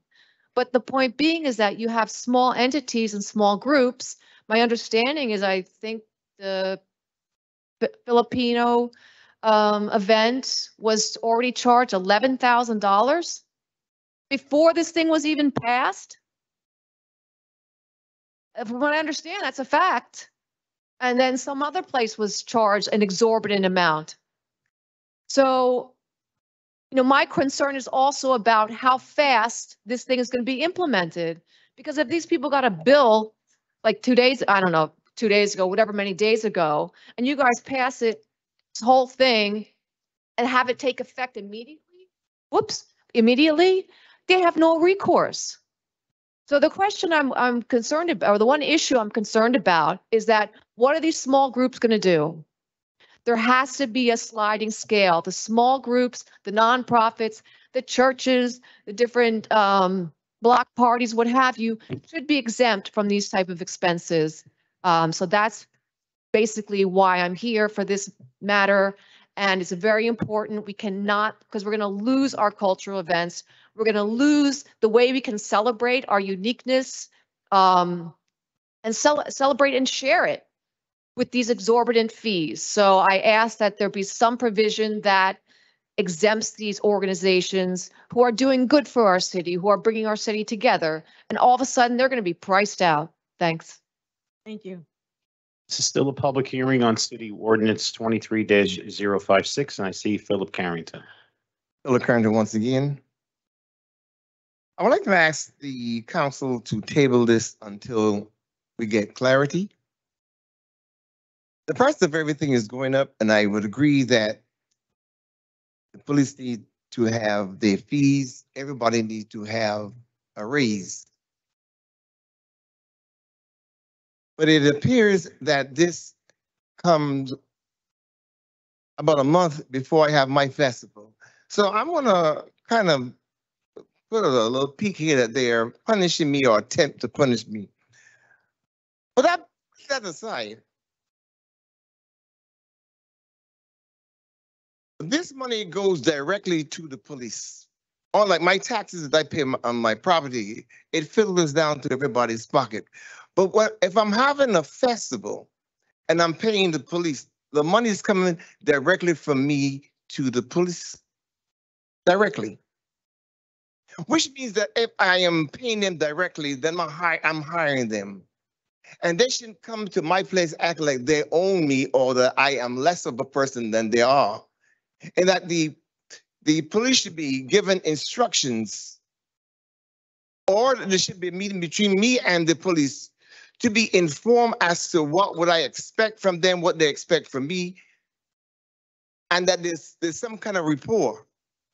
Not to come to us, because as a black man, people treat us improperly. And I'm not going to place the race card just on white people. Everybody looks down on black people. I don't care if you're Latino, I don't care if you're Czechoslovakian, Argentina, I don't care who you are. Matter of fact, it's so bad, light-skinned black people think they're better than black people as black as I am. That's how bad things are. And even go into the store, black security guards walk behind me as though I'm a criminal. I make more money than he, his mother, anybody else. So I'm just trying to explain to you, I'm looked at as less than a person. So what should have been done is that the captain in his monthly meetings, they should have a meeting with every festival person explaining to them what is being planned, what to expect.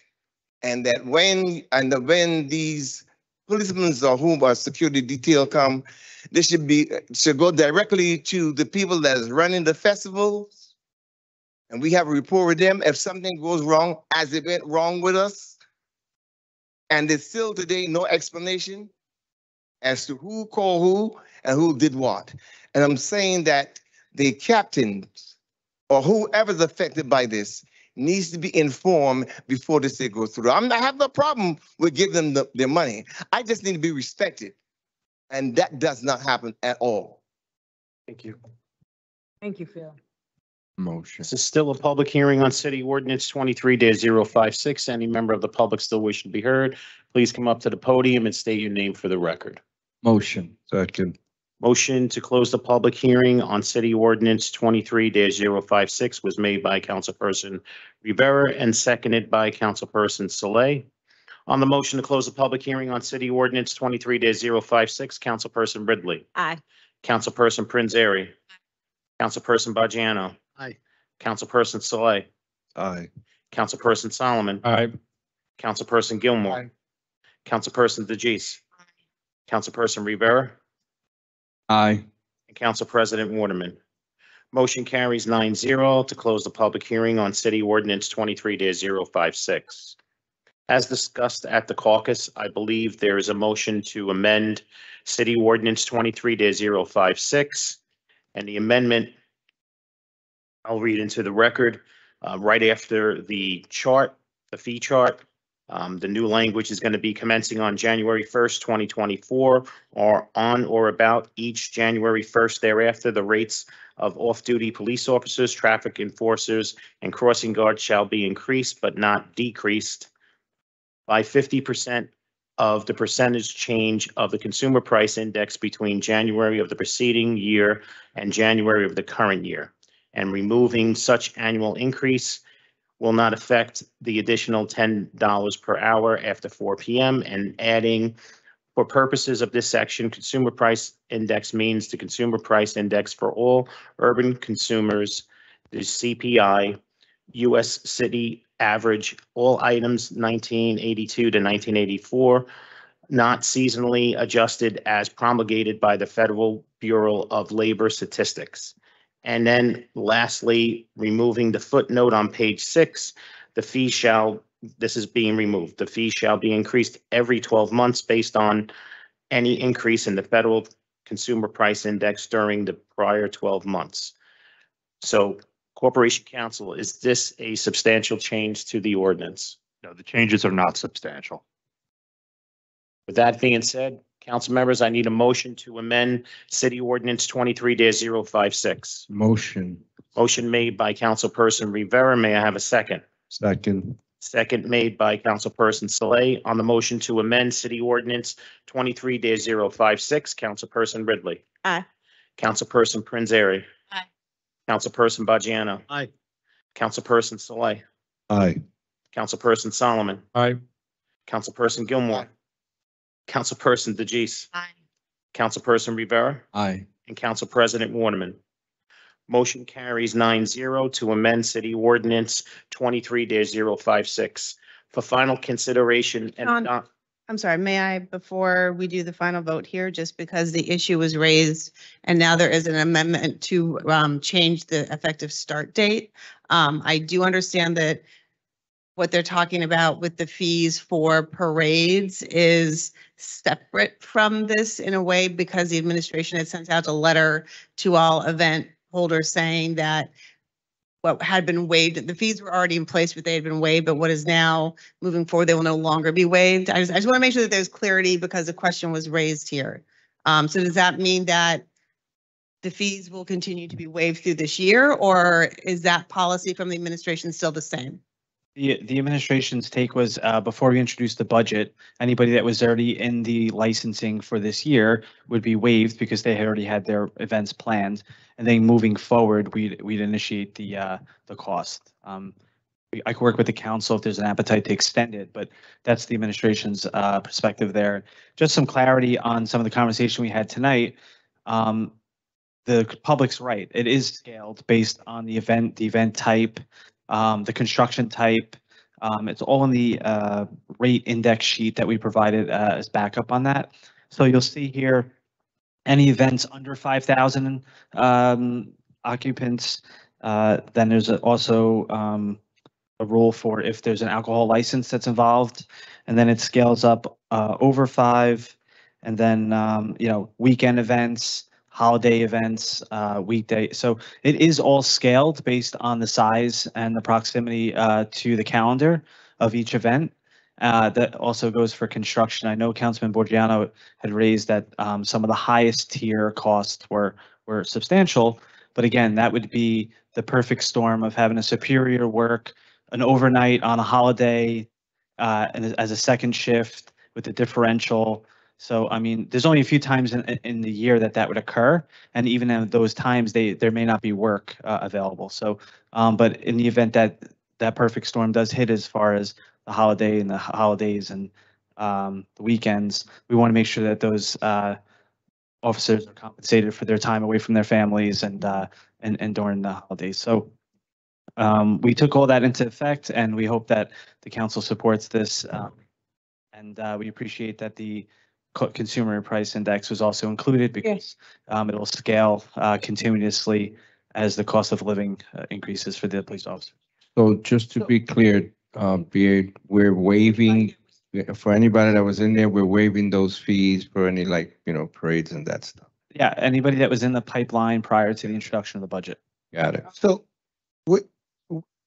So John, in all fairness, if we're waiving it for people that was in the pipeline, why don't we just waive it for the whole year? Because my issue with the pipeline is, let's say if your parade is in March, right? Odds are you're going to have your paperwork ready to go. But if your parade is not until late in the summer, you may not be at that juncture. So in light of complete fairness, why don't we just waive it and start it next year for that particular instance as it relates to the? Yeah, I'll work with the council on that. The whole premise behind the idea there was that somebody that was in March, I mean, they were a week away. Some of these other events might have been 7 months away. So we tried to give them ample notice, but I'll work with the council on calendar year changing starting January 1. I think we should, because for some of our smaller organizations in particular, it is harder for them to ramp up fundraising or find a sponsor,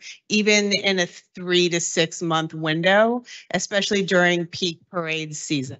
So I think that while I understand it being like the marcation of the introduction of the budget, I still think that for everybody else that comes later, and most of like our heaviest parade season is, June, July, August, September. I think that should be taken into account at least for this year. And if it comes down to a budgetary issue, because I know that it's very tight this year, even if it's not fully waived, some sort of better, broader sliding scale. Yeah, and that's what I meant by the wave, because you are going to have entities that are already in place to go throughout the summer, but then you have entities that kind of like didn't, they were kind of like, they didn't pay for that, for their function. So you're gonna kind of like have a lot of people that are gonna be pissed. Yeah, we just have to make sure it's fair across the board. And at the recommendation of the administration, I'll send another letter out enforcing that it's mandatory for everybody starting January 1. John, I just want to read this here. I support the increased rates in the ordinance and support the police. I support rates for construction and developers. My concern is with the billing of tax exempt community groups. I will support this ordinance, but I would like to see an amendment where another city office such as cultural affairs can be copied on all billing and receiving.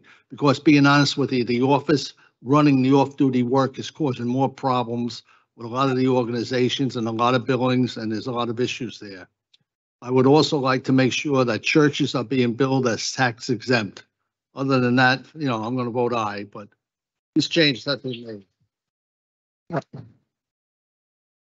So wait, John, I just want clarity. You said now every fee will be waived this year, even construction? No. Oh, okay. I just No, want to make it, because I'm saying, they doing a lot of building here. So you don't want to waive that. It could be opposite of everything we sat through tonight. Just for, we had a closed session council with the mayor actually, beginning of the year, talking about some of the budget constraints we have this year. And this was one of the conversations we had, including recreation fees and several other pieces. So we're talking about public events sponsored by nonprofits only. Nonprofits. That's it. Okay. Yeah. All right. Next year it'll be applicable. And again, we have a public document here that'll notify them. If it's under 5,000, they're paying $70 an hour. If it's over 5,000, it's 85 and consecutive. Okay. Alcohol. Okay. Thank you, John.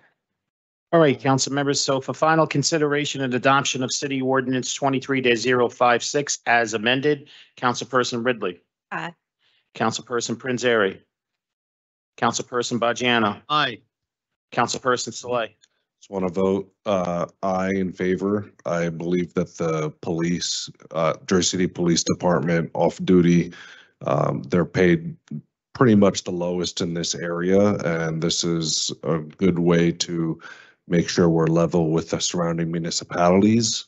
I do like the carve out for the nonprofits and also the CPI for the hourly rate for the police officers. And with that, I vote aye.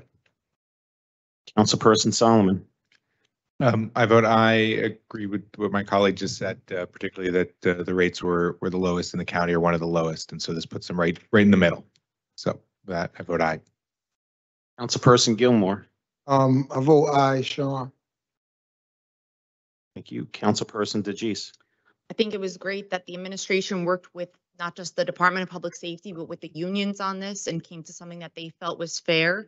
I asked the administration to monitor the overtime spending, as sometimes those expected numbers are not what we get at the end, and we don't want to limit their overtime, but we also want to stay on par with what they're budgeting. I do implore administration to work with the firefighters, as they do not get overtime at this point, and all of our public safety workers should be entitled to that. And also consider our DPW workers who have to work a lot of those same functions and work overtime to clean up garbage or do setup, who may not be getting the same type of overtime. But I vote aye. Thank you. Councilperson Rivera. I mean, to the unions, to the union representatives that are here today, it's been a long time in the making, and you guys did an amazing job speaking with the administration, sitting down with them. I'm glad that you guys came to that middle where, the contract was great, and this right here, it's about time. You guys deserve it 100%. Very proud of you guys. Vote aye. Council President Waterman. I vote aye. City Ordinance 23-056 as amended is adopted unanimously 9-0. Okay, before we move on to our public hearings, where there is one more item that we discussed at the caucus that we were considering removing Item 11.5, City Ordinance 23-020 from the tabled agenda. May I have a motion to remove item 11.5, City Ordinance 23-020 from the agenda? Motion. Motion made by Councilperson Solomon. May I have a second? Second. Second by Councilperson Saleh. On the motion to remove item 11.5, City Ordinance 23-020 from the tabled agenda, Councilperson Ridley. Aye. Councilperson Prince Airy. Councilperson Bajano. Councilperson Saleh. Aye. Councilperson Solomon. Aye. Councilperson Gilmore. Aye. Councilperson DeJeece. Councilperson Rivera. Aye. And Council President Waterman. Motion carries 9-0 to remove item 11.5, City Ordinance 23-020 from the tabled agenda. This ordinance already had a public hearing, and I believe we need to make a slight amendment to this ordinance before we go on to consideration for adoption. And I believe the amendment is as follows. It's amending the actual plan. It is attached to the ordinance, and the amendments are in yellow and underlined, I believe.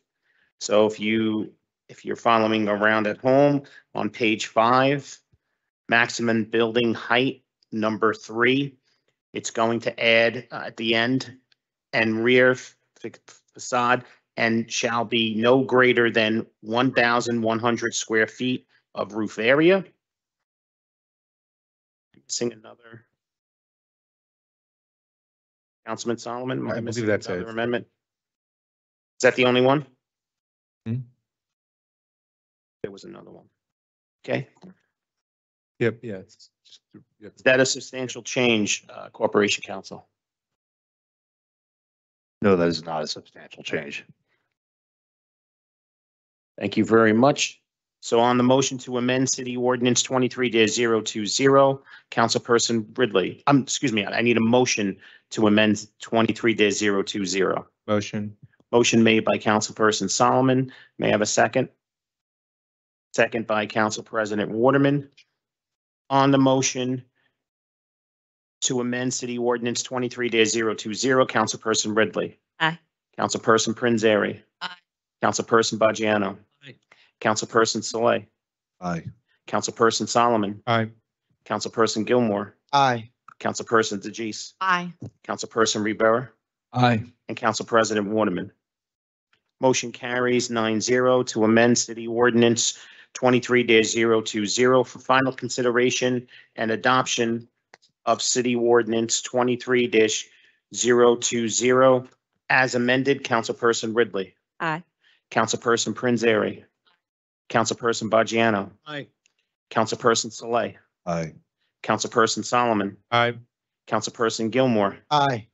Councilperson DeJeece. Aye. Councilperson Rivera. Aye. And Council President Waterman. City Ordinance 23-020 as amended is adopted unanimously 9-0. Next is our Special Improvement District Assessment Public Hearing on the 2023-2024 Central Avenue Special Improvement District Assessment Roll and Budget. Any member of the public wishing to be heard, please come up to the podium and state your name for the record. Motion. Okay, Tyler, did you want to say anything or? I have a- Here, he's been sitting here. He's the executive director for the SID. He's been.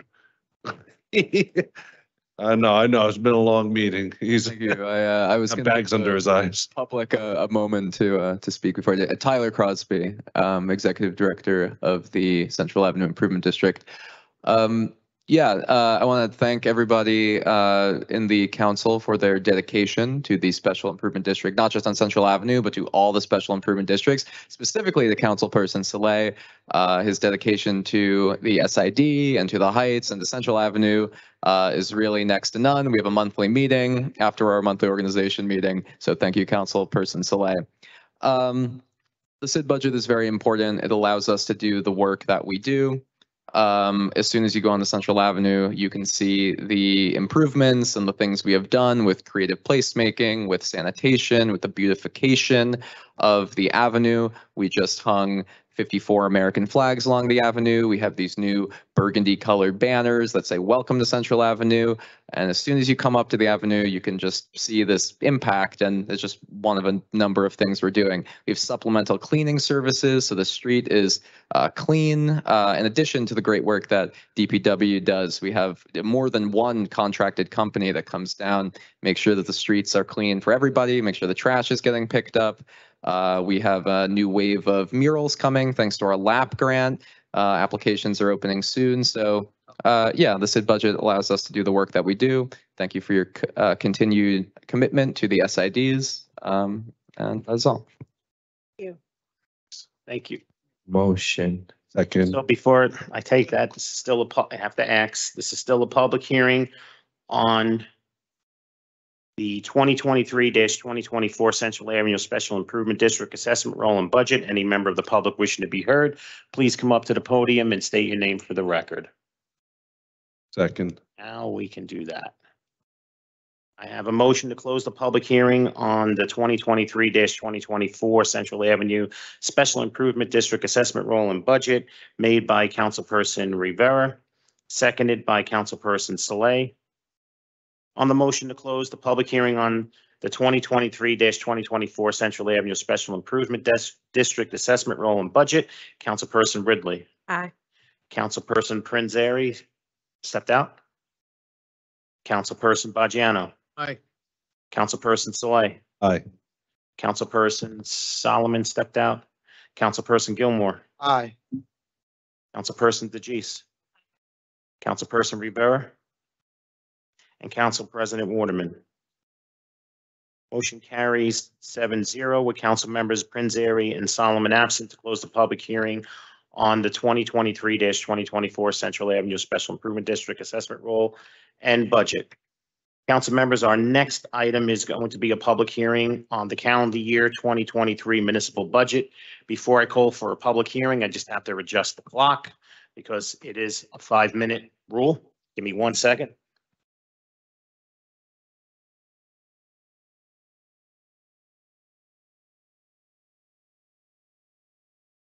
Second.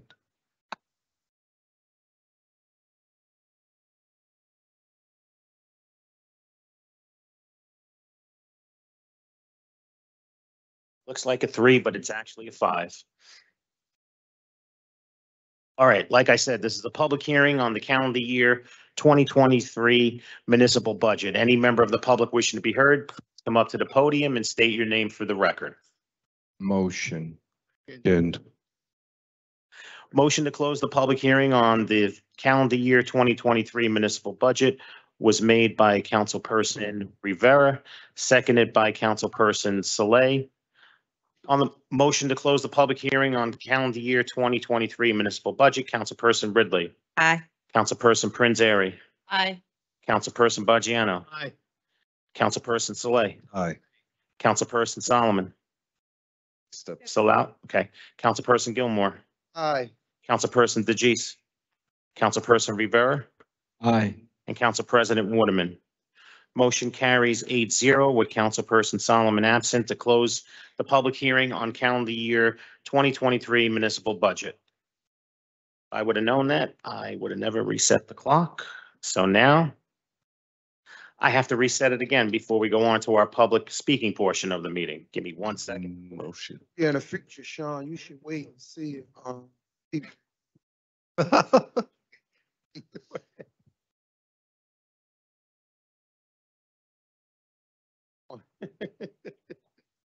Put the 1, Sean, is what.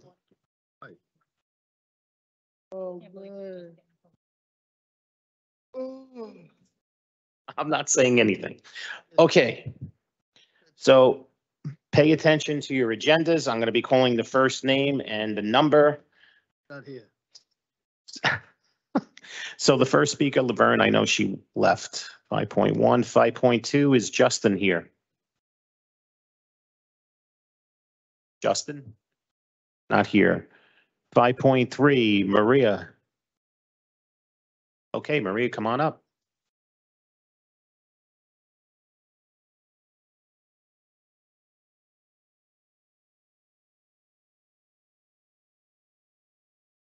Whenever you are. So Just come a little closer to the mic.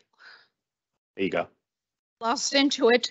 So I am here speaking because I am concerned about fraud, both in the allocation of city funding and verification of eligibility for various services paid for with said funding.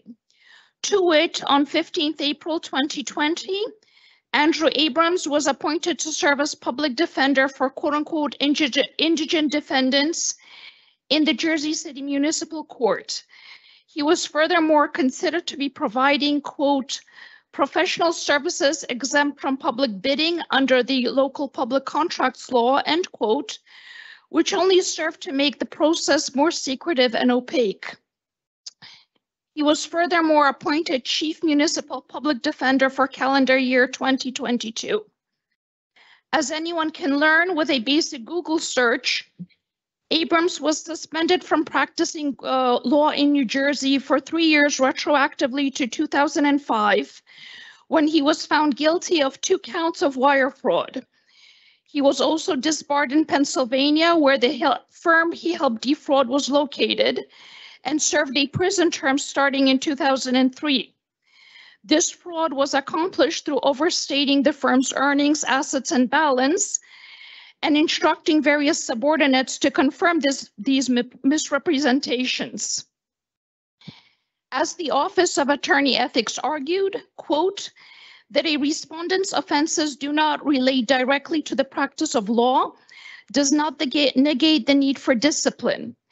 Even a minor violation of the law tends to lessen public confidence in the legal profession as a whole, end quote, as it should and as it did and should have in this context. The New Jersey Supreme Court upheld and made this decision official in New Jersey.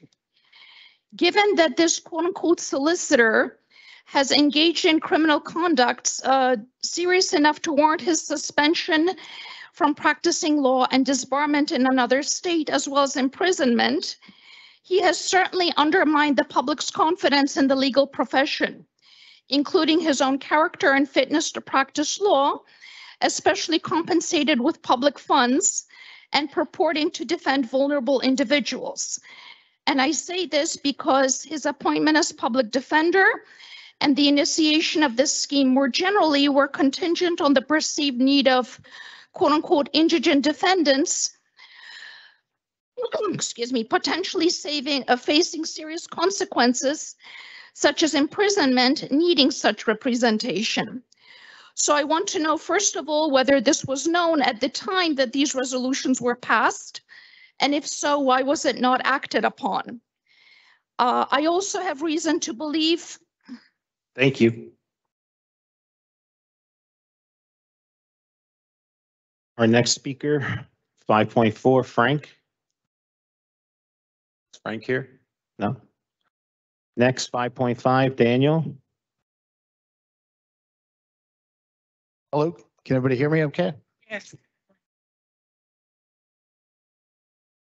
So my name is Daniel Cronin, and I'm a member of the Jersey City Democratic Committee. I also serve on the committee's Voter Empowerment Committee. And I want to talk about voting here. We just had an election 8 days ago, but the fact is we do have a problem with voting in this city. At my polling place, which is 500 Manila Avenue, there were 3 times during the day when we had stoppages in voting because the machines weren't working, they froze, the people working the machines could not operate them, and when they called the helplines that they were given, they couldn't get anyone to answer. And these delays lasted 15 minutes in one case and 30 minutes and 15 minutes in the first 2 and then 30 minutes in another. I know about the failure to get through because they came to me as someone who was out there campaigning and said, for one of the candidates, and said, how do we fix this? And I said, I don't know. You guys are the ones who are trained to do this. And in talking to people I know around the city, this is not something that just happened in my precinct. In my district, it's happened all around the city. I've heard stories from friends where they go to vote at 6:30 in the morning and the place isn't even open yet. Now, some people may say, well, what's the big deal? What's 15 minutes here, 30 minutes there? The reality is, for a lot of people, when they go to vote, that 15 minutes or 30 minutes that they allot, that's it. That's the time that they've allotted. They've got to go to work, or school, they've got family members or kids to take care of, life's basic errands. So if they cannot vote at that time, they are effectively disenfranchised. And especially for poorer people and low-income people who are working, the kind of folks that many people here stood tonight and championed, if they get disenfranchised because of this. So I would hope that you guys would look into this. We would look at ways to improve this. Now, 3 things that come to mind for me are we need to make sure we have the highest quality machines. We also make sure we have to have staff that are adequately trained. People, and this has happened multiple times, when I've come to vote, they don't know how to work the machines. We need to improve the training. And we also need to provide the city government resources. So I'm not here to beat up on the city clerk or the county board of elections. There are plenty of other people who go on Twitter and do that much better than I ever could. But we need to provide them the resources so they can, when there's a call, there's someone there to answer it. Because the reality is, I know everybody here works hard, and you guys know more than anybody knows the importance of voting. So I hope you'll look into this and work with the county to make sure that we have the best quality voting in here in Jersey City that we can. Thank you all very much. Our next speaker, Philip, 5.6. Members of the City Council. My name is Philip Carrington.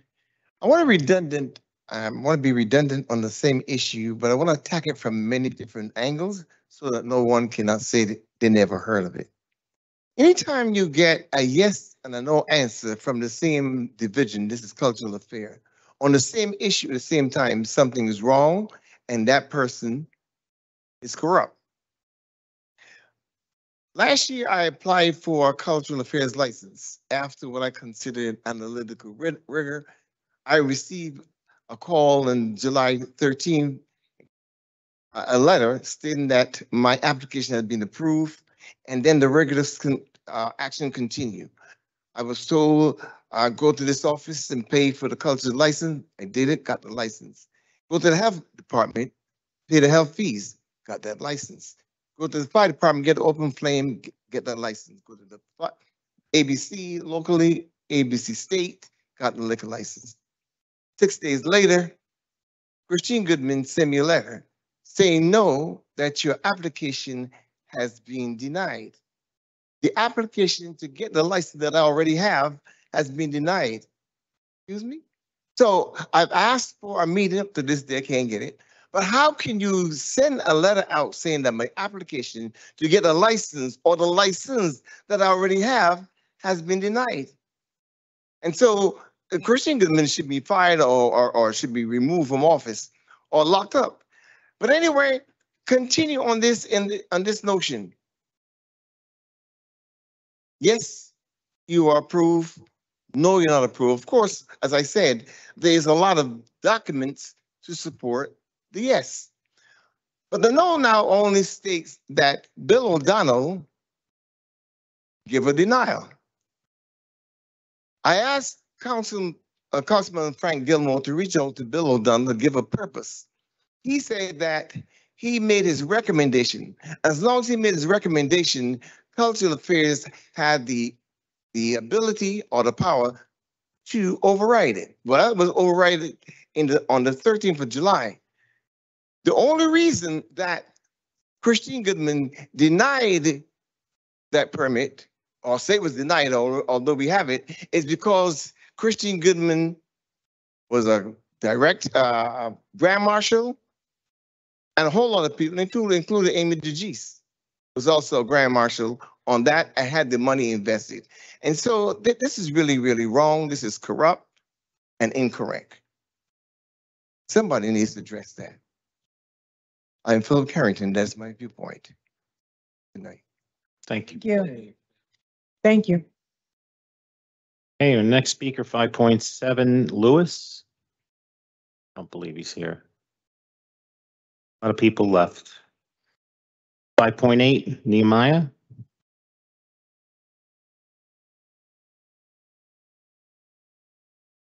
It's Naima. Naima, I am so sorry. Naima Terry, a Class 5 cannabis retail applicant in Jersey City. I spoke in April against the issuing of the moratorium, which would stop the process while council makes necessary changes to improve the process, because I knew it would result in institutional injustices against applicants like me.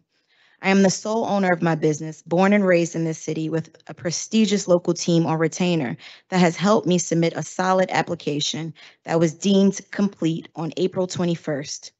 I was notified that the May 8th agenda was too full, and I argued that I should have been heard on the May 8th agenda because the moratorium was starting and before changes would have been made to the application process. And I am a top priority applicant in the state's eyes.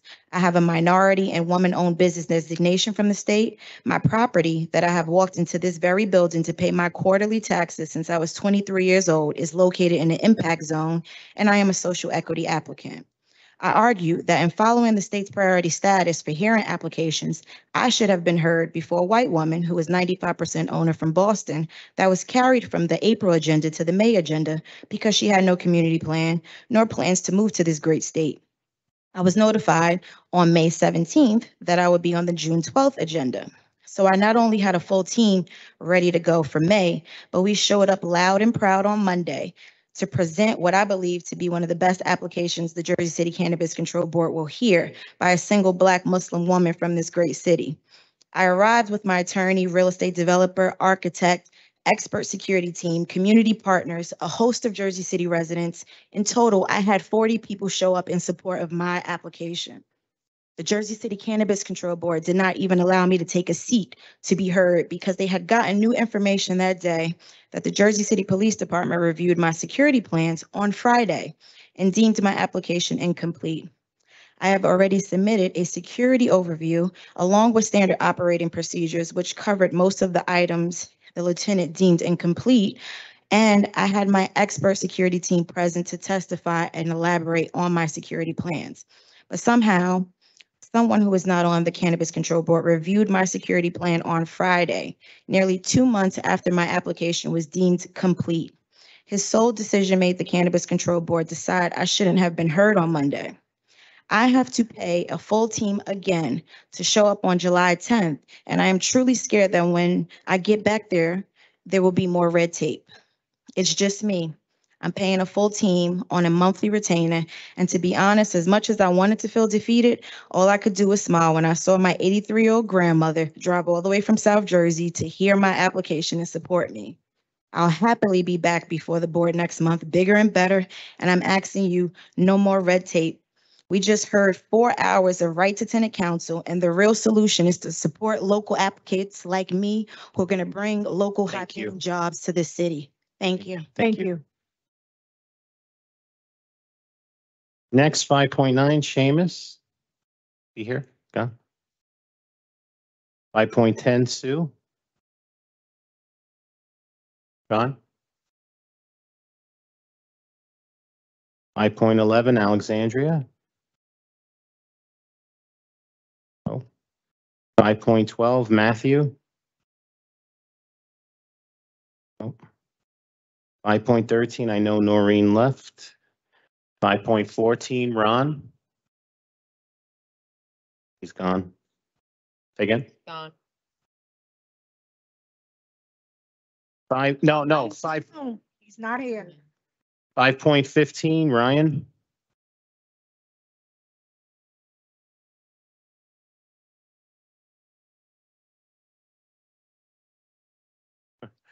You still want to go outside? No, I'm only kidding.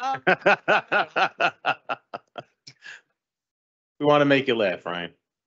All right. Hello again, council. So now I want to talk about the port side issue and what I think needs to be done going forward. I think the reason, Microphone, sorry, I can't hear you. I think the reason the Portside case has stricken such a chord with residents around the city like myself and within the media is because it shines a light on a much bigger issue, that of affordability. The way I see it, their case resonates with people because the facts are so relatable. They're intuitive. In other words, there is no one in this room, no renter, no homeowner who can say that a 30 or 40% increase in their monthly housing cost is normal, is reasonable, or is financially doable. People can sense the unfairness, and it exposes a certain unvarnished greed on the behalf of the landlord. And I'll say it again, what economic basis is there for a landlord to raise rent by 30 or 40% in one shot? It has no nexus to rising costs. It's not tethered to inflation. It is plain and simple about greed. And they, along with other bad actor landlords, will continue to take whatever they can from whomever they can until someone stops them. And that is why I encourage this council to begin the work of passing an updated, stronger citywide rent control ordinance. In a city that is noted as having some of the highest rents in the country, and in a city that is comprised of renters by a rate of 72%, this is a policy that will directly benefit the financial well-being of your constituents. And to offer a rationale beyond that, you have to think about what Jersey City will look like 10 years from now if the status quo were to continue. There is zero doubt that this city will continue to grow, but you have to realize economic growth does not occur within a vacuum. It is developed and it ultimately materializes within the confines of whatever system and whatever policy apparatus you have in place. Thanks for that, guys. So in that sense, the laws you pass, as well as the ones you fail to pass, will all create the version of growth that we see. And I can only hope that there's a shift because the path that we're on doesn't seem all that sustainable. Right now, on average, our wages increase by about 4 or 5% a year. So if our rents are increasing by 20 or 30 or 40%, what do we think is going to happen? What is the logical conclusion of those two trends occurring at the same time? The answer is displacement. And in a sense, that status quo is emblematic of what's going on in America. Rising inequality, a middle class that's getting left behind, and a lot of the available literature says that our policies are to blame, whether it be policies that disproportionately benefit the rich or a lack of protections for the middle class. It comes down to our policies. So please, let's enact the right policies, and I ask that this council begin to consider a stronger, up-to-date rent control ordinance. Thank you. Thank you. Next, 5.16, Kevin. Again, I'm Kevin Weller, a newly elected Hudson County Committee member for Ward F, District 32. First, I would like to talk about the recent election. The fact that Michelle Hirsch and I received more than 94% of all votes cast in our district shows what can happen when people come together for an important cause. I think it is also important that our community made sure their voices were heard via their vote. We learned a lot this election cycle, and I believe we can leverage our experience and scale our impact on future elections. I've always considered myself politically neutral. My motivation and focus here in the recent election, but we're very narrowly focused on a few key issues, obviously rent control and a right to counsel. I saw a situation where, as best as I could tell, the people in power were not taking action in the best interest of the majority of Jersey City residents. So when it came to a political alignment in this election, in my view, our issues necessarily needed to be on an opposing ticket, both symbolically and as a moral stand in favor of what we have all been fighting for. I had conversations with the folks who would eventually become my political opponents where I begged for help, but none ever came from them. However, I would like to single out Commissioner Anthony Romano, who stepped up and spoke here and even at our rent leveling board hearing. He never asked me for an endorsement or any favor in return for his help, which I very much respect and I appreciate. Like perhaps all of you, he can only do so much if those in power are not willing to meet his effort with action to address the issue at hand. I hope he continues to help, and I look forward to working with him and anyone else who will step forward to assist in any way. A year of fighting can change a person, or at least their approach, especially if they continue to see people suffering with no evidence of assistance from an administration that could fix the problem, but by simply enforcing an ordinance. I give Commissioner Romano and Councilman Saleh credit for helping me fine-tune and recenter my approach with an eye towards collaboration. The last time I spoke here, I mentioned for the first time that the tenants have established the Office of Tenant-Landlord Relations, and I expected that we could announce the approval of a standardized form tenants could use to submit rent control assessments to the city. It has been 3 weeks, and I'm proud to announce that we have approved a draft of the form. We're also working with several tenants from various buildings to put together a rent control guide, which we hope will serve to demystify rent control in Jersey City. I expect to have more updates for everyone at the next council meeting. I anticipate we will be able to convert the movement that started at Portside Towers into something that will endure and make a difference for a long time. In closing, it's my sincere hope that as our fight enters the next phase, the city will enforce the ordinance at our next rent leveling board hearing. Thank you.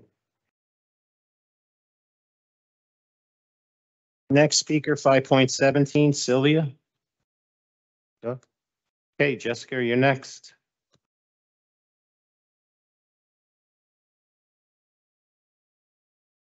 Trying to find my third speech. Come again before you to advocate for the fundamental cause that we should all support regardless of party affiliation, rent control. Rent control is not just a legal issue, it's a matter of preserving the fabric of our communities. We live in a city of vibrant diversity in a melting pot of cultures and experiences. However, when existing rent control laws are not enforced, our neighbors, friends, and community members face the very real threat of displacement and disruption. And enforcing an ordinance is not a handout, but a hand up and a safeguard to protect our citizens. So remember that the American principle is not only about individualism, but also about offering everyone an equal chance. We believe in the power of self-reliance and individual responsibility, but we also understand that it's our duty to create a fair playing field where everyone has access to home and justice regardless of income. And I thank you for supporting that effort earlier tonight with Right to Counsel. I think we can continue that with supporting rent control ordinance update. You might ask, is this against the free market principles we stand for? And I don't think so. And if you think about it as ensuring stability for families, for senior citizens, for our veterans, for hardworking individuals striving to build a future, it can be a win for everyone. The free market can still thrive, even as we protect our residents from skyrocketing living costs. Rent control is not the enemy of the market. Rather, it's a safeguard to protect the vulnerable. What can you do next? What constructively can you do next? I think we can take a little bit of inspiration from Newark. They have defined unconscionable and passed an ordinance recently within, I think, the last 10 days, limiting all rent increases to 5% or less in 1 year for buildings that are not already subject to their rent control ordinance. This defines unconscionability, which has been a major problem for us as a city. We had 34%. We just got another 10%. People behind me just got 10% in the last 24 hours. It's still multiple fold above any rent control level or an unconscionability limit as Newark just defined. Additionally, Newark decided they will levy a $1,250 fine for landlords charging in excess of that percent increase. That's one way to fund affordable housing. If we go after the landlords that are charging these exorbitant rates. You can do the same for Jersey City. And for the free market to work properly, there needs to be this balance between landlords' rights to profit and tenants' rights to affordable housing.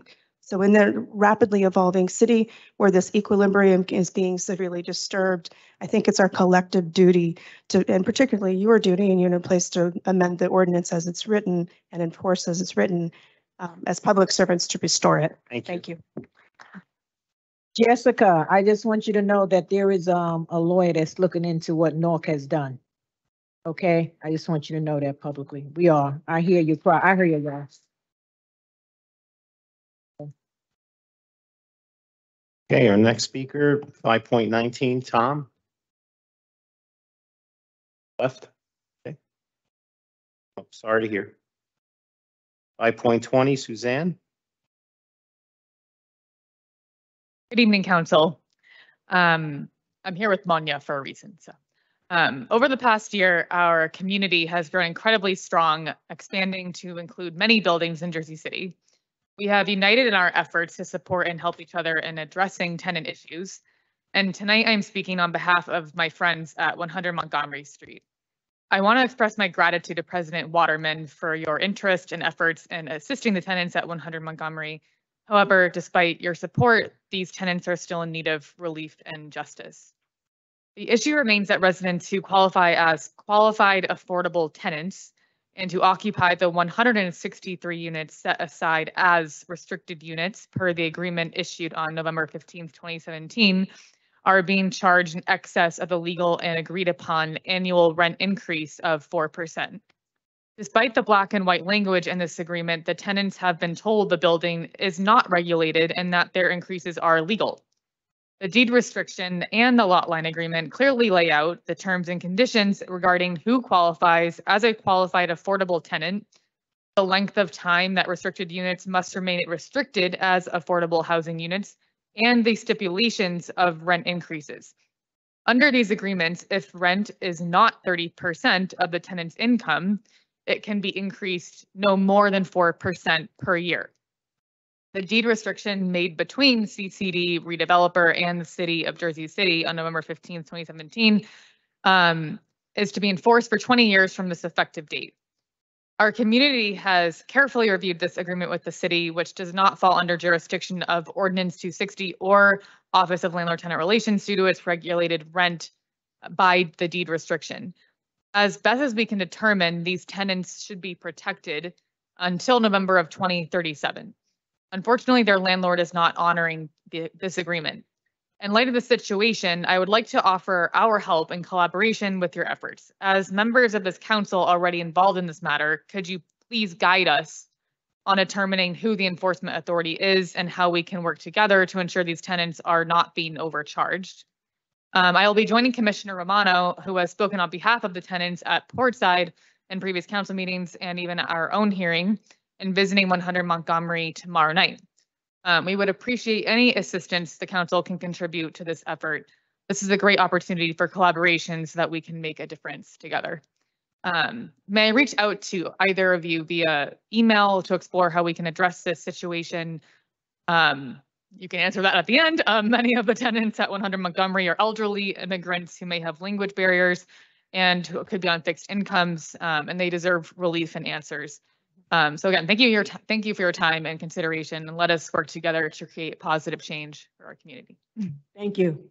Thank you. Monia, thank you. I'll reach out. Okay, our next speaker, 5.21, Henry. Come, Henry. John, that building, I believe, is a tax abatement. 100 Montgomery. If it is, there is restrictions on it.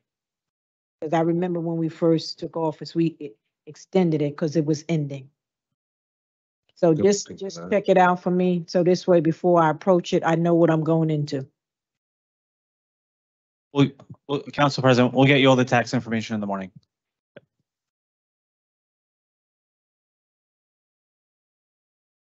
Okay, Henry. My name is Henry. I have a couple of questions here. One is for the opera that I have submitted the opera on December 5th last year. So it's more than 6 months and I haven't got anything back yet. The request number is C004379-120522 and C004380-120522. It's for 6 months. I'm asking for audited financial statement of Portside Tower. It's already 6 months. I haven't got anything about that. And also from the opera's file, when I got it, a lot of the record is basically is not a valid agreement because of this agreement, there's no signature, there's no any witness, there's no any certified, no anything. It just basically looks like it's garbage because there's no any legal validity in there. So you put a lot of it in the record, but it's basically it's junk. I got a rental from the Portside last week, and when it's perfect. The template city design is perfect. They want all the information, but the record I got is the number of apartment, the name, recent rent. But based upon that information, there's no way you can see how long that room is vacated. It could be vacated for 8 months because based upon the demand and supply, they just withhold the room. They never get rented out. I have personally seen that some kinds of room, some room is basically vacated, it's junk, nobody get it repaired. And it's just basically they don't have that room getting ready for rent. So basically they just decrease the supply there purposely. And from that information, the random, there's no way you can see because you're supposed to provide the previous moving out date. It's not there. There's no way that you can see what's the previous rent. You cannot see if it's only limited to 4%. Because Portside Tower, West Tower right now is rent control. But the information provided, submitted, you don't have that information. There's no way for you to do that. And also for the tax abatement, we said that for the Portside Tower is only a 30-year, but it actually is not. There's two conditions. One is that you have to convert it into a condo after 15 years. Second condition, you have to separate the financial statement to separate the commercial and the residential one, but they never did it. There's a lot of issues there, but I can submit it. I will send you an email about that. Thank you. Thank you. Next speaker, 5.22, Sonia. So nobody is free until everybody is free. That's my t-shirt. Oxford University Press says that in the late 1960s, Black and white women were both inspired and disillusioned by the movements for social change. The centuries-long struggle for gender equality was reinvigorated. Amongst others, Fannie Lou Hamer challenged core aspects of the women's liberations movement. Besides our effort to get our existing laws executed, I believe this is exactly why we are here, because we are disillusioned, because we can't believe what's happening to the people in this city, because we have to fight for core aspects of justice. Even after your support of RTC today, which I thank you for. If you execute existing laws and had not allowed landlords raise rents illegally and unconscionably for years, we would have much less right to counsel cases. Even with right to counsel in place, landlords can raise rents as they want. Ordinance 260 addresses this issue, not right to counsel. So please, know that everyone in this room understands that right to counsel is only a symptomatic treatment for a much bigger issue. We are here for all the people who are mistreated right now and will be even when right to counsel is in place and 260 is not enforced. This week, I helped Michelle Hirsch and Kevin Weller with becoming elected members of the County Committee for Hudson County. Congratulations again. You guys really rock, and we came for this together, I think. Besides the election process being conducted once again in a questionable way, which left me speechless once again too, I learned a lot. For example, I talked to a young African-American mother who said, I quote, "We need you at Portside so much. We have no tenant rights. We will organize too." Today, I was at the Guggenheim Museum with a friend who is visiting from our home country. Yes, my husband and I are still here. That is how important justice is to us. Another Black female guard stopped me entering the building and said, "I love your shirt." I said, "Thank you. I might talk about this tonight." I really didn't know by then. I hadn't written this until then. And she said, "It's true. And I thank you. It seems to be important work you're doing for all of us." I guess it's up to every single one of you where you want to position yourself regarding the existing law here in Jersey City and regarding all the people nationwide, actually. The facts are clear. Until today, our neighbors get illegal renewal offers, especially minorities suffer and have to leave the city. Nobody's free until everybody is free. Thank you. Next speaker, 5.23, Danilo.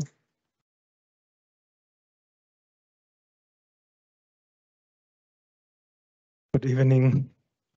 First of all, thanks to everyone involved in bringing RTC where it is today. Second of all, let me congratulate Michelle Hirsch and Kevin Weller to their amazing election success. We have 2 new members of the County Committee for Hudson County Ward F. An extraordinary, never seen before participation in the election shows how important our cause is to the people. What is it that is so important to the tenants of Jersey City? It's not only about the fact that landlords charge illegal rents. It's not only about the fact that the city looks the other way and lets them set rents to their will instead of in compliance with the law. It's not only about the fact that we cannot even raise our voices online as we get censored by Mayor Fulop. It's first and foremost about security, about the feeling of being welcomed, and to know that a home is affordable. It's about the apprehension, about the uneasiness, even anxiety before every rent renewal. Will we be able to afford our home in the future? Can our kids stay with their friends and classmates? Can we stay in our community where we have friends, sports mates, our lives?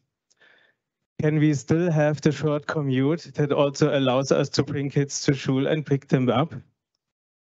When tenants make their decisions to rent an apartment, they calculate affordability. They also factor in rent increases. What they can't calculate for is outrageous increases of 10, 20, 30 or more, driven by greed and enabled by corruption. If they get hit by such an increase, they have two choices: move and disrupt their whole life, or stay and try to swing it. If this doesn't work out, they face eviction. Great, you say, we have RTC soon. Not great, we say, in addition of the many flaws the current draft has, RTC shouldn't be the band-aid for the wounds that greedy landlords together with Mayor Fulop inflict. If we had Ordinance 260 enforced and rent control properly applied, we would have much less cases of evictions. You are worried about the budget required for RTC? Enforce 260 and your worries will go away. How do I know? I do not, because Jersey City is not publishing any data, just like they do not publish crime statistics anymore. All we do know is that evictions are at a historic high, and it is for financial reasons as COVID-19 protections run out. Thank you. Enforce 260. Thank you. Next speaker, 5.24, Shannon. Good evening. I have been up at this podium before and have said a similar thing, which is that I always view problems through the lens of my profession, which is that of a nurse. When I'm not doing direct patient care, I collaborate on policy writing at the hospital. The most brilliant doctor I ever worked with once taught me, when drafting policies, we must consider what is it that motivates all involved. For example, I've worked diligently on a policy outlining the acceptable parameters for doing a C-section. Primarily, we all agree that the motivation is to reduce C-section rates whenever safely possible, but sometimes motivations clash. A doctor might be motivated to deliver quickly in order to get back to clinic to see other patients. Disparity in motivation can lead to inconsistent care to the patient and a lot of tension. We're always looking to create policies which can somehow balance the motivations, but compromise, and it can happen, but when it involves compromise. The trouble is compromise is a delicate and tricky balance when it comes to human lives.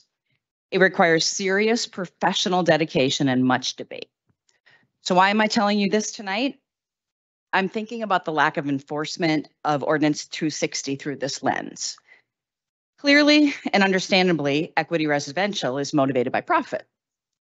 We tenants, on the other hand, are motivated by securing a fair rent for a stable home and a safe living place. Thankfully, we have lawmakers and city council members and rent leveling boards who can all help with that balance when there's potentially divergent motivations. And seeing how it occasionally results in a tenant becoming homeless via an eviction, it's no less significant of a fight to me than my work at the hospital. I see them as equivalent. So I have a question. As you consider what actions you can possibly take in this issue, please think about what might be motivating you. Passing right to counsel is so promising and so appreciated. I wonder, does our plight of rent increases of 30%, 40% Does that motivate you to do something? While I was sitting here tonight, waiting and listening to people speak, I got an email from my landlord letting me know that my rent was going up 10%. So then with last year's 19% increase, that's 29%. I can't imagine that you're motivated by Equity Residential's greed or their sloppiness behind existing rules. We at Portside are tough. We're gaining power as evidenced by our recent election, but still we need you on this. I really hope that this motivates you to help us. And I'll also say that we hope that we can see what's happened in Union City, Hoboken, and Woodbridge. Thank you. Next speaker, 5.25, Elena.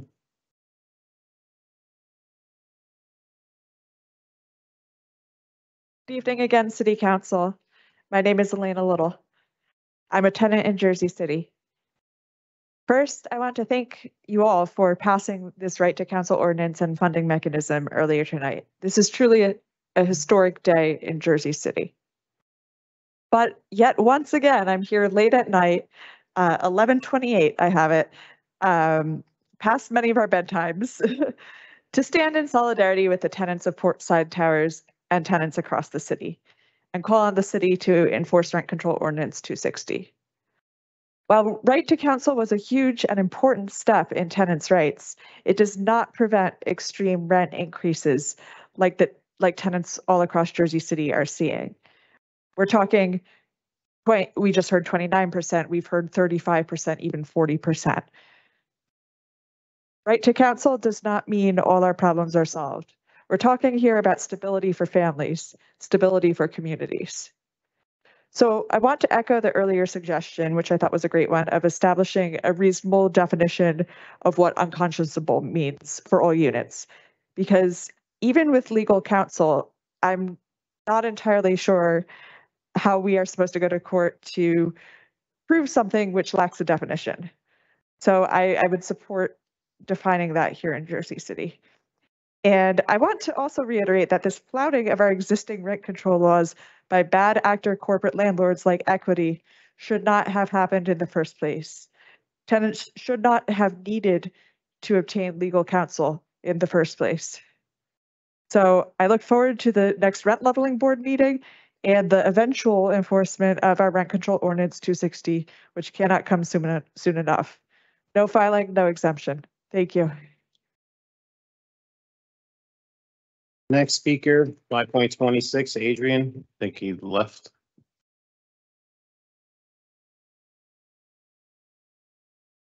No, you're not the Adrian. You're the next Adrian at 5.28. 5.27, Christian. No, now it's Adrian. Sorry, sir.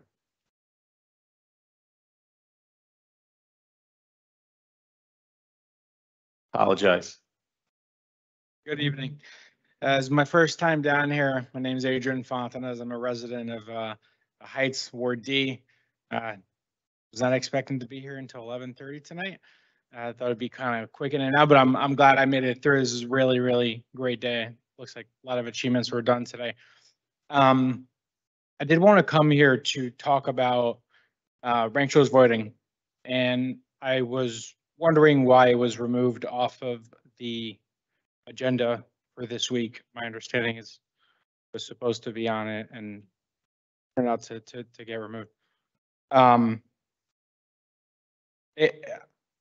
After watching the New York pass ranked choice voting in 2021, I got really interested in it and really became a supporter.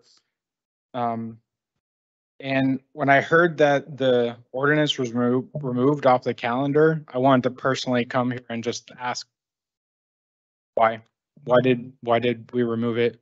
And kind of what is the plan here going forward? Hoboken passed ranked choice voting unanimously in 2021.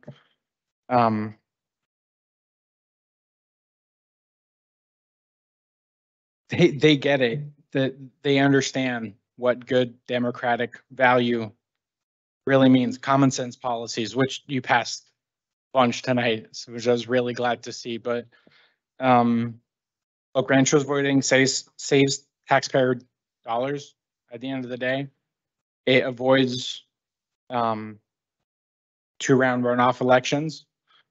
And I think it's something that we should be seeing passed over here with this council. So look, if Hoboken passed it, why not here in Jersey City? So I came here just to personally ask, why isn't it here? Attorney. Thanks.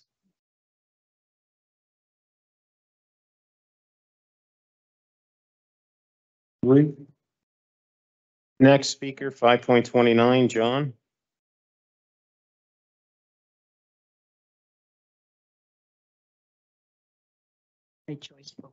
Hello, Council. I'm Jonathan Cohen. I'm a resident of Ward E in Jersey City. I'd like to first start by acknowledging an ally and thank Councilman Solomon for supporting ranked choice voting. Similar to Adrian, I'm not an advocate. I come here today as a resident, as a voter, appealing to you for 3 things, although it seems like maybe there was some confusion as to whether it was removed from the agenda on Monday. But the first is to echo that and ask why it was removed from the agenda. Second, I ask that you work with the subject matter experts to learn a little bit more about ranked choice voting, addressing any concerns. And lastly, I'm here to appeal to you to put ranked choice voting back on the agenda. Just to be clear, ranked choice voting determines the candidate with the most support. It's just that simple, that as far as not creating a divisive political atmosphere, it's going to create much more cohesion because everyone, the voice is much more, or, I'm sorry, the choice is much more clear with ranked choice voting. It also encourages more civility in the political campaigning process. And I believe it is part of the path forward as a more fair democracy. Over 64 states, counties, and cities have adopted the ranked choice voting system, including New York City, the state of Maine. A majority of Philadelphia voters have stated that they support it as well. And Burlington, Vermont just adopted the ranked choice voting system in March. These cities, states, and their voters, their governments are pioneers and responsible custodians of democracy. It's important for Jersey City to do the same, to show support for the Zwicker bill. We need to signal to state legislators and really to the rest of the world, the rest of the country, that New Jerseyans want ranked choice voting. I'll finish by saying in these politically polarized times, it is vital that both local and state governments work to encourage civil campaigns, but also to make it harder to corrupt our democratic process and create a more representative democracy for us all. Thank you. Next speaker, 5.30, Veronica.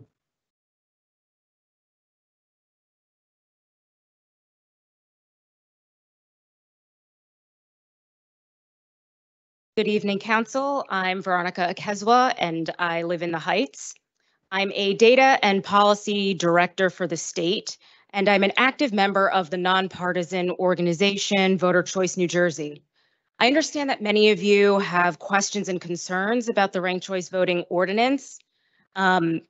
I will continue my outreach efforts to each of you, and I ask that you respond so that I can address your questions and concerns and so that we can move forward. 5 days before Juneteenth, I would be remiss not to mention how ranked choice voting ties into this nation's ugly past with racism and voter suppression tactics. Ranked choice voting increased representation for Black Americans during the 1920s progressive era in the United States. By the 1940s and 50s, ranked choice voting experienced a wave of repeal by lawmakers in major cities. Catalyst? In Cincinnati, ranked choice voting had enabled the election of 2 Black city council members and a would-be mayor, Theodore B. M. Berry.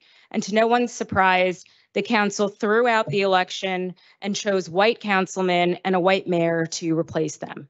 The reality is, in 2023, Voters are still disenfranchised, and we have to do more to level the playing field in our election system. Ranked choice voting can do that.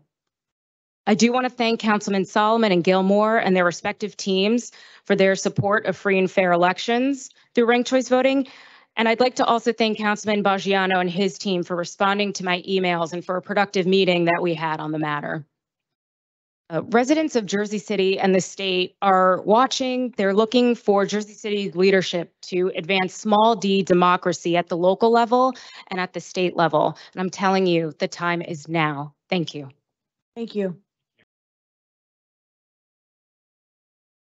5.31 is a duplicate of 5.8. So 5.32, Ron, I think he left. 5.33, Raphael. Not here, and none on your printed agenda, but signed up prior to the meeting starting. 5.34, Michael. Not here. Okay. That will conclude our public speaking portion of the meeting. And before we move on with the agenda, I believe our business administrator would like to address the city council. Council, just briefly, I know there's some public comments earlier about our chief public defender, Andy Abrams. We did the research during the other public speakers. And while somebody with the same name as Andy Abrams was disqualified from practicing law or suspended from practicing law in the state of Pennsylvania, it's not the same Andy Abrams that we have employed as our public defender. Just for the record, he's never been incarcerated and his legal degree is active. Awesome. Thank you.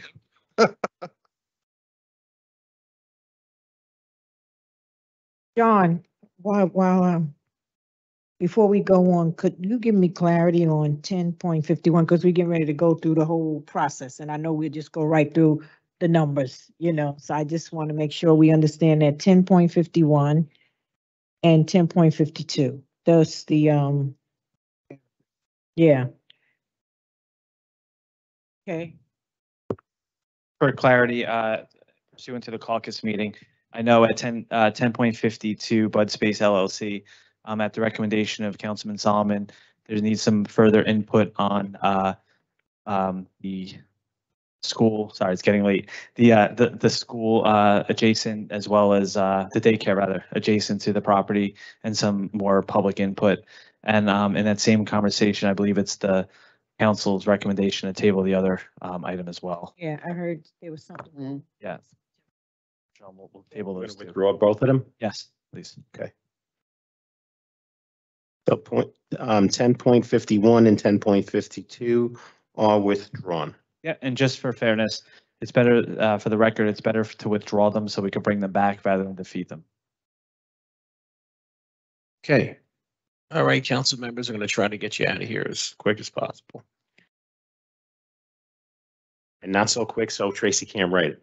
All right, so on to our petitions and communications. Any questions or comments from items 6.1 through 6.30?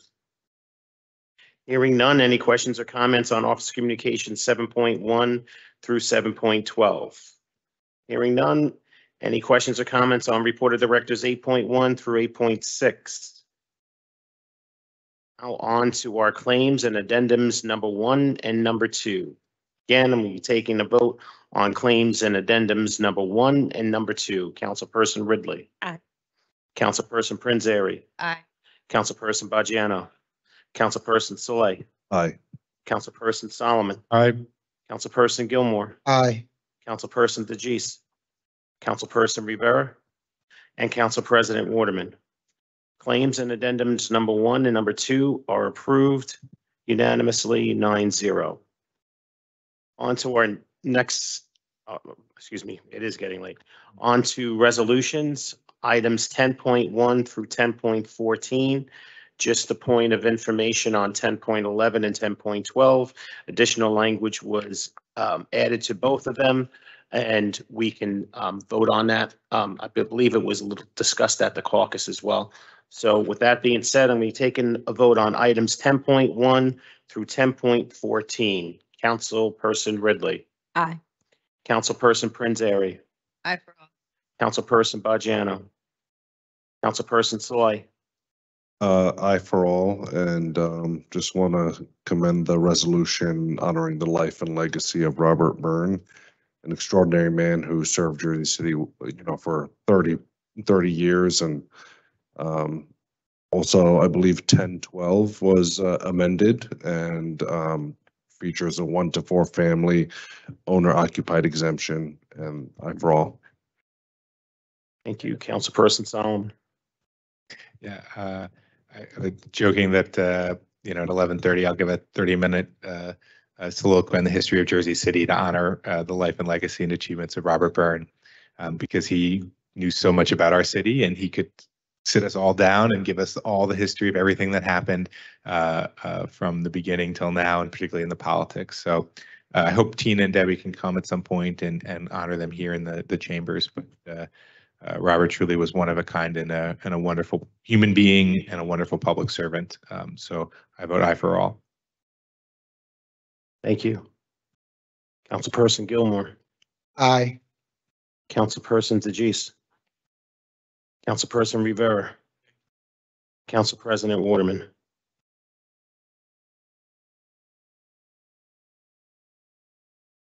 Items 10.1 through 10.14 are approved unanimous 9-0. And on behalf of Debbie and Tina Byrne, I greatly appreciate all those nice comments and approving that resolution. Yours truly is going to actually take a visit to them to drop that off to them, and also encourage them to come to the chambers one day, and we'll do something special for them as well. Okay, with that being said, did that without getting upset. It's great. 10.15 through 10.25. Okay, council members are going to be taking the vote on items 10.15 through 10.25. Councilperson Ridley. Aye. Councilperson Prinzary.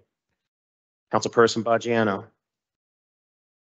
Councilperson Saleh. Aye for all. Councilperson Solomon. Aye for all. Councilperson Gilmore. Aye. Councilperson DeGise. Councilperson Rivera.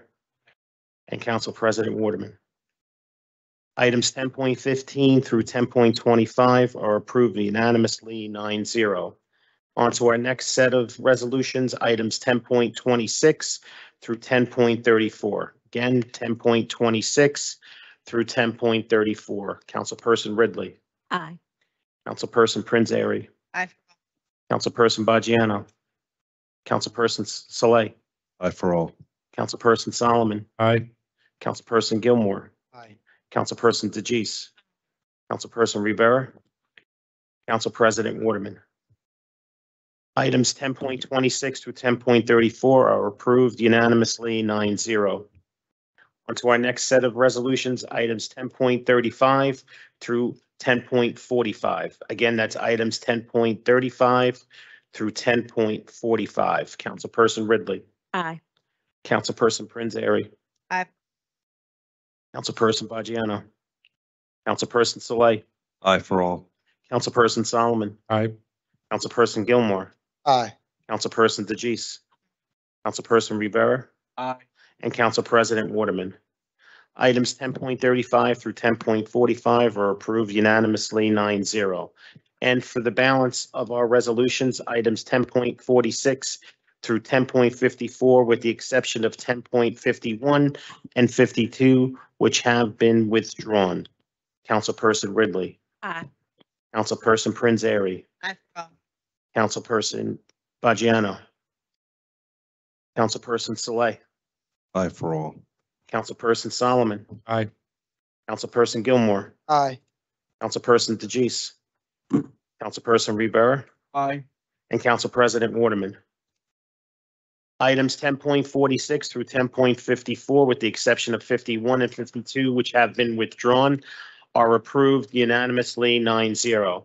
And for the magic saying, may I have a Second. motion to adjourn at 11:47 p.m. was made by Councilperson Rivera. May I have a second? Second.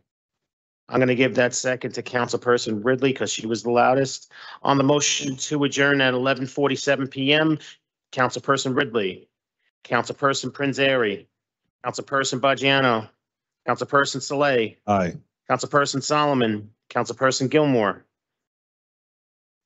Councilperson Rivera, DeGise, and Council President Waterman. We are out of here at 11:47 PM. Motion carries 9-0. Thank you so much, everybody present and everyone watching at home. Remember, teamwork makes the dream work. Stay safe and don't expect me too early tomorrow.